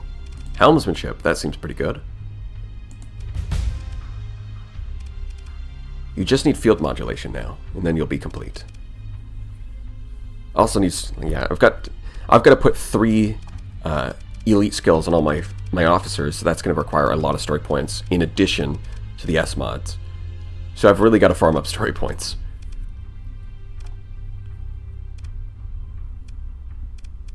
Oh, you also leveled up. I didn't even notice. All right, what have you got? You get systems expertise. So you also have the perfect skill set. Excellent. You just need, again, we're just going to need more elite skills. But you have the basic skill set. All right. And they're all aggressive too, which is perfect. Aggressive, aggressive, aggressive, aggressive, aggressive, aggressive, steady. Might want to fix that. Well, steady's not bad once it gets range. Yeah, I think for you, the last two are going to be helmsmanship and gunnery implants for the U. And for the astrals, they're like level 1 and level 2, so not much to think about there. We'll get point defense, combat endurance, systems expertise. You know, the classics. And you, probably helmsmanship. Or do I? I don't know if it actually needs helmsmanship. It seems like it's doing fine so far. Maybe field modulation. Field modulation, systems expertise, and I guess missile specialization because I want to use the resonators. In fact, that's right. I was thinking about adding a rift torpedo in the front if I can get my hands on one. We'll go double resonator plus rift torpedo. Is that going to be good? Well, at the very least, the rift torpedo it's not an energy weapon. So even though it does generate flux, it's not affected by design compromises. And the reduced rate of fire really does not matter for the rift torpedo. It just kind of doesn't matter at all. So if I go like elite missile specialization to increase the recharge rate, that could actually be really good. Especially with temporal shell, speeding up the recharge rate on the rift torpedo. I think that's going to be a solid build. Double resonator, rift torpedo, and then paladins. I might have to downgrade the fighter so I can get more ordnance points. We'll see. Although I will be able to S-mod a third. So that's 15. 15 plus 8, that's 23.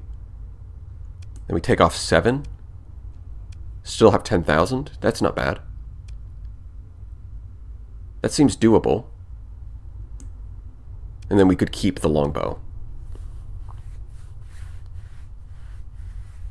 I was wondering what you consider the best frigate capability-wise, like if cost doesn't matter. I mean, if cost doesn't matter, it's got to be the Hyperion, right? It's just got the raw firepower and durability and the teleporter. I mean, it's got weaknesses, right? Like it's kind of weak to fighters, but so it's not the most well-rounded frigate, but it is the most raw power.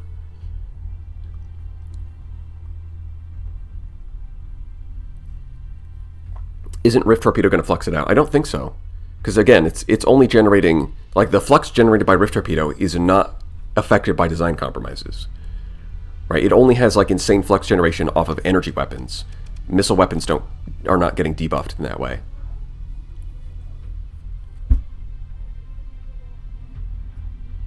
Oh, that's good. Yeah. That's what I'm thinking is it might be, because it technically doesn't count as an energy weapon, it might actually be really good.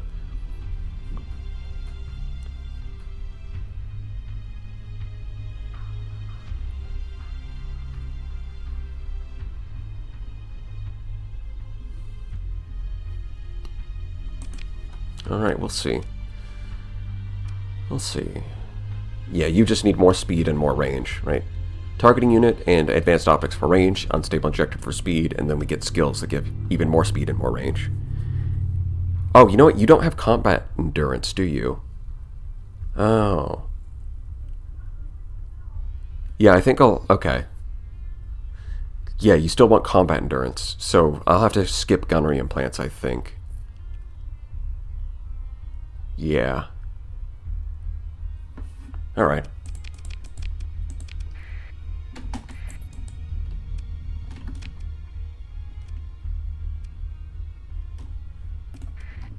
Well, anyways, we're gonna go out here.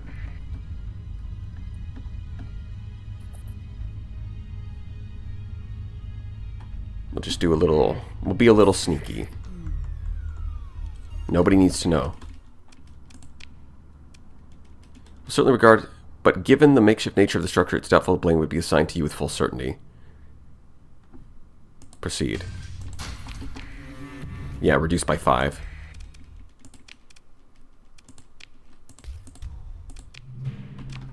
Right, so that I think the implication there is that if it was a domain era one, like the sensor array or the comm relay, then dismantling it, they would know it was you, even if you have your transponder off.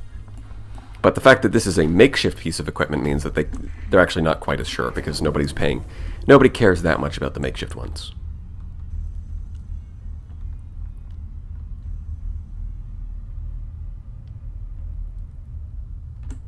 Would Harbinger not be better with Void Blasters? I haven't really tried Void Blaster Harbinger. That could be really interesting. Although the advanced optics giving these extra range is pretty nice. And I've already built in advanced optics, so switching to Void Blasters at this point would be... I guess I could just buy another Harbinger and try it out there. Yeah, I guess I'll have to do that at some point, because it does sound interesting. That could be good. I mean, Void Blasters also do soft flux damage, and they have good burst damage. It might work. We'll see. Oh, and I've seen some people say that Void Blasters are hit scan. They're not actually hit scan. They just have an invisible projectile that travels at high speed. But it's not like instant. There's a slight delay between shooting and hitting your target. Yeah, it's not actually hit scan. It's high enough. It's very close, but if you look carefully, you'll see there's a slight delay between shooting and hitting your target. So it's high enough that you're pretty much always going to hit what you're aiming at, but it's not actually instant. I mean, it's a little... I'm kind of splitting hairs here, but you know.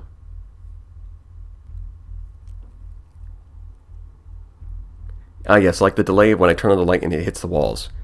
I mean, I noticed the delay. Not with the light switch thing, but with the Void Blaster.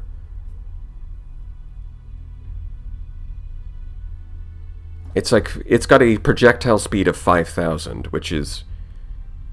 It's a lot faster than anything else.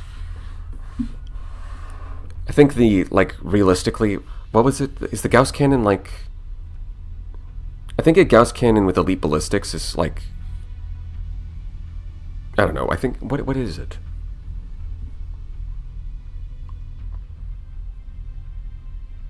I think the flavor text says it's 0.99 the speed of light. Yeah, it says it almost travels at the speed of light, which is why it's almost but not quite instant. You know, it's flavor. Okay, are they bothering me? Yeah, pursuing my fleet. Okay. Are they going to ask me about the gates? Or ask me about the thing I dismantled? Yeah, no, I don't want to answer to that. Sorry. Ask somebody else.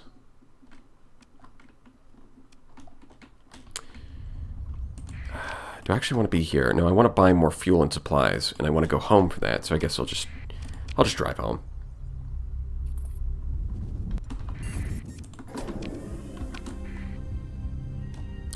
No, let's not drive home. Let's slip surge home. Mbombo.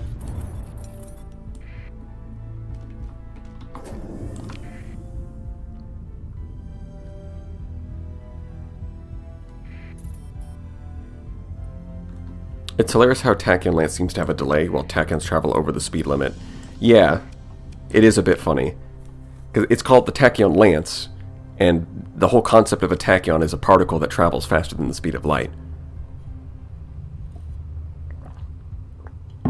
But, like, I mean, if you tried to make... But the thing is, because it travels faster than the speed of light, it's traveling backwards through time. So the whole concept of a tachyon lance would be something that actually hits your opponent in the past before you even shot the gun. So I don't know exactly how you would implement that.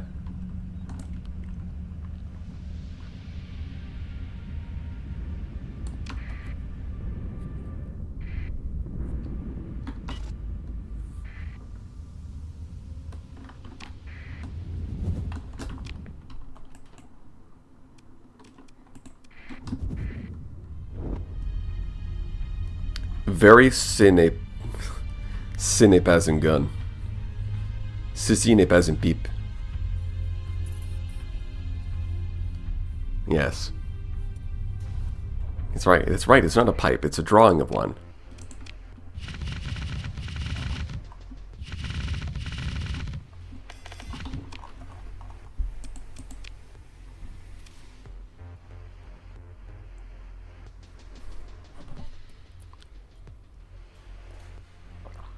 I assumed it was the tachyon lance because it's made by Tritachyon. That might be the simpler explanation. It's not actually anything to do with tachyons. It's just a branding thing. Let's see. What's the description say? A burst-operated beam weapon that devastates devastating damage with a cascading EMP component. The EMP arcs have a chance. Yeah, it doesn't really say anything about tachyons, does it?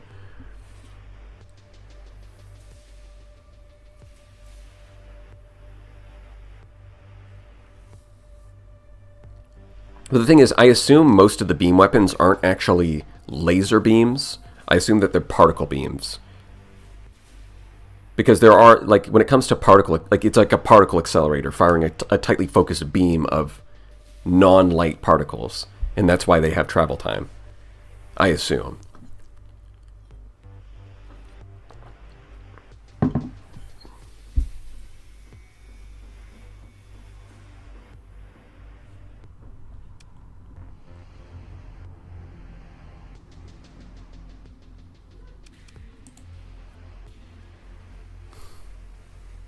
The codex... Oh yeah, that's true. The codex might have more description. That's right. A weapon so rare and powerful it has achieved mythical status in the sector. Core technology based on the principles of an experimental FTL communication system prototype, but with a twist. Instead of using hyperdimensional properties of the tachyon particle, yep, there it is. It is actually named after the tachyon particle and not just after Tritachyon.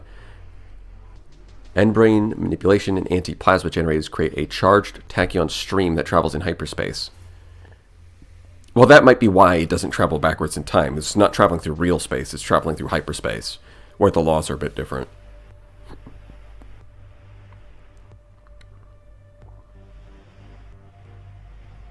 Unlike beams fired from normal beam weapons, the tachyon stream is not lensed or altered in any way.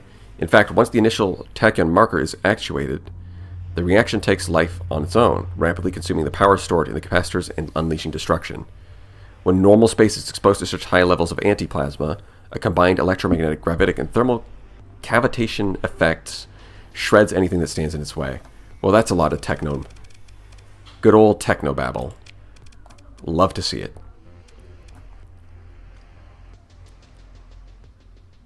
Yeah, I think some of the beam weapons are actual light, but some of them aren't. Although I'm not going to read through all the descriptions to find out. Dorito time. It might be a good time to go Dorito. It might be a good time to go Dorito. Let me just grab some supplies. We're going to need a lot of those. We're going to need fuel. Apparently, I don't even have enough fuel at home. Somehow. Do I need to increase my stockpiles with an alpha core that I don't have? Well, considering the Star Fortress, even with the I core, still got disrupted, I don't think it's doing a whole lot there. We'll just increase our stockpiles. Man, look at that cash. 440. And light industry's not even finished. That's what we love to see. Oh yeah, and actually, here's an interesting thing. Dropping my commission, I think, increased my income. Because yes, I miss out on the money from Tritachyon, but it also means that I'm not hostile to a lot of factions, so my accessibility goes up.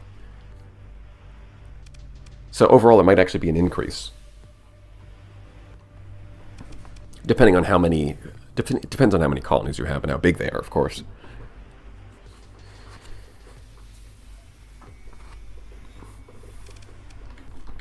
Alright. Yeah, let's go, because the The Doritos are right here, too. It's really convenient. So we'll go do some Doritos. Some Omega. And then we can do some other things. Accessibility when playing as pirates is a bit of a shock. Minus 85%. Yeah, that'll do it. 205% access with high gravity?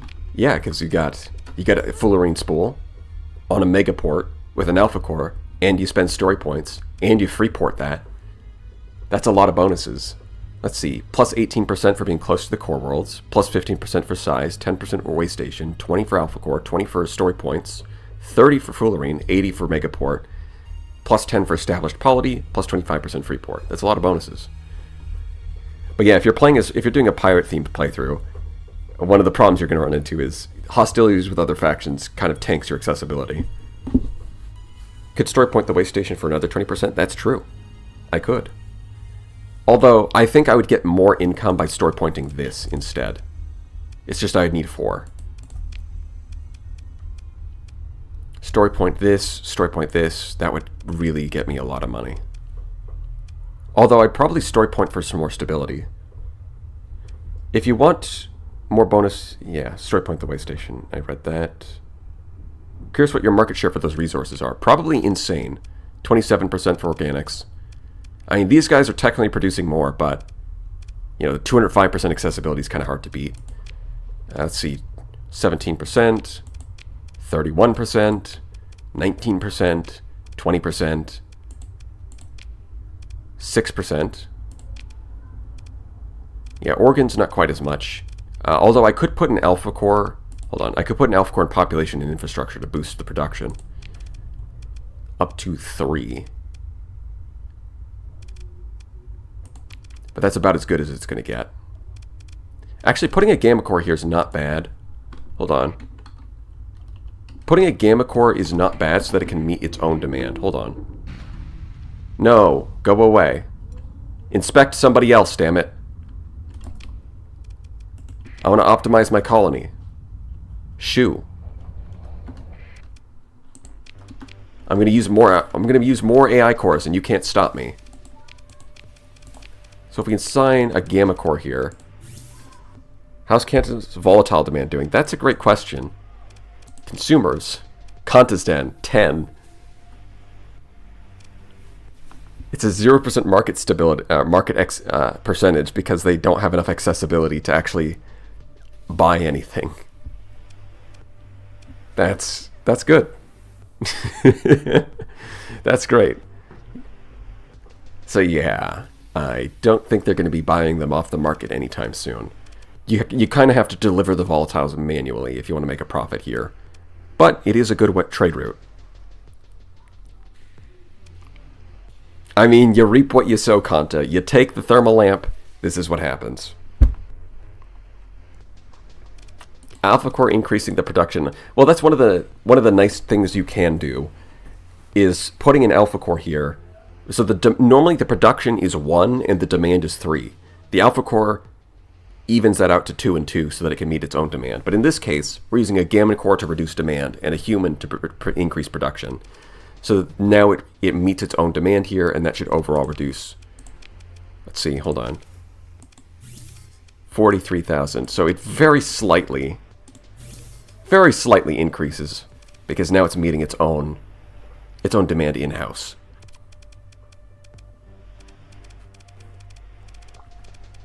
It's a small effect. At the very least, now it won't get like, you know, or harvested organs trade disruption. Not sure what that would even do, or if it would do anything at all. But at least it won't happen. Okay. Yeah, I don't think I need to mess around with anything else. Let's just head on over to our friendly neighborhood coronal hypershunt.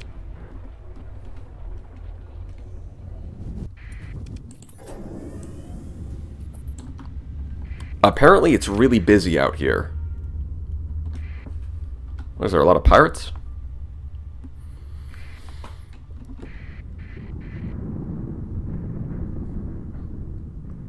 Oh, they still... Oh, okay. Yeah, so it sounds like there's an underworld arrangement where they can ask you to produce 4 units of organics, or organs, which is literally impossible, yeah, because you can only get up to 3. With an alpha core in population infrastructure and industrial planning, you can only get up to 3 production. So 4 would be physically impossible. Any suggested builds for the updated Tempest? Well, this one, I don't know if it's the best one, but this one does work. It's just going, you know, shield conversion and osmotic extended shields to get 360. You get you get some sabos for some anti-shield, and then you go double phase lance. I mean, it works. Someone else was doing ion pulsar into auto lance with S-modded magazines. That can also work. Heavy blaster plus ion cannon on Safety of Right Tempest. Yeah, I've done that before.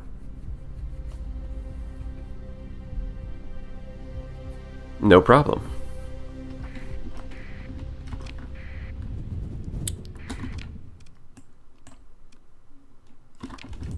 Alright, let's get over here.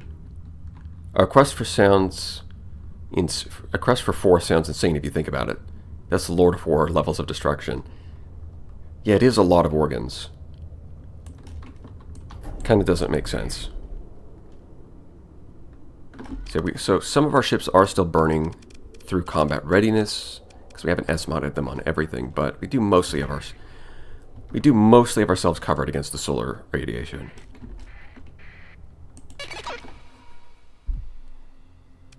Upcoming AI inspection.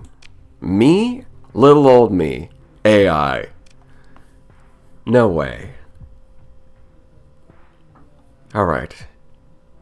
Well, we're totally going to quick save. For no particular reason. Just in case of nothing, because nothing will go wrong. Speaking of nothing going wrong, let's get in formation. We're probably going to... The frigates are going to die. Actually, I think we'll have, like, the... So, this... I'm not sure if this formation's going to be good against 2 Doritos. They can obviously kill 1.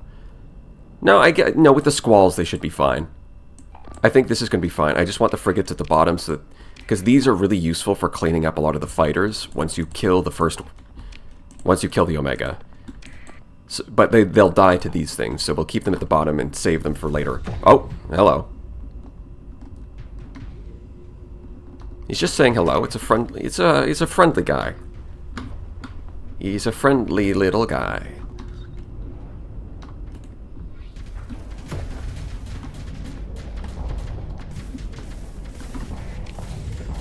Yeah, I think the Harbinger's going to do a pretty good job distracting the other one. And I can get up over here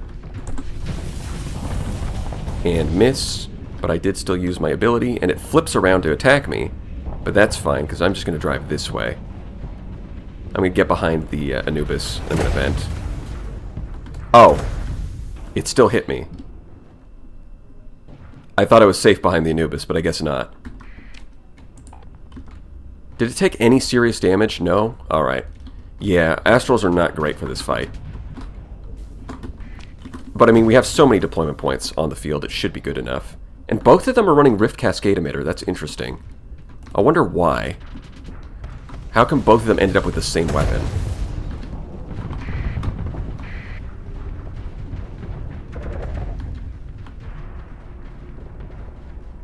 I do have to get closer to use my ability, but I also don't want to die.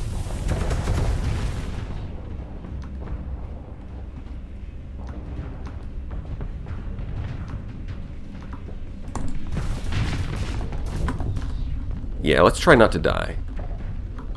That sounds pretty good right now. Hit him with the Tachyon Blast. Man, I really want to unphase and use my ability, but I'm just going to die instantly.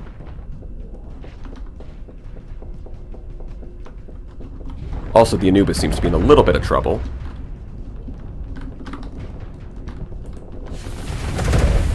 Okay, barely lives. Gotcha. Excellent. Alright, now we can let you guys go. You are probably going to die, but you've done your job.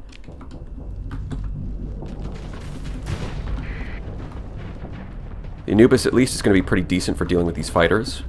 along with the omens.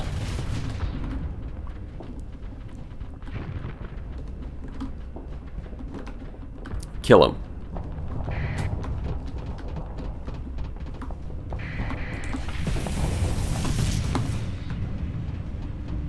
And there's going to be a lot of fighters to deal with. Yeah, the Harbinger's about to go, but it's got phase anchor, so it's not actually dead. Excellent. We are fine with that. Although, I think we're going to retreat you.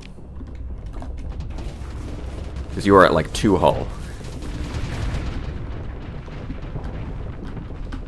Hit him with your Paragon Blast. There we go. And then, so we've killed one of them, which means that the other one coming over here is going to be not a problem. You just got to deal with all these fighters. Ow. I'm very close to being not alive, but that's fine. We'll make it work. Damn, these guys are so fast. And so small. It's like trying to shoot an omen. At the very least, Tachyon Lances can do the job. Yeah, so this is kind of scary, but they do have squalls, so... And the fighters are going to mess with the AI. Yeah, and then the omens come in from behind, so now it thinks it's being flanked. So it's going to try and deal with the omens. Excellent. Okay. Did I lose an omen? No, it's just hiding in here. Okay. Okay, now I lost an omen. That's kind of the issue.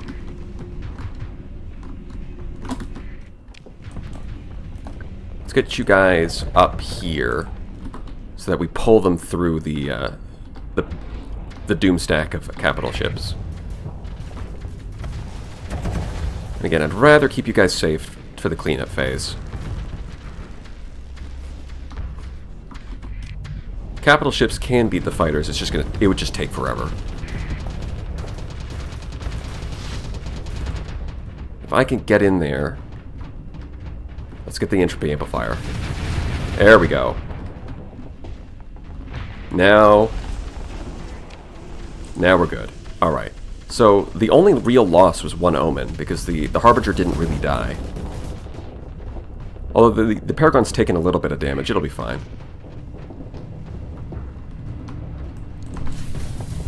Seriously? Come on. These things are so difficult to hit. Do you use advanced gunnery controls? No, I don't. And there's a lot of customization potential there, I just haven't really... I mean, it's just a lot, so I just haven't bothered. That didn't even... Oh, wow. I guess I should have waited for entropy amplifier. Animator Blaster on Paragon, yeah. I mean, he'll be fine. He's a Paragon. He'll take it on the chin. Like a good lad. No, I'm not getting hit with that plasma burn nonsense. Get out of here. Might even shoot at these fighters and completely miss. I can't hit anything with this. Damn. Yeah, here comes the omen to clear out the fighters. Excellent. All is well. Have you thought about downing the leading pip? I don't know if that would make life easier, though. Because I've already got this.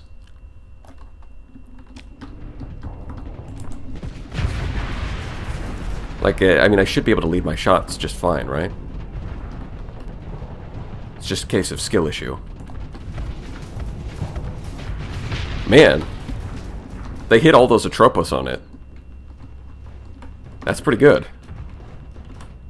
So yeah, now we're just relying on the omens to help speed up the cleaning phase. I guess the Tempest drones can help as well.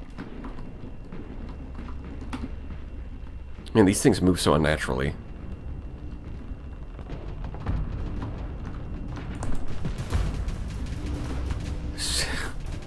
Yeah, I'm not going to be able to hit anything like this.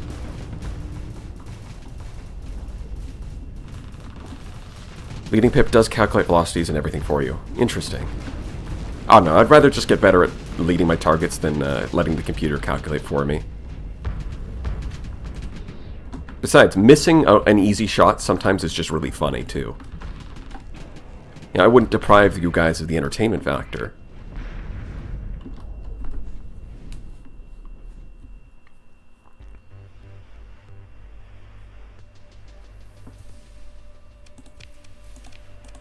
that's about it.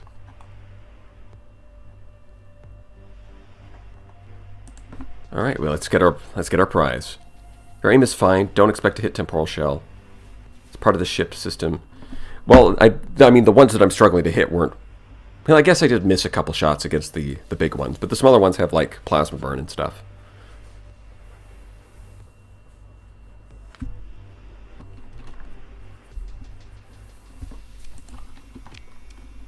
Alright, we got the 2 Rift Cascade emitters, Cryoflamers, Resonators, the buff Disintegrator, which I don't really have a use for in my fleet, but it does sound like it's good on the Eagle. Put it in one of the middle energy slots along with a couple Auto Lances. This will strip off the armor, the Auto Lances will strip away the hull, and then you can use the medium kinetics, or the ballistics for pure kinetic damage. Seems like a good combination. Yeah, no Cryoblaster, unfortunately. Although I wasn't really planning on using it.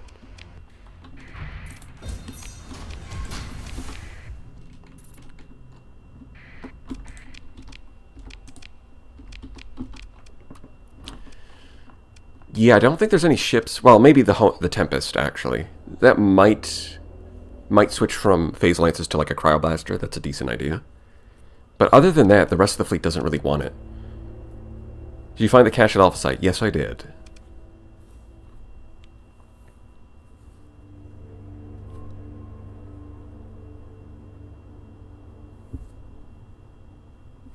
Why is the Cronus so far away from the Blue Giant?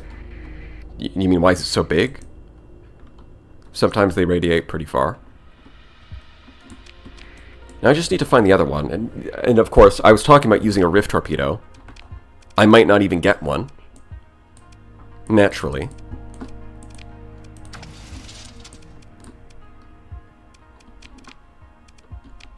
There we go. Double Resonator should do nice. Although, yeah, if I want to use... I still want ECCM, don't I? Shoot.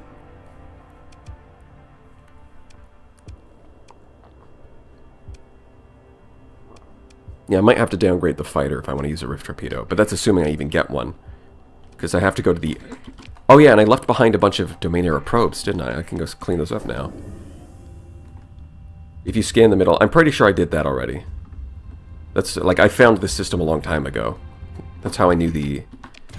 That is how I knew that the Dorito was even here.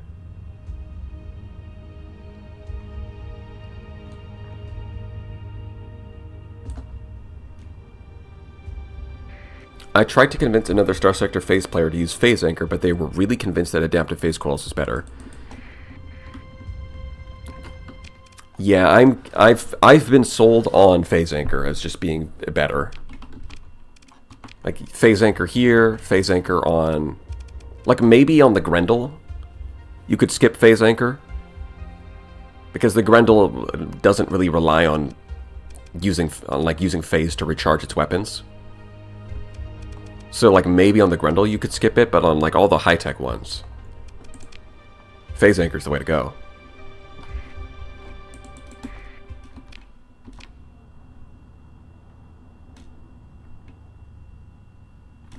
Grendel with HVD and Anchor. So wait, can it actually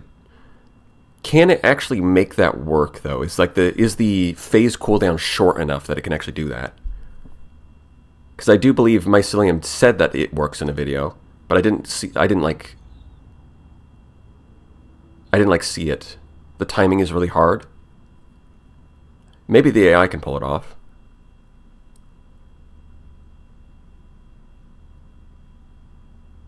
What did I call it? Mycelium? Miscellaneum, I think is how you pronounce it. It works every other shot, essentially. Interesting. Kind of odd, but alright. Well, we'll just kill these guys, I guess.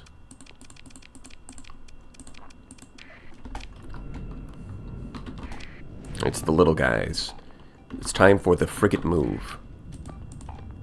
I honestly prefer APC for an Afflictor flagship. Well, yeah, that's what I'm doing right now. The main reason I'm doing it is because I want to afford... Basically, in order to afford quadruple antimatter blaster and expanded magazines, you At that point, you can no longer afford phase anchor, and that's why I'm not using it. But for an AI-controlled ship, I would skip expanded magazines and go double light needler. And in that case, you can afford phase anchor, so you give it to the AI.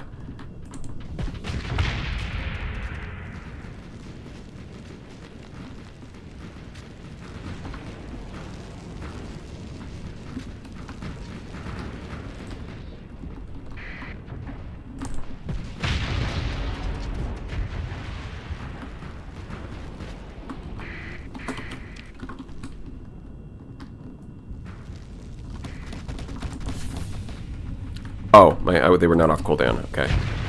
Never mind.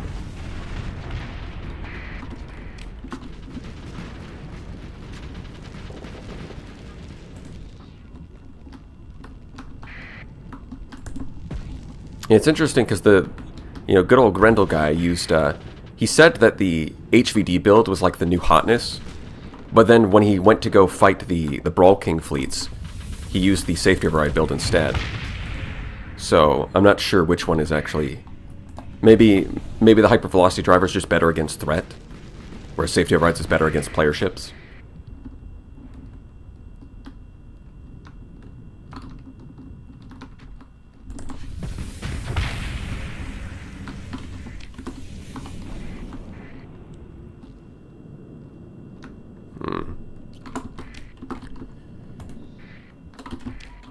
I mean, I got a bunch of Omega weapons from that Dorito fight. I'm just not sure I'm going to use most of them. Probably just going to stick to the resonators. Speaking of, I might want to put some on the Paragon instead of heavy needlers. They do seem to do pretty well.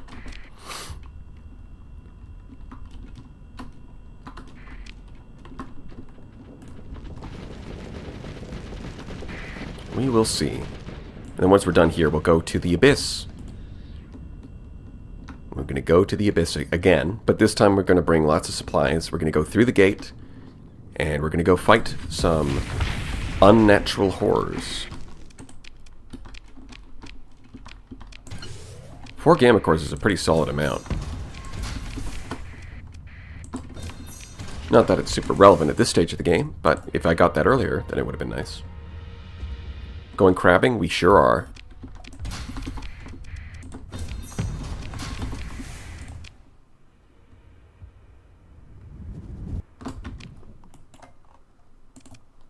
No, I'm pretty sure Ballistic Rangefinder works with small ballistics, doesn't it?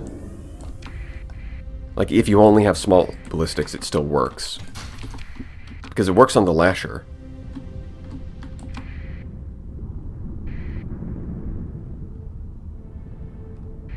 Yeah. So even if your biggest large ballistic is a small, you still can use Ballistic Rangefinder.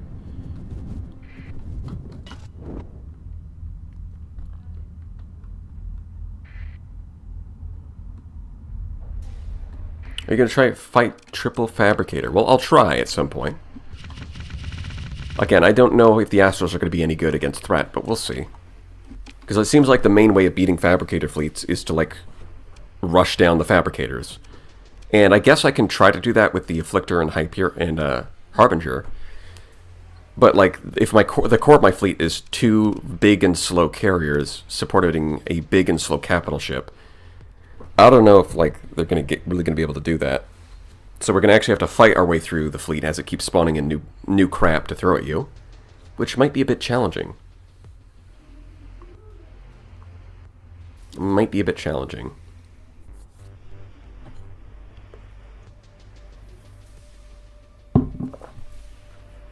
I have a Paragon Duo that rush fabs. It works fine. Okay. So I'll just set up the same combination as before with the Anubis and the Astrals, all of them escorting the Paragon, and then just tell the Paragon to rush to the other end of the map. And we'll see how that goes.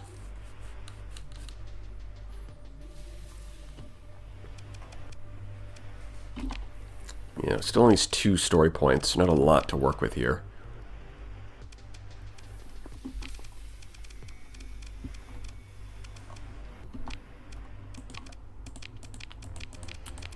Yeah, I guess the first... Well, I gotta restore you. Then I'm gonna worry about elite skills, I think, before I worry about S-mods. Because I've already got most of the S-mods I want anyways. So I'd rather focus on these. Let's see. In particular, getting elite target analysis on my omens is going to be really good. So I want to focus on getting that.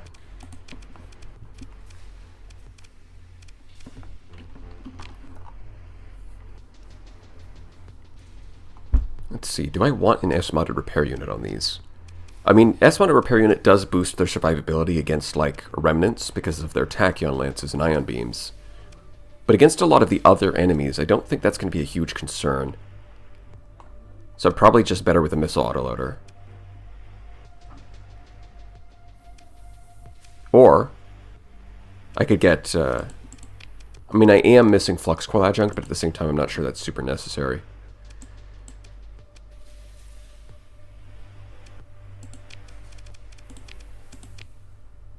And something like this is not bad. And then I can S-mod a missile autoloader to get more Reapers. Yeah, I guess we'll do it like that.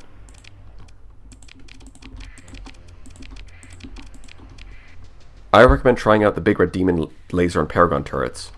Yeah, I did try that, but I didn't try it for, like, very long. It was a very brief test, but it did seem like it was doing good, but at the same, it's like I was comparing it back and forth between the Tachyon Lance and the Abyssal Glare, and they both seem to be like similarly effective, where the Tachyon Lance was better when the enemy still had their shields up, but then once the enemy dropped their shields, the Abyssal Glare was better. So exactly which one I want to use, I'm not sure, but I am going to try them. I mean, they do seem to be kind of side grades, it's just that the Abyssal Glare is more expensive.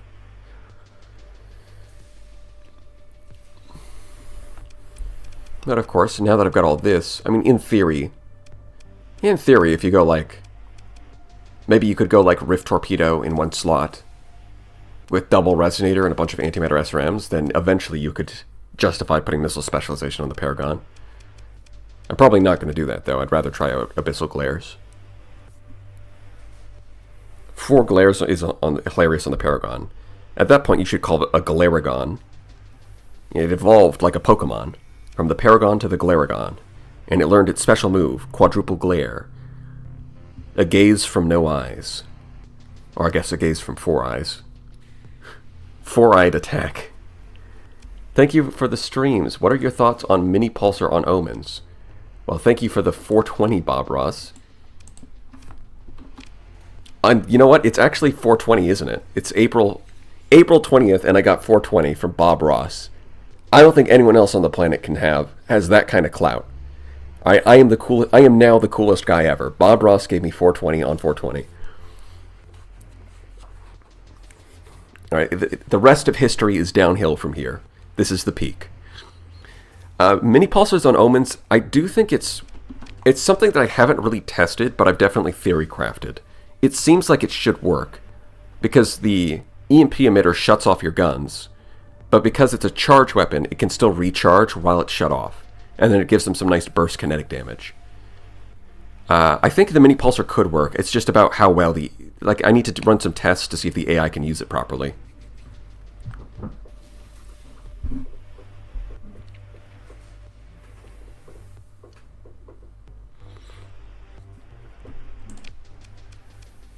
Speaking of, I could test that right now.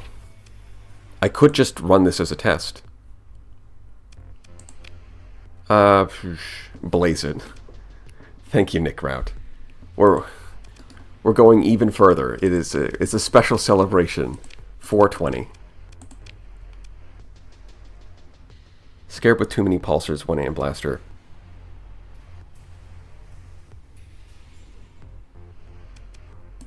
I mean, I guess, honestly, this would be a bit expensive. I don't know if this is possible just because it's so expensive, but in theory, you could go like Mini Pulsar, Antimatter SRM.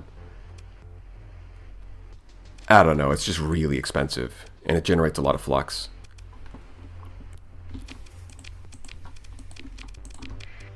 But I do have, I think I've got most of them, right?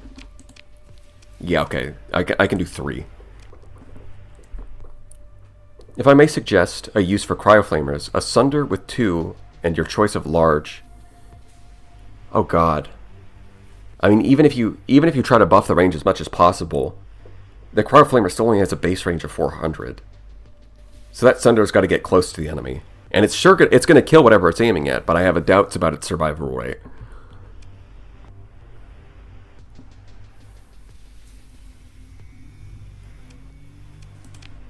I mean, I guess we'll run a simulation to see if these omens work.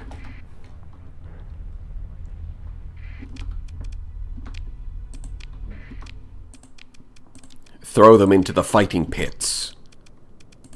Get more S-mods. Generate a group. Deploy. Alright, let's build our battle group.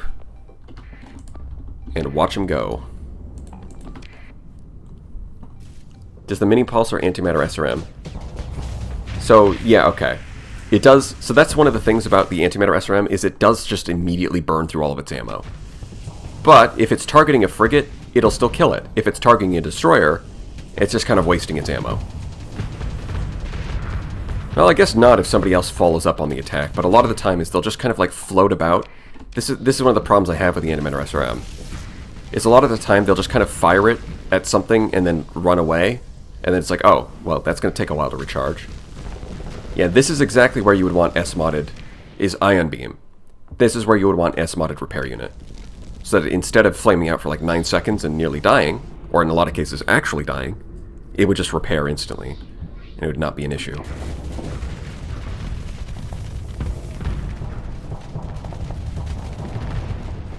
One mini pulsar, one antimatter blaster. Yeah, that's definitely... that's something I've thought about. I think the problem is that the AI gets a little weird because the right mount doesn't actually point forward. So the AI kind of has to approach the enemy at an angle. So it makes things a little awkward for it. It looks like the Onslaught's still overloading a little too easy, huh? Unless it was like... maybe it overloaded to a Reaper, in which case that would be normal. I wasn't looking when it overloaded, so that's possible.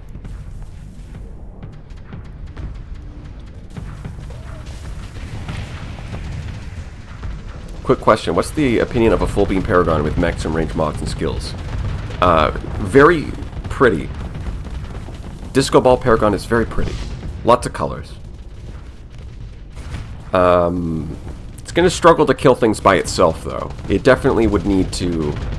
like, you would need to compensate for that with a lot of kinetic damage on your other ships so that they can get through shields.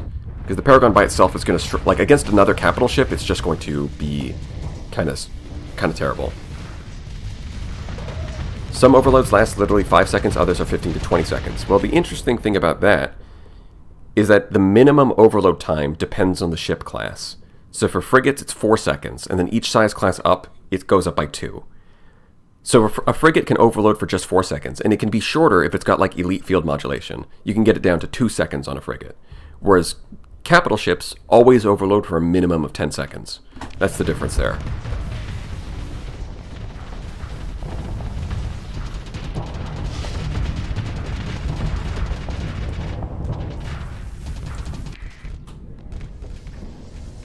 So yeah, the SRMs have been pretty good at sniping other frigates.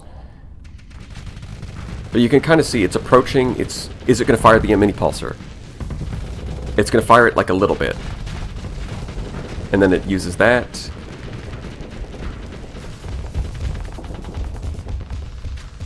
Honestly, the mini pulsar might work better with a Reaper.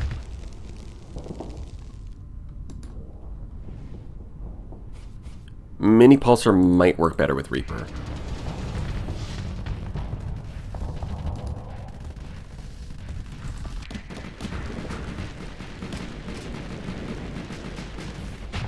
Yeah, you know, maybe. Maybe the antimatter. Maybe I shouldn't be too hard on the antimatter SRM. It's a bit expensive, but it does... it is doing the job. But yeah, I think in this case, an antimatter blaster would just do better.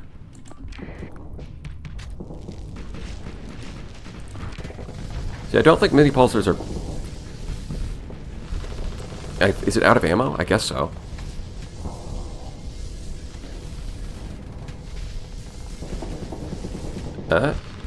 Maybe it needs S-modded magazines.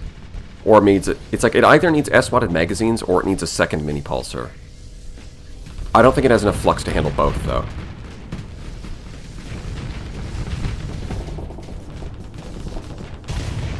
I don't know, I guess it's fine. I just think the Animator Blaster is going to do a better job killing stuff. But I guess I'll run both. We'll run a little bit of both and see how it goes.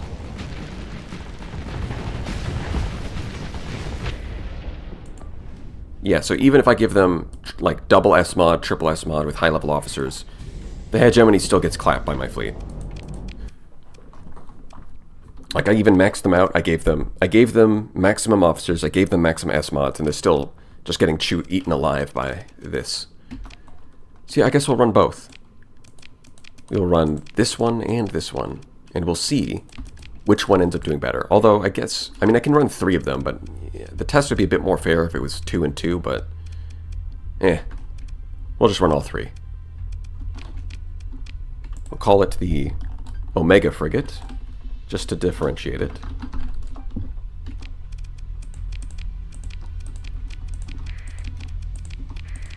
And this one will be a Strike Frigate.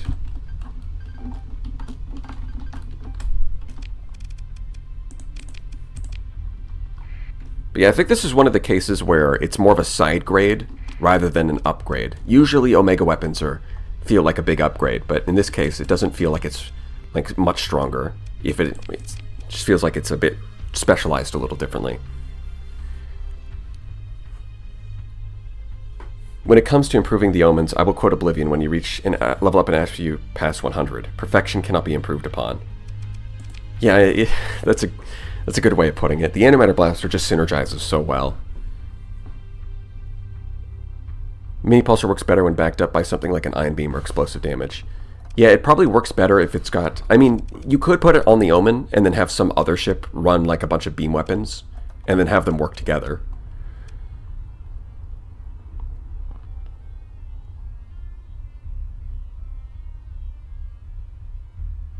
Yeah, Animator Blaster plus Reaper, it just works, right? It's really hard to beat this setup.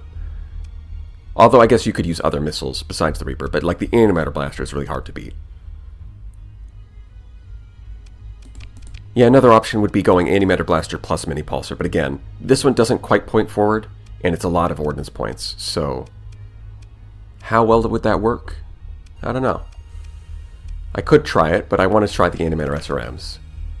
They got more range than the Animator Blaster, and they're a little bit cheaper. So we'll see.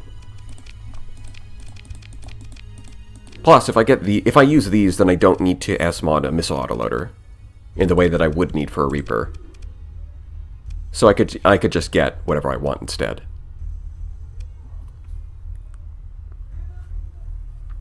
I found the best results using mini pulsars on an Aurora with Cryoblaster. Well, the Aurora is just a really good platform for pretty much every Omega weapon.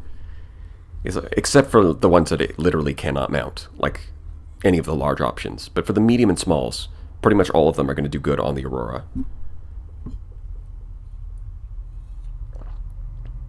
Alright.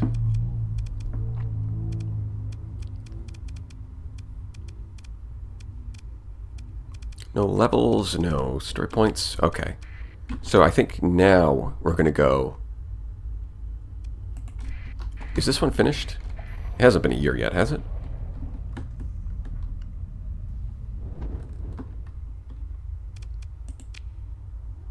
Oh, it is. Alright. And then we'll take the gate. And we'll go to the Abyss. Well, I guess first I should visit Chico Mostok and get some supplies. The Aurora can totally be run without SO. That's true. I think the main... So, I think the main advantage on the Aurora going as safety overrides is not actually the direct combat power, because I think missing out on the range is actually pretty... It's like you get extra flux, but you miss out on the extra range, which I think makes a significant difference. The main advantage of safety overrides is that you can get around the battlefield faster. So after you've killed your opponent, and you need to go like halfway across the battlefield, you can get there faster. And that's really the main advantage.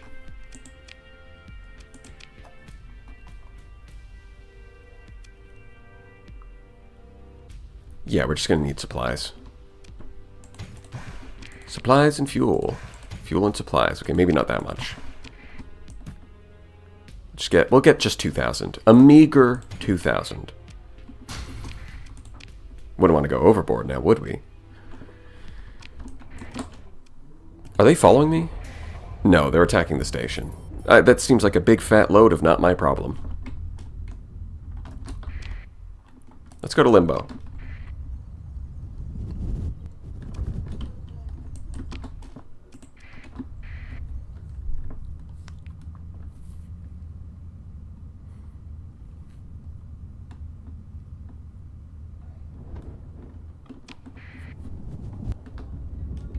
Alright, it's time to go do some crazy nonsense. Let's get out there. What is that? It's nothing. We tricked you. You've been deceived. I guess there must be something over here.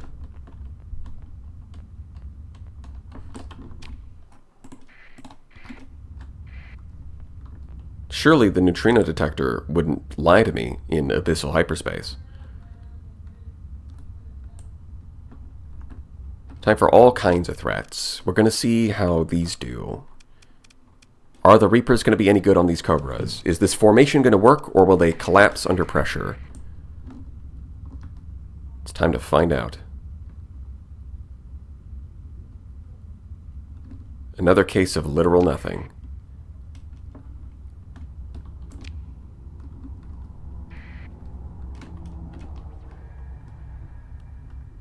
It's quiet out here. I mean, the false positives on the neutrino detector are not... They're not too bad once you figure out that they always point in the same directions.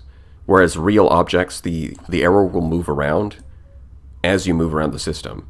And so if you see something that's always like pointing in the same direction no matter where you fly, then it's a fake.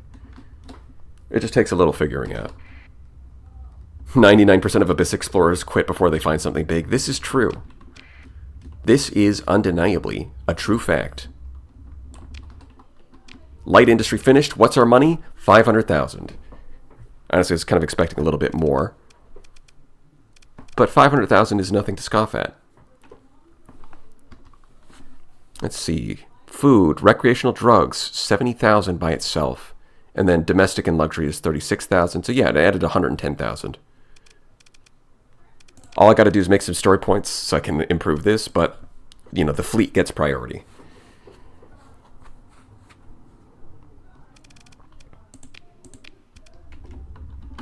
What about you? You guys are finally in the green. Look at you. Wonderful. You just need to finish up growing so that I can get my fuel production as well. See if I take that off. Yeah, 35,000. Not bad.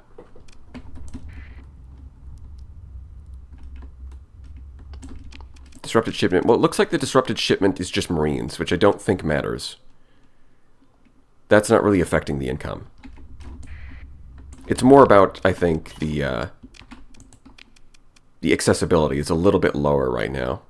Oh, yeah, okay. Trade fleets lost minus 10%, so that does affect accessibility as well. Yeah, so it is the trade disruption. Okay. Fair enough. We need the living chairs factory. Well, the living factory can't live here. Oh, wait, no, it can, right. I was thinking soil nanites. Yes, we do need the biofactory embryo. And that would improve our profits. And story pointing this and this would also improve it. We could easily get up to like 600k, if not more. I think the real prize would be getting up to 690k. Because then we could say, hey, look, it's 69. Nice. Just gotta fly around the abyss. I don't know, maybe we're just making too much noise and we're scaring away the demons. Seriously, where is everybody? Yeah, 690k, $420 credits. Dollaroonies.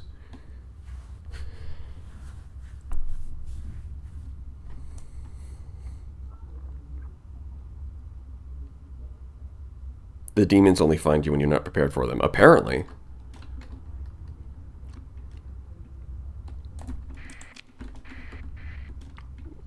Alright, let's hope we find ourselves a threat we can manage. 275%. That's a crazy hazard. Let's see, yeah. Darkness plus 50, no atmosphere plus 50, extreme cold plus 50, low gravity plus 25. And you better believe it's going to have no resources too. In before a third strike, 3 fabricators. That might be dangerous.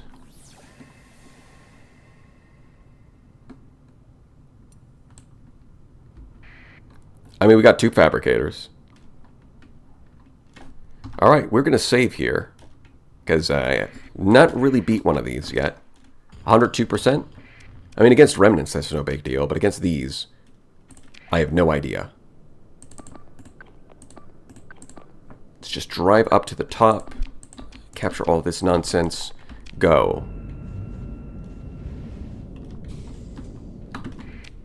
It is also nice just having omens in your fleet, because you can S-mod the high-resolution sensors.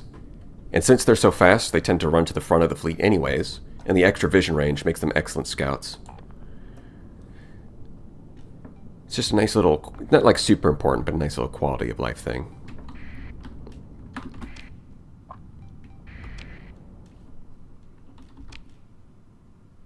Where's the Harbinger? Oh, it's back here. Okay. It's like, where? I don't see. Ow. Oh no, stop hitting me with your kinetic weaponry.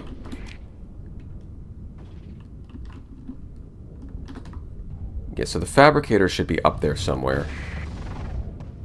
And there's the overseers can pull me out of phase, right? Should probably be careful. Oh, hello. Void blasters. My mistake. I didn't understand your game.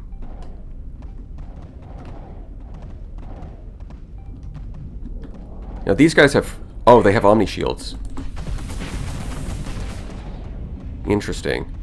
Now, I did poke a hole in the armor, but I did not do significant damage to it.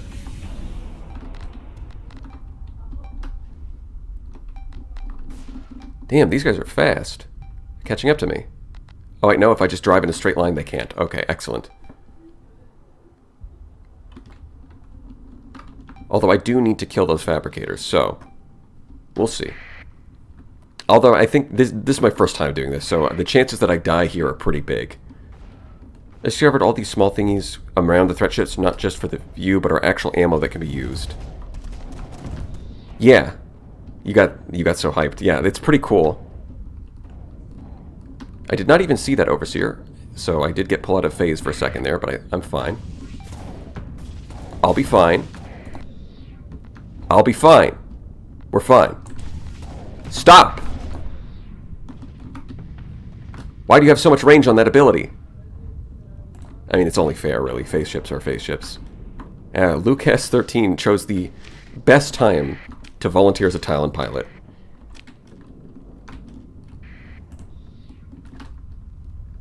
Because I need a few Talon pilots right about now.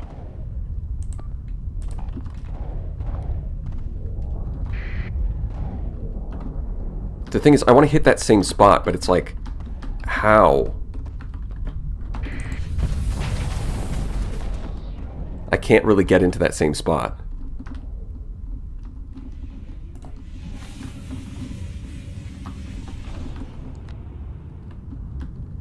Oh boy, this kind of sucks.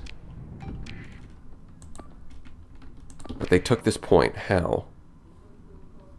Did one of their fighters take it? Where did... Huh? I don't get it. Well, at least, unlike the demons, the omens are not dead, so we're doing good, I'd say. So these are assault units, which means I can fly right past them. And they'll be salty. Yeah, there we go. That's a good hit. You gotta break the armor and then hit the same spot. What the hell is happening over here?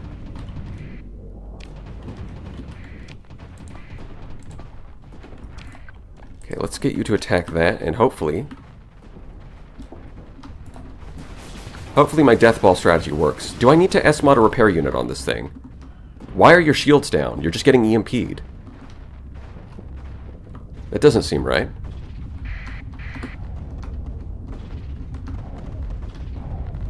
Alright, well, let's do this again.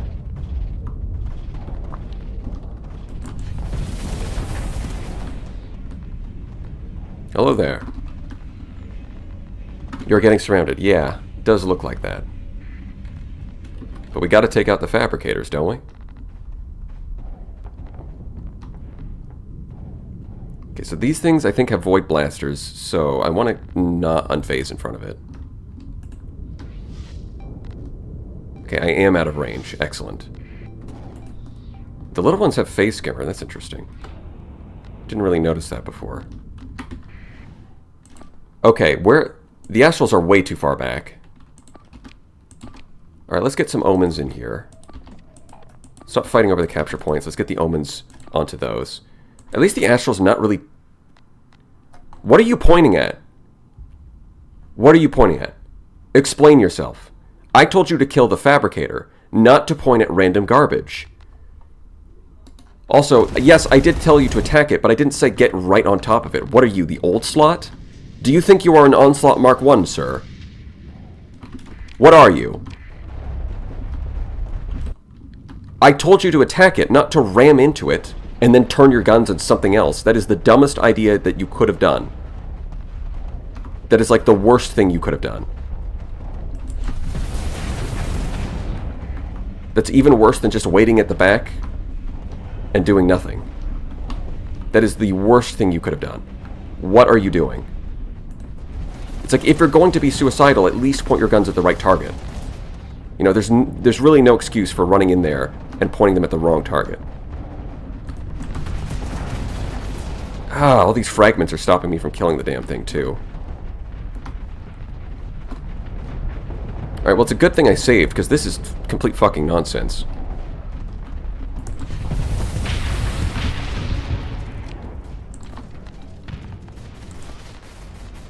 I did take out a fabricator, so there is that. But yeah, this thing clearly needs an S-modded repair unit, because it keeps dropping its shields and getting... It just keeps dropping its shields and getting EMP'd. This fight is going nowhere without a repair unit. Or at least it's going nowhere fast. We might win, but it's just going to take a while. Losing the Afflictor is just kind of tradition, honestly. That's not really a big deal by itself. And the Anubis is trying its best. But yeah, I don't think this is going to work. Okay. Well, let's try this again.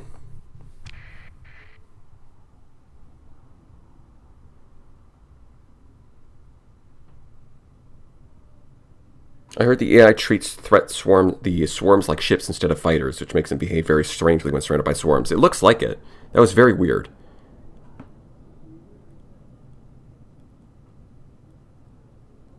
Yeah, that's what a lot of people are saying.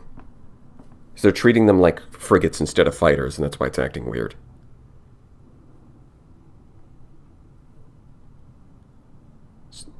You can outlast the rebuilding. Well, I think what happens is when the ships die, they have like little swarms that return to the fabricators and recover them. So you have to shoot down those swarms. What the hell is that? Am I allowed to watch this? Well, Rinrin. Do you mind spoilers? Or do you want to go find it yourself? Alright, well, I do have a story point. So, since we bothered to save scum, might want to S-mod that repair unit. And now, we are going to have to wait to recover CR. Yeah, you almost got me. Not quite. How long? 4% per day. That's going to take a few days.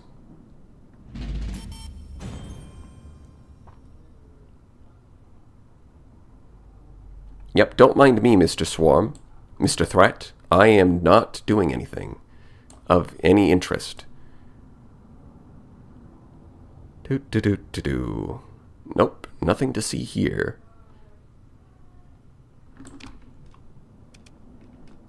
Just gotta wait like a day. It's up, back, up. Okay, there we go. So now we're going to try this again. This time, hopefully, the Paragon actually does its job. Let's get you up there. We're going to go here, here, and here.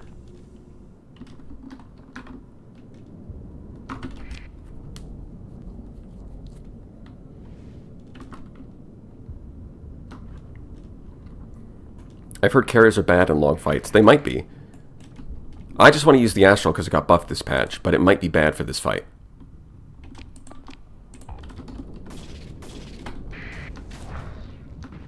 Well, that antimatter SRM was not reaching the target.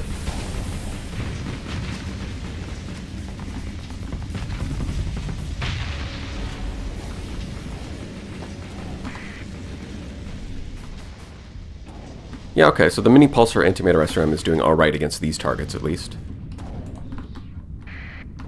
And I don't think shooting these down is too important for me, but... well, whatever. I wasn't even in phase. Stop zapping me.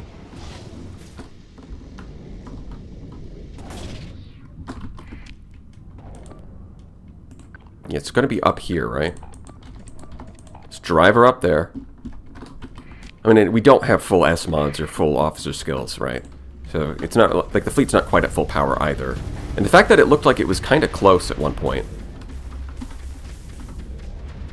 Yeah, we just need the S mod at repair units on everything because they don't have shield piercing, but the ships keep dropping their shields, and then the fragment swarms keep zapping their engines. It's starting to look like we just need the repair units regardless.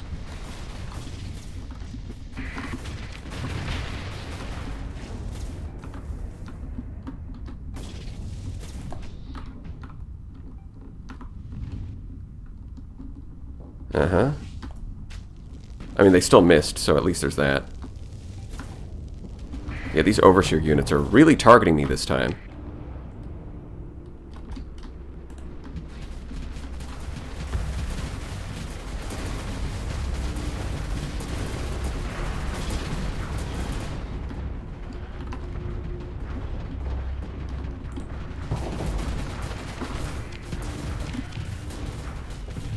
Oh, so the Harbinger already died. Okay. Yeah, the Harbinger's going to be literally useless. Might be better off with the Grendel for this one, yeah? I think so. If we're fighting threat, Grendels might do a little better.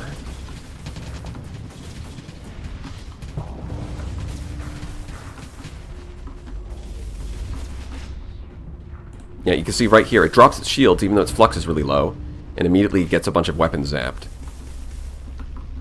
Resistant flux conduits is not going to cover that. So you got to get a repair unit.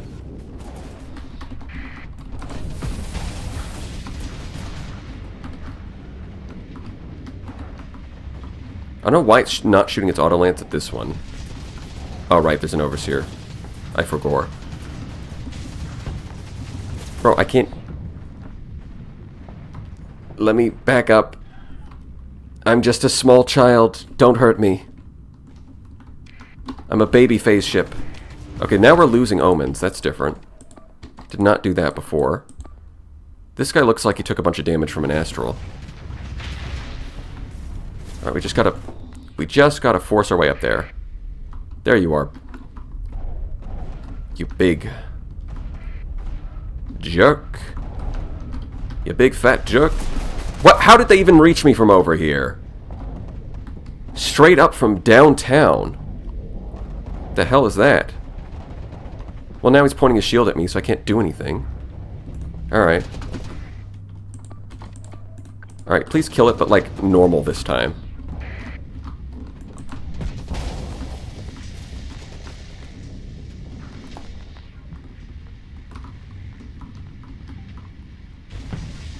Okay, so the cooldown on that ability is actually pretty short. They can spam that. The only real solution is to just get out of the way. Yeah, it does not look like the Paragon can solo two of them. I probably need double Paragon if I want to push this kind of strategy. And the Astrals are not really helping. Yeah, it looks like the best, like with my current fleet, the best I can do is just snipe them with the Afflictor and let everyone else kind of hang out at the bottom of the map.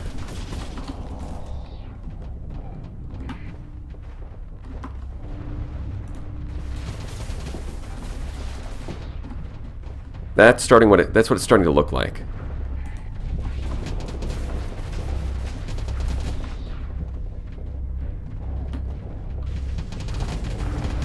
Oh god, there's another one now?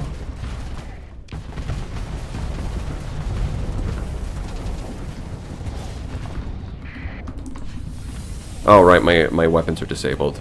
And there's there's the swarms. You want to shoot those down. Of course, antimatter blasters are kind of terrible for that. But nobody else is shooting at them, so...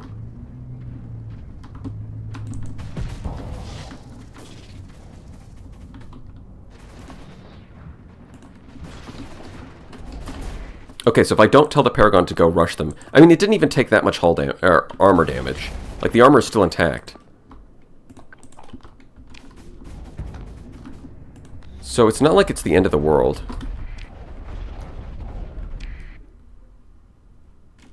We did lose an Omen, but the other ones are doing alright. Let's see. Mini Pulsar? Mini Pulsar. Oh, interesting. So the one that died is specifically the one with the antimatter blaster, but the mini pulsars are all alive. Interesting. Make a mental note of that one. Let's see if it's a pattern. Like, that happening once doesn't prove anything, but it might be a pattern. We'll have to see if we fight more of these.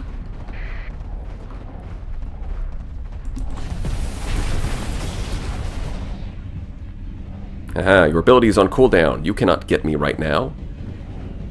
But my engines are still flamed out, so... Jeez, that has some range. There goes another Omen. Okay. It's 2 down.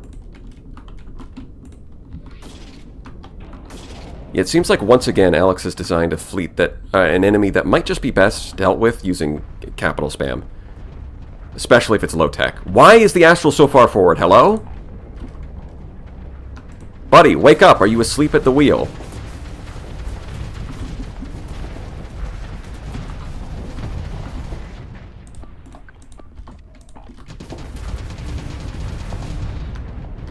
Alright, please, Anubis. You have one job. Shoot those down.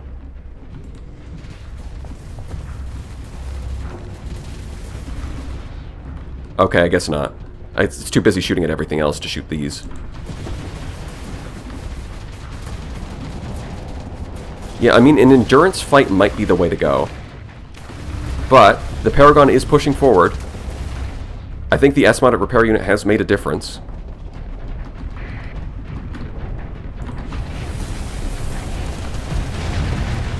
There we go. I forced the overload. That's one fabricator down.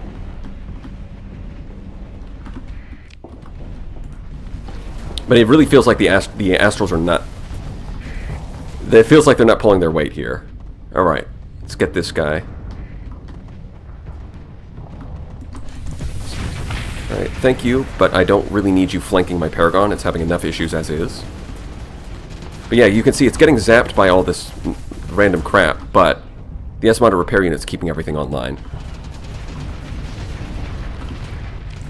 So it looks like even if you go Paragon, S-mounted repair unit's still the way to go.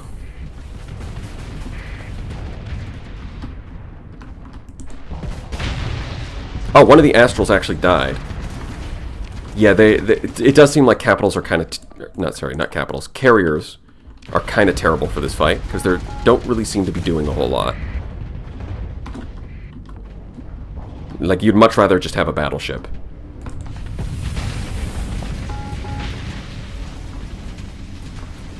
I mean, they do only have level 2 officers, and they don't have any S-mods, so to be fair, they are kind of underpowered right now. I guess I shouldn't judge them too quickly, but they're not impressing me, for sure. Let's get you in there.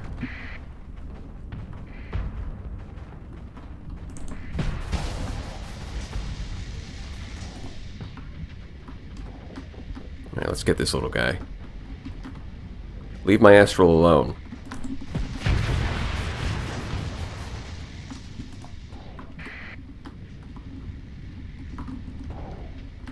Okay, let's get this guy.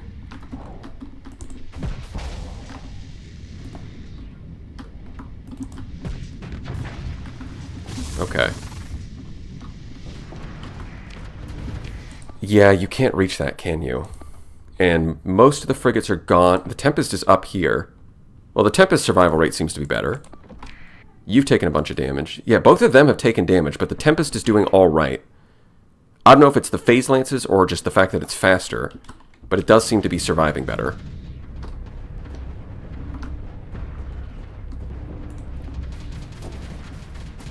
Wait, I want to vent. Leave me alone.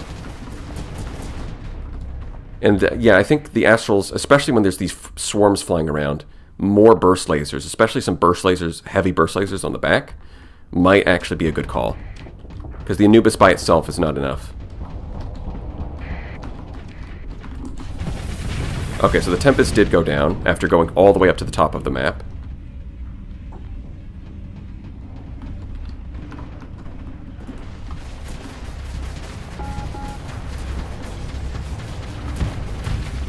Ow.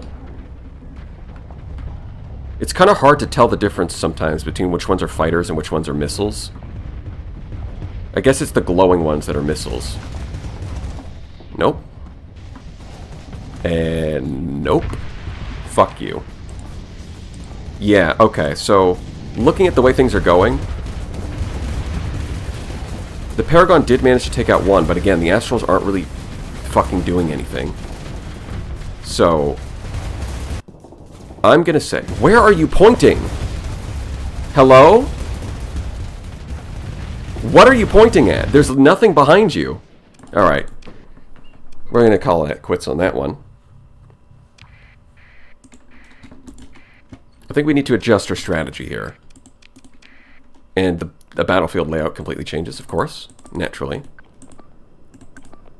I think we just send you up to the middle. We don't actually send you to try and kill the enemy.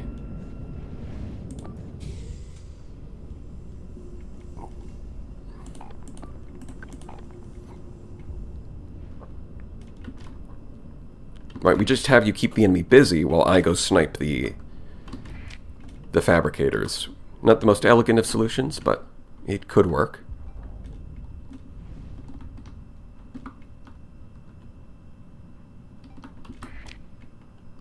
Yeah, the Paragon turned around so it could show off how good it does the Thug Shaker. Come on, Paragon, do the Thug Shaker. You know how. Get out of here.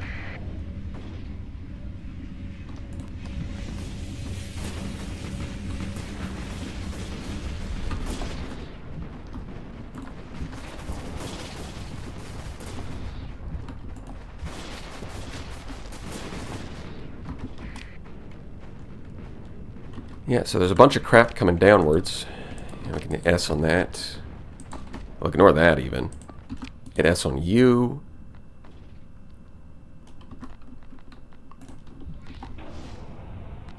See if we can capture this point, and then we'll go snipe the fabricators. I don't know why this guy's following me.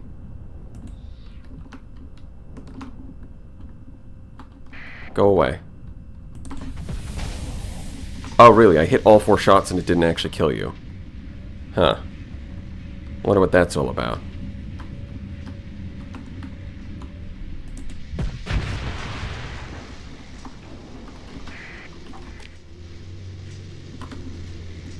Because I think the Astral... So part of the problem is that the Astrals are just really terrible at pushing... It's like when they tried to push through the fleet, the Astrals are really terrible. But if the enemy fleet is forced into a line like this, where they're all standing against the Paragon, now the Astrals should perform better. Now, they didn't even kill that. They did overload it, at least, but eh. So they can fight a war of attrition. Meanwhile, I will go try and snipe the fabricators themselves.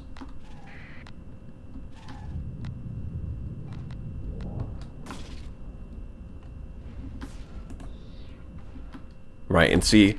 Yeah, now there's no overseer, there's no units protecting them because they're all busy down here.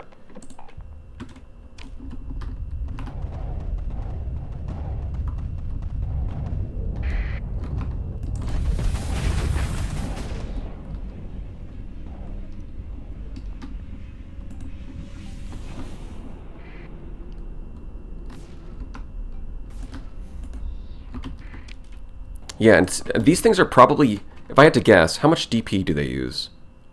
20. Of course. I was going to say, they probably use up a ton of deployment points. They use 20. It's just 20. I mean, it's not that strong of a ship. Why would it use more? Of course.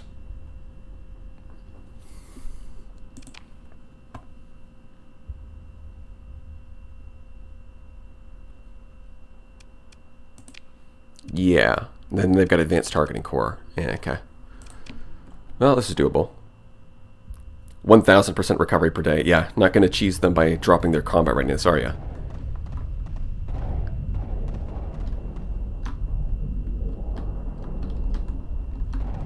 I do still have to get them to point their shields in the wrong direction, which is not easy.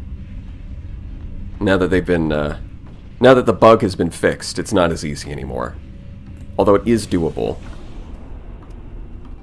And of course, one of these geniuses decides to come up here and defend them.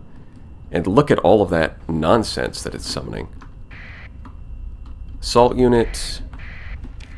Assault unit. Okay, it's just summoning assault units. That's fine. Okay, I'd really rather hit the same spot, but it's kind of hard to hit that. So let's instead hit you. And then get out of here. Now, the lightning is kind of scary, but it's not actually doing a lot of damage to me. And okay, yeah. So it looks like trying to force my way through to get to the fabricators was not working at all. But the Paragon Astral combo is doing alright in a war of attrition. Because it is slowly thinning out this fleet. And it's pushing its way up. It's slow, but it is working. And the Harbinger with the Tempest escorting it is surviving, so that's good. Yeah, it looks like trying to snipe it with the Paragon was just a bad idea. You've got it, you're kind of stuck. It's like if you're using this kind of composition, it looks like you're stuck fighting a war of attrition, which is a war you can win. So I'll take that.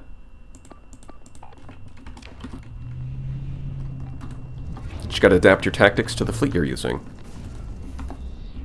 Speaking of, let's get this Afflictor in there.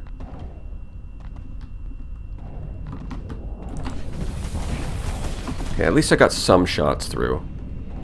What kind of ship is that? Hive unit. Well, that's going to spam a lot of projectiles, but it can't hit me in phase, so we're fine.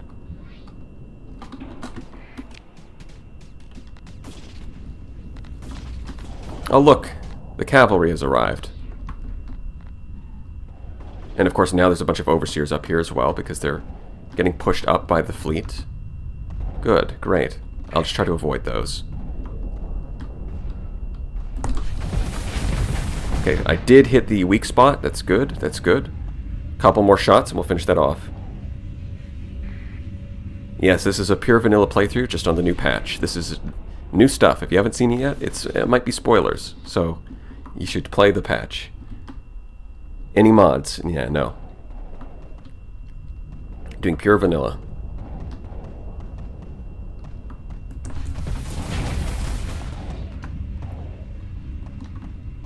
With the shield AI fixed, Afflictor pilots have gone back to the old tech, sitting inside their shield arc to fire until they're low.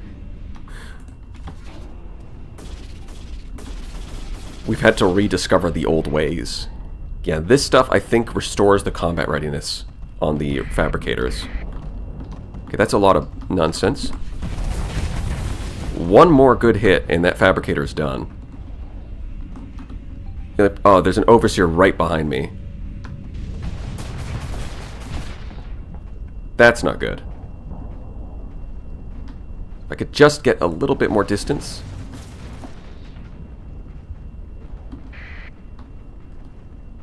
Damn it. This was nuts. My fleet was too successful, and now there's overseers I gotta deal with. Okay, but I'm alive. And I'm still repairing with combat endurance, so we might be able to finish off the one. And if I can finish off this guy, then I think my fleet can win a war of endurance against the rest of them. I just gotta snipe the one fabricator. Look at that, the Astrals are doing a lot better this time.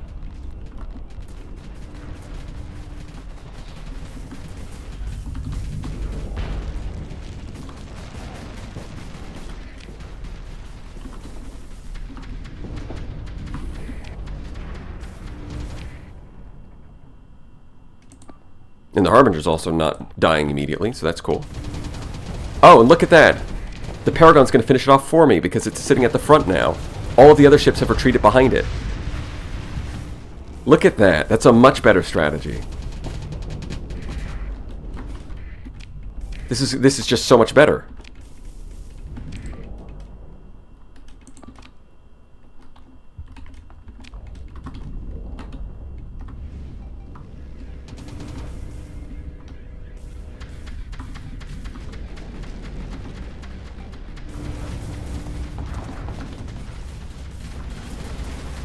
I'll just sit behind the Anubis while it takes care of all this crap.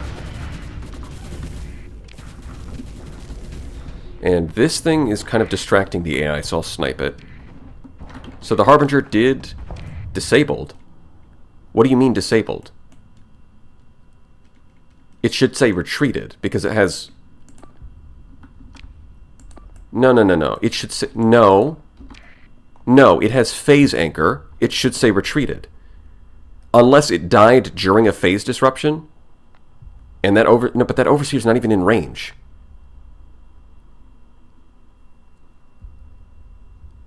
So, no, phase anchor is supposed to mean that it retreats. And this Tempest is now... What? Get out of there. No, get out of there. Don't just sit there. Get out of there.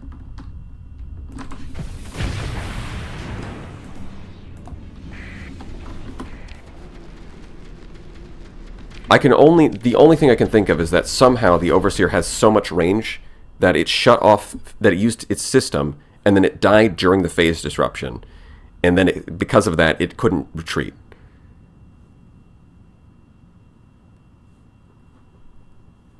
If a ship gets hit by a defabrication, it emergency dives when it hits 0, and then the fragments eating it deal damage during the iframes. Is that how that works? So it's during the iframes when it's supposed to retreat, it still takes damage from them. Classic. Well, that might need to be bugged. That might be a little bit of in need of a bug fix. Because the whole point of... One of the big selling points of the phase anchor is that the ship doesn't actually die.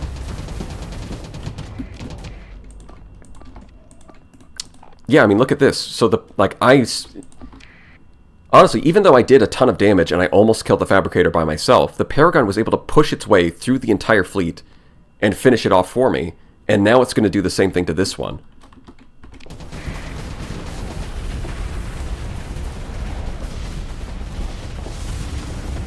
What the hell? Okay, hold on.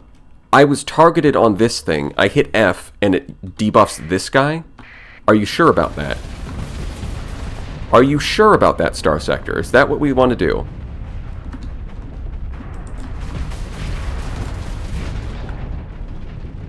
Is that the game we want to play? But yeah, this strategy worked a lot better, didn't it? Okay, so you actually lived somehow. Like, all the frigates are alive.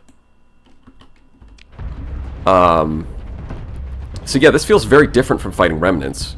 And you can't just rush the Fabricators with this kind of fleet. But you can win.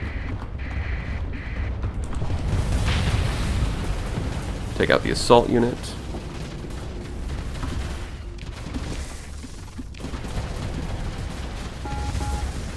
It's like this kind of push only works against the last Fabricator, I guess.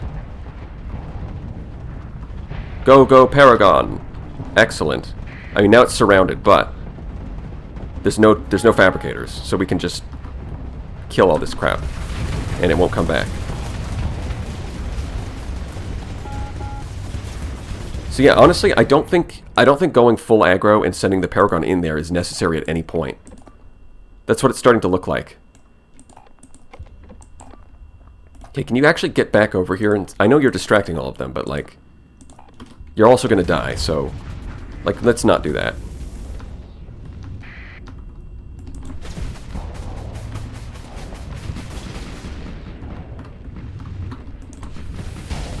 There we go. There's an overload. Get him. Blast him.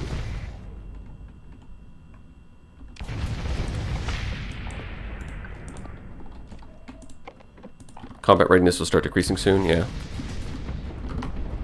Seems right.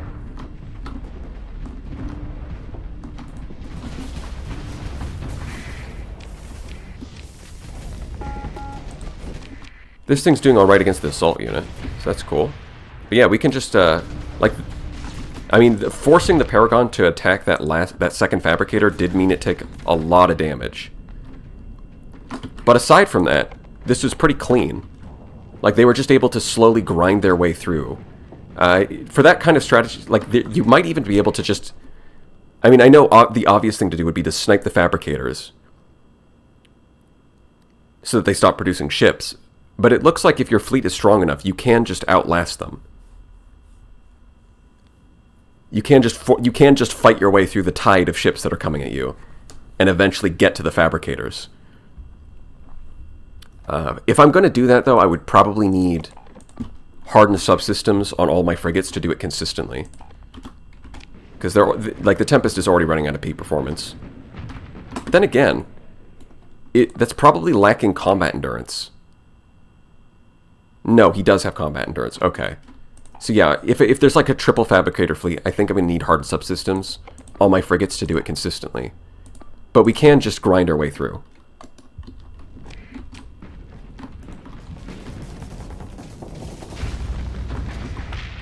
Yep, there's the... You know what? I think I like the mini pulsars on the Omens if they're paired with Phase Lance Tempest, because the Phase Lance is going to struggle against heavier shields, where the mini pulsar build is going to struggle against heavier armor. And so by their powers combined, they kind of bypass those weaknesses. Doom's Mines also might do serious work. Yeah, that could do a lot of work. So yeah, I think I am going to go with the mini pulsar build. It looks like it synergizes nicely with the Tempest. And yes, I do only have 112 hull left. Wasn't there one battle where I had 0 hull left? It said 0, so I had like some, like I must have had like 0.4 hull.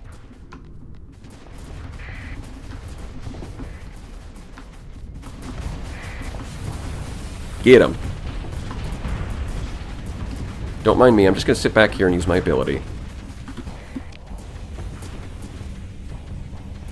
Yeah, okay, so I think with the Afflictor, I'm just going to drive to the bottom of the map. And you guys can all come up here. I know there's a fighter there and you're all distracted by trying to kill it, but it's really not a thing. Just ignore it. You are cornering yourself.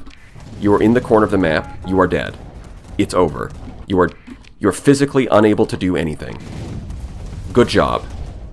Why did you go back there? The AI really needs to stop going to the corner of the map because it just dies. Like, that's the Harbinger doesn't count. It was supposed to retreat. Right? The phase anchor is just bugged. Alex is aware of the bug, or so chat tells me. But other than that, other than the bug and this one Omen who chose to die, we had no losses. And our fleet's not even maxed out yet. So I think this fleet can actually beat Threat. I think we can actually beat Threat, and we don't need to like charge directly to the Fabricators. We can just grind them down through sheer attrition.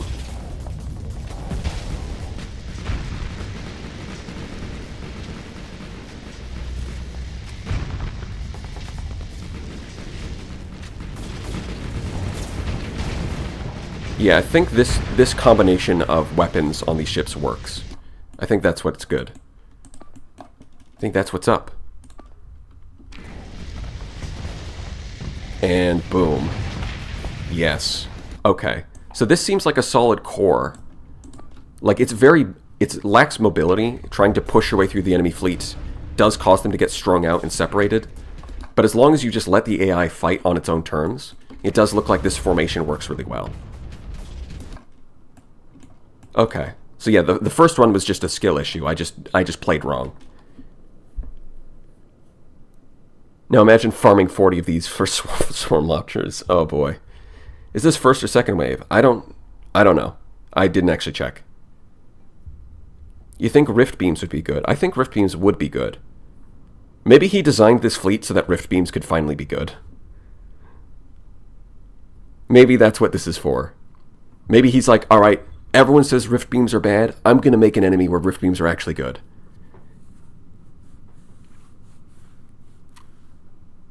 That was a third. It had 2 fabs, but also 4 hives. Okay, so this was third strike. It was just one of the weaker ones. Well, I mean, I don't know why you guys are driving downwards when clearly the fighters are coming from over here.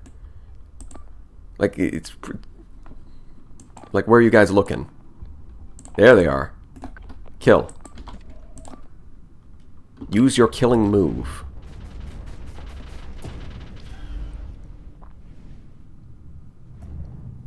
Alright, so the double astral fleet is actually good enough to fight these. That's good to know.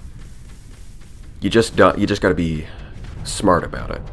And by smart, I mean you've got to brute force your way through it, instead of trying to snipe the fabricators. Yeah, alright, I'm pretty happy with that. The ship AA probably reads your inputs and acts accordingly, which is... I don't know, I don't know if that's true.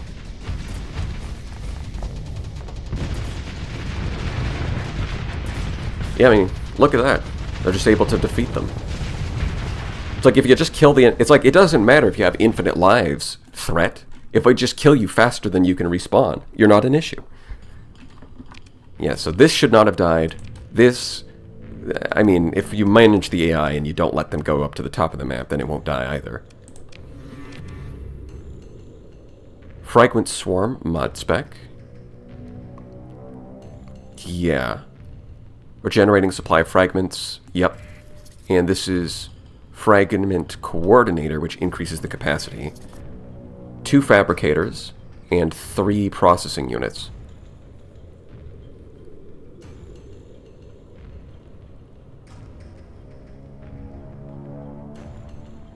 Man, the music is so good. The music really fits with like this kind of like, what the hell is this crap? Huh?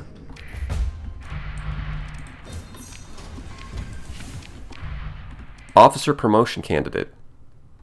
Oh, looks like I've already got 10, so... What did you got? Hold on. Ordnance expertise, yeah, we're gonna fire you. Or we're not gonna promote you, that's all. It does look like we were way over capacity. That's a lot of metal. And 2,000 supplies, yeah. So, these do drop 1 billion supplies when you kill them. Very cool. So, do fighters work against threat? What about missile spam? Well, I assume missile spam will work. Actually, I believe someone on the forums did test missile spam, and it does work. It's just that it's not the fastest. Against remnants, missile spam is the fastest way to kill them.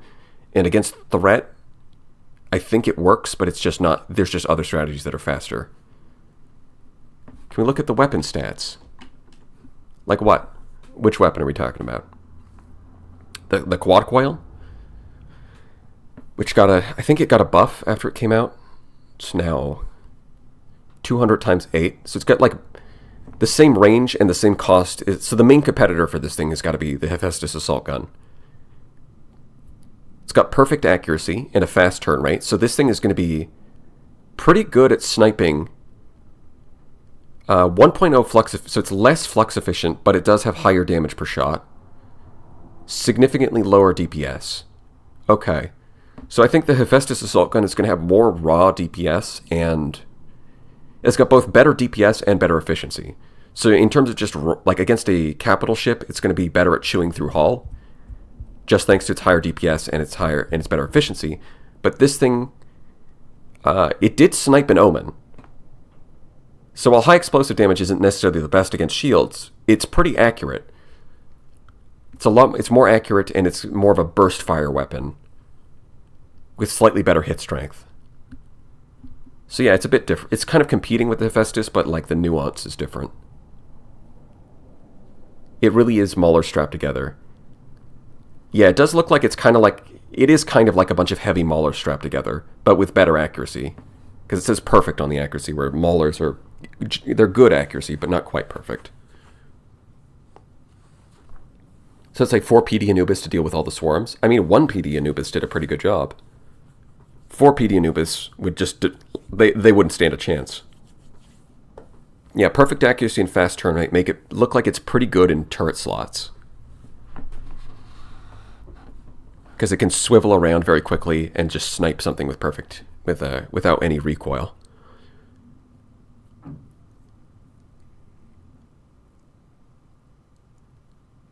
It's definitely interesting. We'll have to test that out. The voltaic discharge. This is like the lightning that they keep shooting. Kinetic fragments. A lot of these fragment weapons I haven't really tested. The neutron torpedo I did test a little bit. It seems pretty good for punching up. It's a very slow projectile, but it does a lot of kinetic damage in a small slot. I mean, you thought Sabos did a lot of damage. This thing is 2,500 kinetic damage. And you get 2 ammo for 3 ordnance points. It's just that the projectile's really slow, so it's only really useful against big ships. Let's see. Have not really tested some of these, so I don't really know.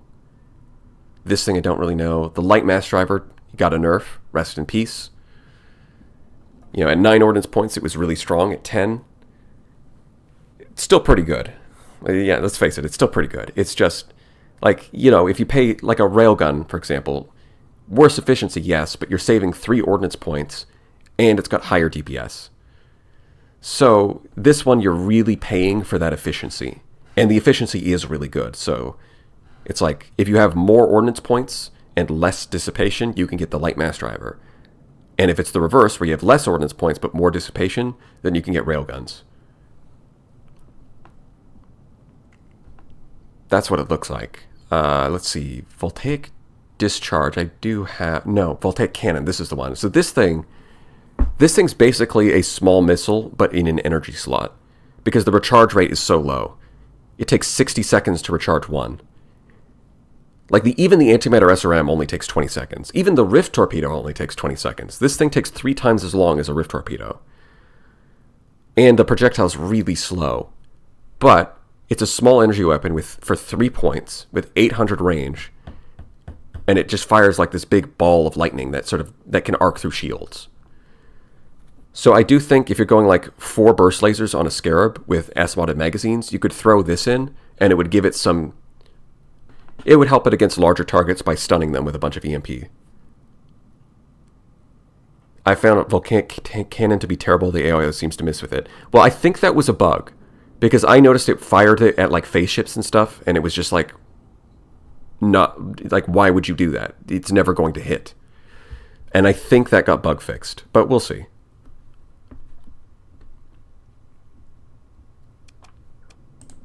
Yeah, that's a lot of new crap. Like, it's kind of hard to tell these things apart from like your colony items at a glance, because they kind of have the same sort of...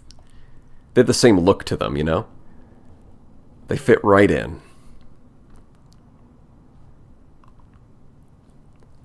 Yeah, we got a bunch of new crap. Excellent. Codex update. We love to see it. Okay. So let's go fight some demons. I'm sure the crew of all my ships is happy to hear that. The captain is just like, all right, guys, I know we just fought, we just fought whatever that was, but now we have to go fight demons. Let me install just in an orbital fabricator on my orbital works, please. Or fabricator unit on my orbital works. Yeah, that would be kind of interesting, as if they were like dual purpose. If you could also use them as like a colony item, put one of these fragment fabricators on your orbital works instead of a nanoforge and see what happens. It would probably go very badly, but it would be cool.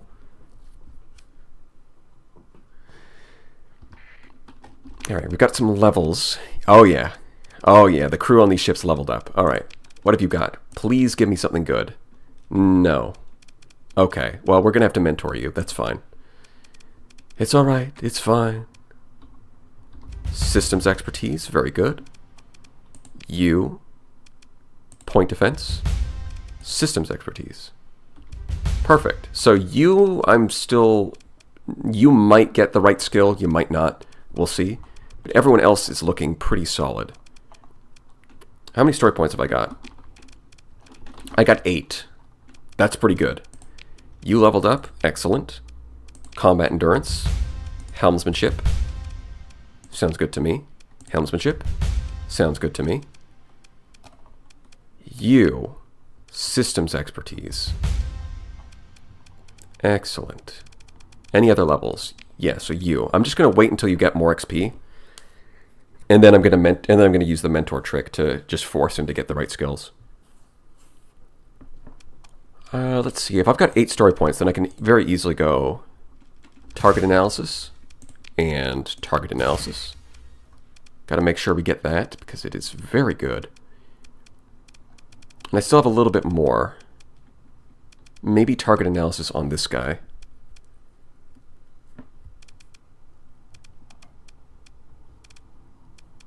Or for the... For the Astrals, getting elite helmsmanship could be really good. Something like this. Yeah. So they can get around faster and also more DPS from their missiles. Seems good. Elite point defense might be good on the Anubis, because it boosts the range of its point defense and it also applies to the fighters. How much hull?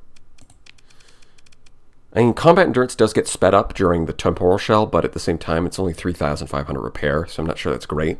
Probably just better off getting systems expertise instead.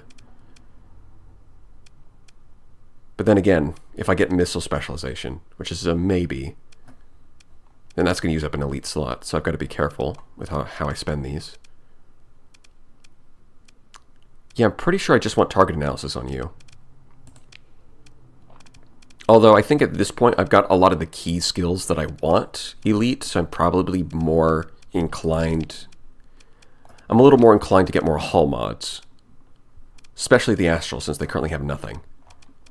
Like, I could really squeeze in... They could really stand to take, like, expanded deck crew. Although I guess Double Cobra makes it not as necessary. I mean, I was planning to go Triple Trident, but the Double Cobra has been fine.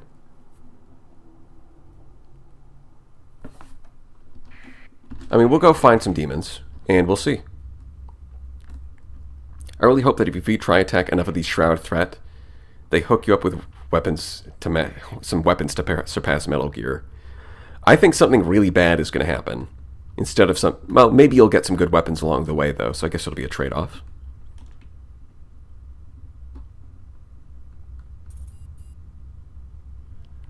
Please, Captain, I haven't seen my family on Kazaron in 7 months. No, Jim. There's demons out there, and we need to rip out their juices and make your ship glow red. Now press the burn drive button. Yes, exactly. As any good spacer would do.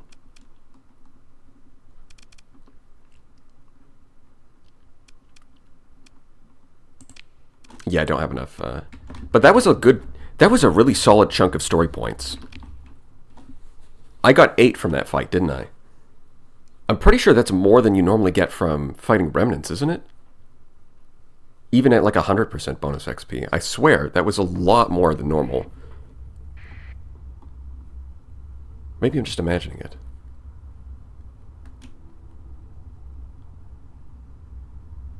Yeah, maybe if you feed them enough threat, one of their planets gets defabbed into a massive threat.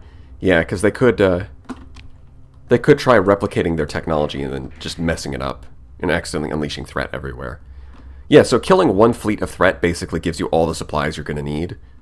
So that issue that we had before, where I ran out of supplies, is no longer an issue. You can just kill threat. Yeah, and your offals... Yeah, some of them leveled up twice. It was pretty good. Now, the Abyssal Lights seem to be up... There they are. It's like, I can't find any Abyssal Lights. Where are the demons?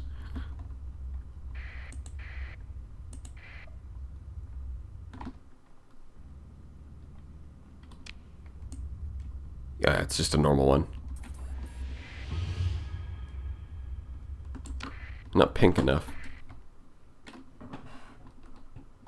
Gotta find some demons. Come on, where are you, demons?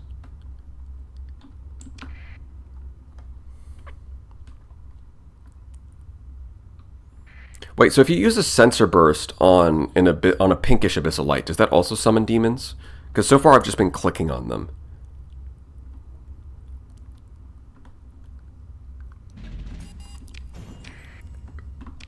Are they just rarer this patch? I could have sworn that in like earlier patches there were more abyssal lights.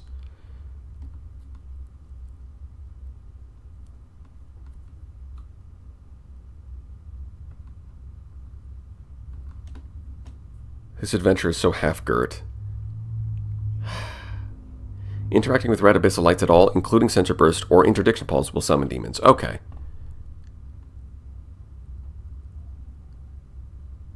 So yes, it does.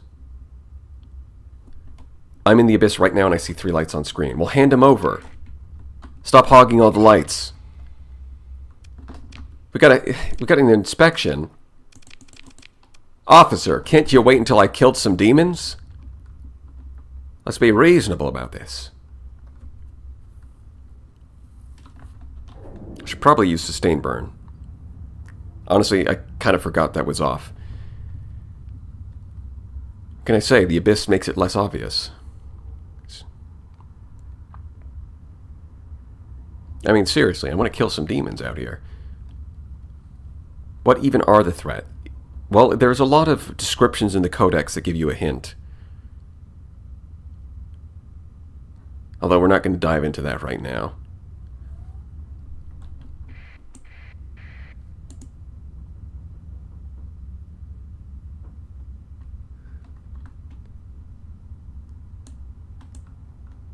I mean, alright, fine, we'll go deal with the inspection. Slightly embarrassing being the only person who said yes, sensor burst will spawn demons. I think there was one other person. And you did answer my question, so I appreciate that.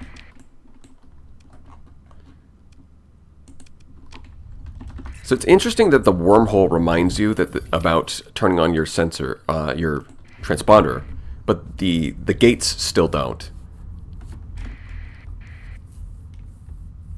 Interesting. I try to find red lights, but all I get is spy sat missions. Now that's a throwback. I try to find things to fight, but all I find are spy sat missions. Wait, how is there a gate in limbo? You can't put gate hauler there. Are you sure? Because I put the gate hauler there. That's what I did. I just put the gate hauler there. That's why there's a gate there. I did exactly that thing. I mean, you guys have no... Okay, look, alright, Pirate Armada. We just killed Threat. You might not know what that means, but you should, because you should be terrified right now.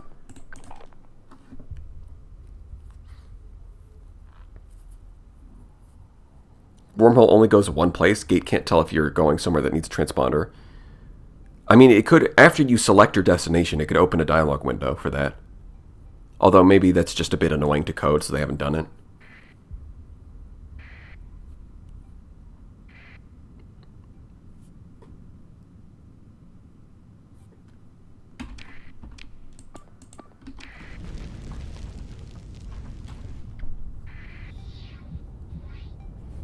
Pirates are witnessing horrors beyond human comprehension. Witnessing horrors beyond human comprehension. They don't get it. Aye. Just die already, matey. You're boring me. I like to imagine that's what the pirates would say if they saw Threat.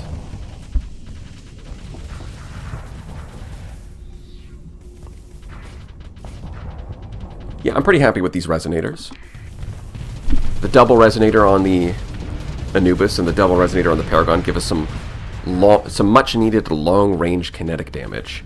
Combined with the Astral having the Squall, I think we're in a pretty good spot. Now I just need to get myself a Rift Torpedo, so I can go crazy. They transcend fear with stupidity. Exactly. You can't be scared if you're too stupid to understand that you're in danger. That seems to be the pirates' logic when they fight the player anyways.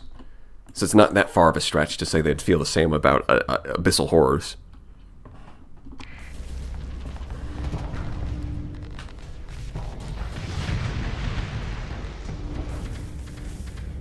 So yeah, I mean, so far the carrier does... Like, the Astrals feel solid.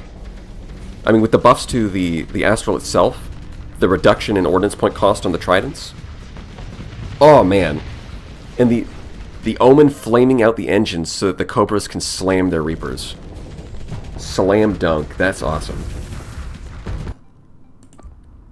But yeah, and then the carrier skills themselves getting a small buff. I think overall, it's put them in a pretty good spot. I like it. I like how Astrals feel today.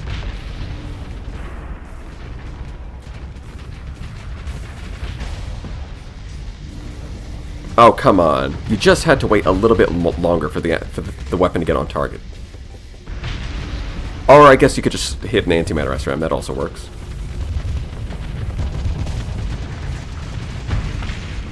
Kaboom. But yeah, okay. So I finally got my hands on the Astral, and feels like it's in a good spot. I am very happy with this.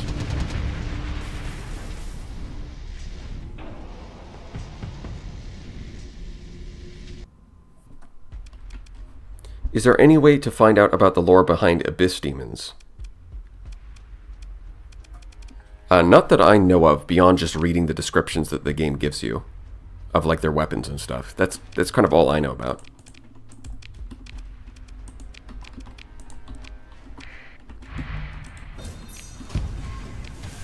Thank you, Pirates, for continuing to donate to my resource pile. No! Are you... what? Why would that be number 1?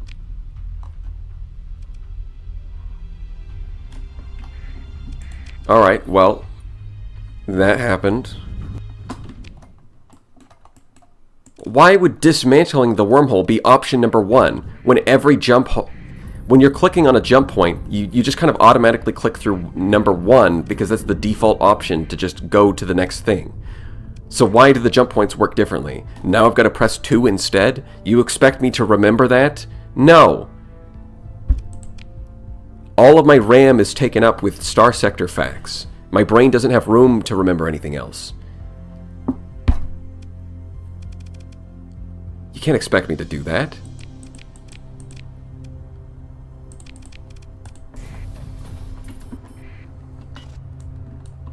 I did get trolled.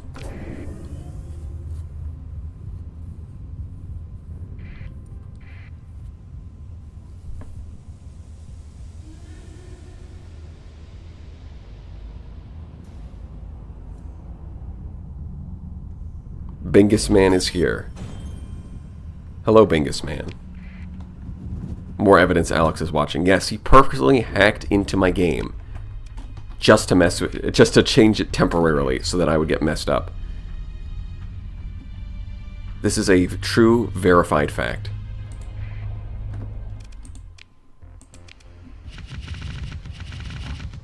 We all saw it happen, right? There's no denying it at this point.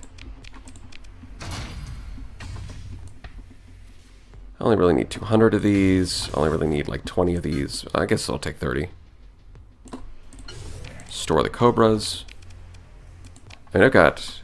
take that. I'll drop off a bunch of supplies because I don't need this many.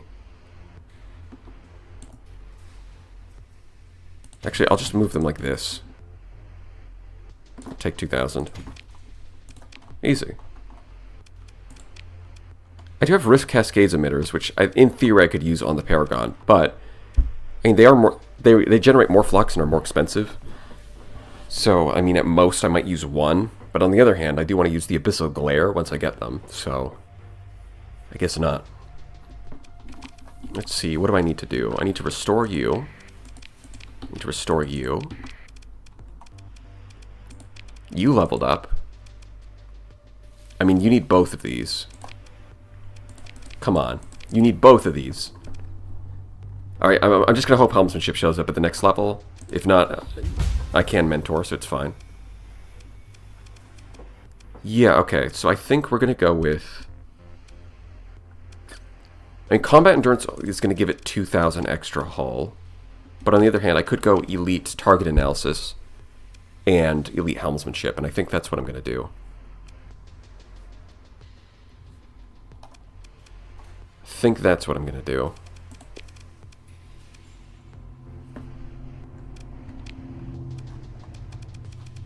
Let's see, what can I get for the Astrals? Do I care about the SMod bonus on this? ECCM package. I don't think any of the enemies have flares. Strictly speaking. Although Remnants do have ECM, so reducing that penalty is probably... it's okay. For 5 ordnance points, it's probably fine. Might as well. And we can drop a few more caps and sneak in deck crew. Just to make sure that they don't run out of replacement rate. Like so. Alright. Oh yeah, and of course, I do want to get some heavy burst lasers onto these things. But I guess the question... Okay, I've only got... Annoyingly, frustratingly, I only have 3 instead of 4. When I want 4. Weapons. Do I have the blueprint? Type. We're looking at energy. Okay, is anyone seeing heavy burst laser? I don't see it. Auto pulse, IR auto lance. I mean, there's some good options in here, but not the one that I'm looking for. Alright, I'll just have to buy them from Tritachyon, I guess. And I also don't have the... I'll have to wait till I get more story points so I can S-mod hardened shields, and then I'll use those ordnance points to get 2 heavy burst lasers. And then after that, I guess it'll just be flux stats. Alright, that sounds good. That sounds good.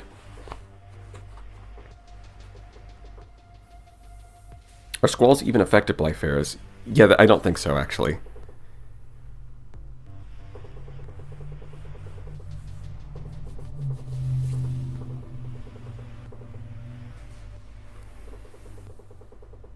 No, I'm not looking for... no, I'm not looking for the auto lance, Samson. I'm looking for heavy burst lasers to fill these slots. So I would have to go to Tritac.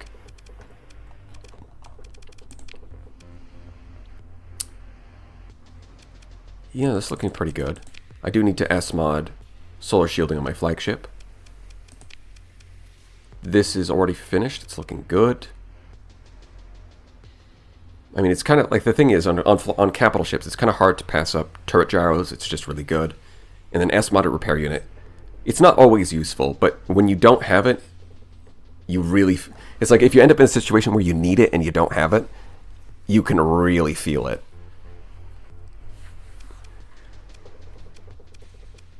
Yeah. And this is looking pretty good.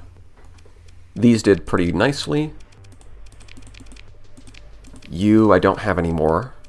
I could put shock repeaters. I mean, it's kind of hard because they're more expensive than burst lasers, and the burst lasers do benefit from magazines anyways. So switching them over to shock repeaters seems kind of like a bit of a meme. Maybe shock repeaters here, but the reduced range... It's like shock repeaters don't seem like... They seem more like a hybrid offensive-defensive weapon. They tend to be better on close-range ships, but putting them on an Omen doesn't make a whole lot of sense. So I don't really think there's a slot for them in my fleet, even though they are cool.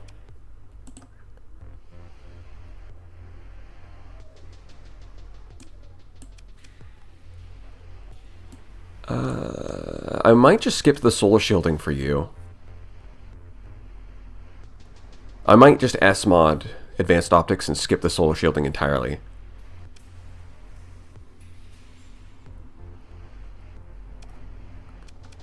I think that's the where we're going with that.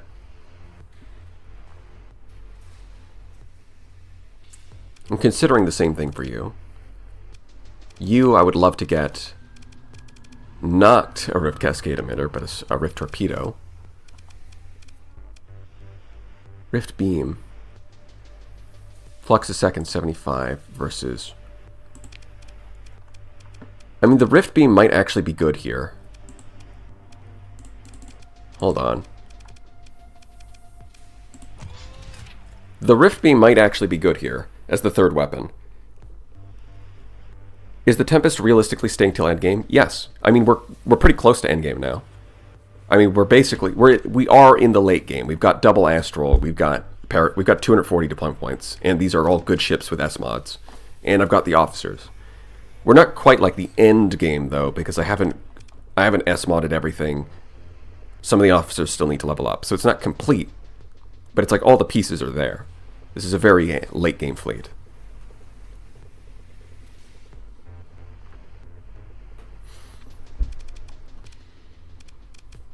Alright, we'll send them to... we'll give them a little repair, and we'll send them for a spin.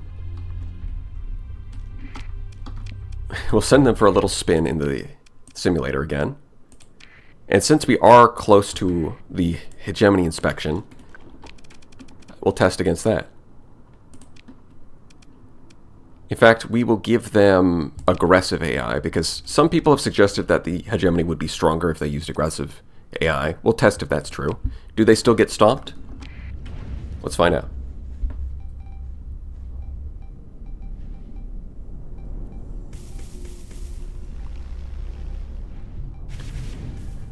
Let's see.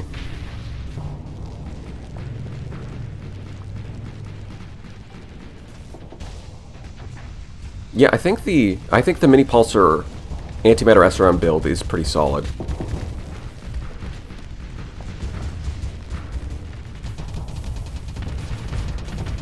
How are you doing with the Rift Beam? Well, you're not in range yet, so it's hard to say.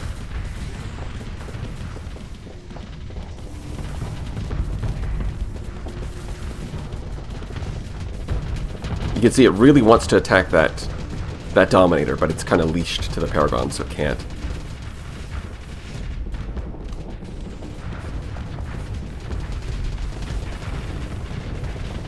Yeah, I think the Rift Beam is being held back by its range right now, more than anything else. I think I'm going to switch back to the Auto Lance just because it has more range. Uh-oh. Uh-oh. He's fine. Not a scratch on him.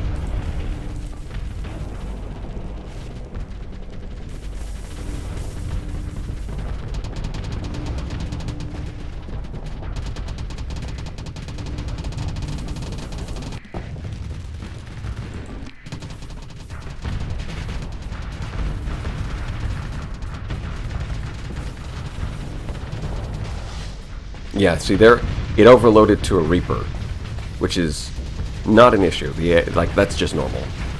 Okay, so yeah, the shield bug did get fixed. The AI is just trying to not die to Reapers, which is impossible. You're gonna die either way, but you can try.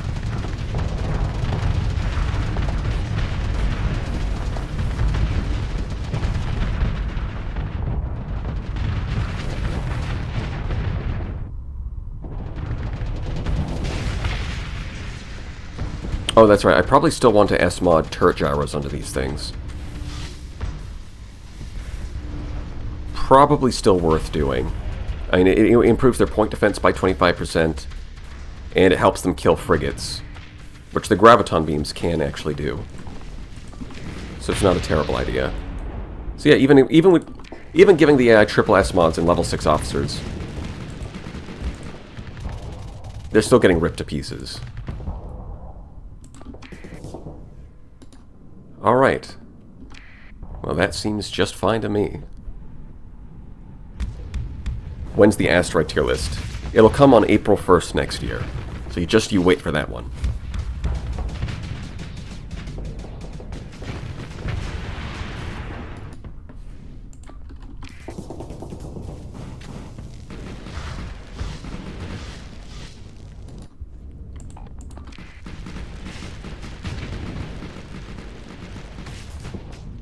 Have you experimented with Void Blasters yet? Not really.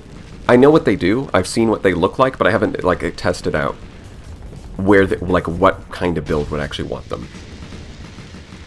I have a build right now with Lion's Guard Eagle with Void Blasters. That might be good, actually, because Void Blasters are technically a projectile, so I think they do get the extra range from Energy Bolt Coherer.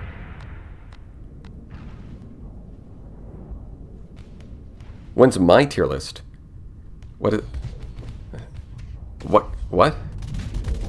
A tier list of what? That Omen is doing to... Well, that's what Omens do. Extinction Bomb, there's nothing unusual here. That's just what Omens do. Have you tried Neutron Torpedo Omen? I have. It's very good at punching up. I'm not sure I would actually want them on Omens, though. Although there's definitely a place for them, because they just do so much kinetic damage. They do so much kinetic damage. There's definitely a good place for neutron torpedoes. I just don't think... Well, maybe on the Tempest instead of the Sabos.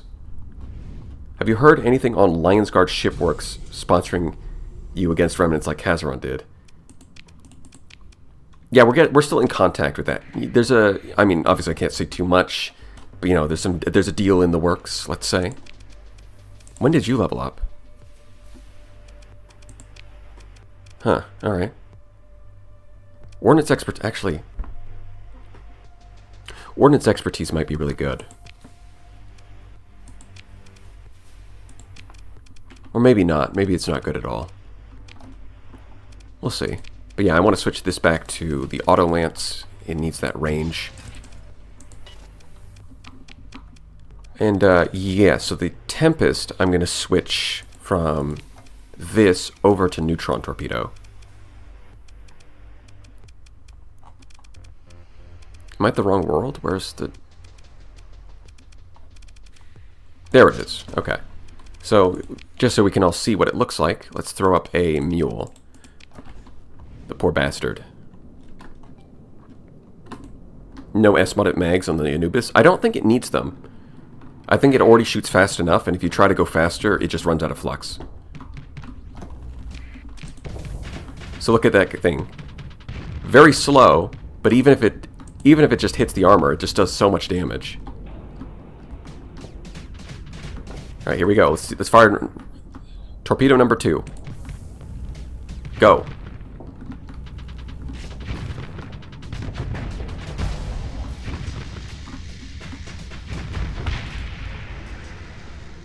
So that's why I say it's good at hitting bigger, slower ships.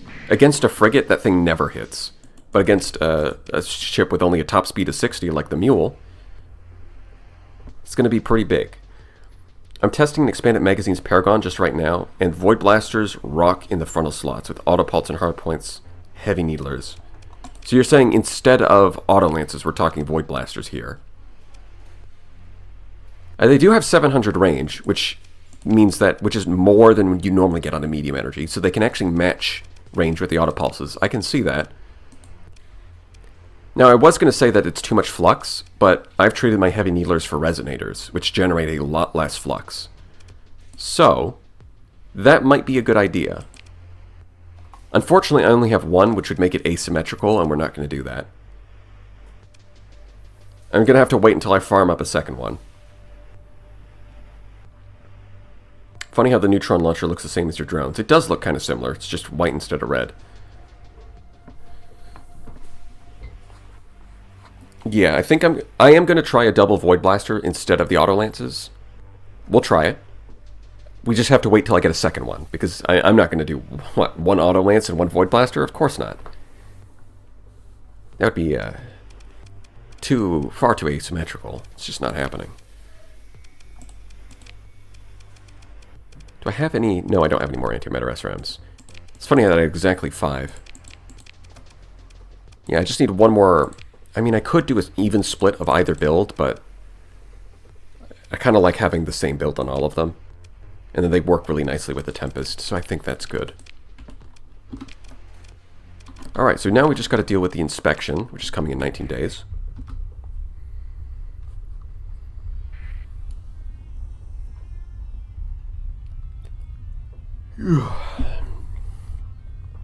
Alright, so that is a little over 6 hours. And we made a lot of good progress today. We tested out the Astral, we beat some of the threat. We couldn't find any demons, they were hiding from us. But we've gotten a lot closer to what our endgame fleet is going to look like, and the Astrals performed well. The buffs seem to have done a good job. How are the literally demonic weapons? Very expensive, so how good are they for their cost? I'm not really sure. They are impressive in their effects, but again, ordnance points is a lot. So, I think I'm going to call it here for today. Hope you all had fun, or fell asleep, whichever came first. I'll have to see you all next time.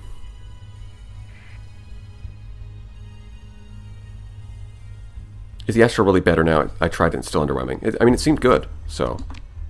It seemed good in that threat fight. You know, once I stopped trying to rush the Fabricators, it was a lot better. Yes, happy Easter, everyone.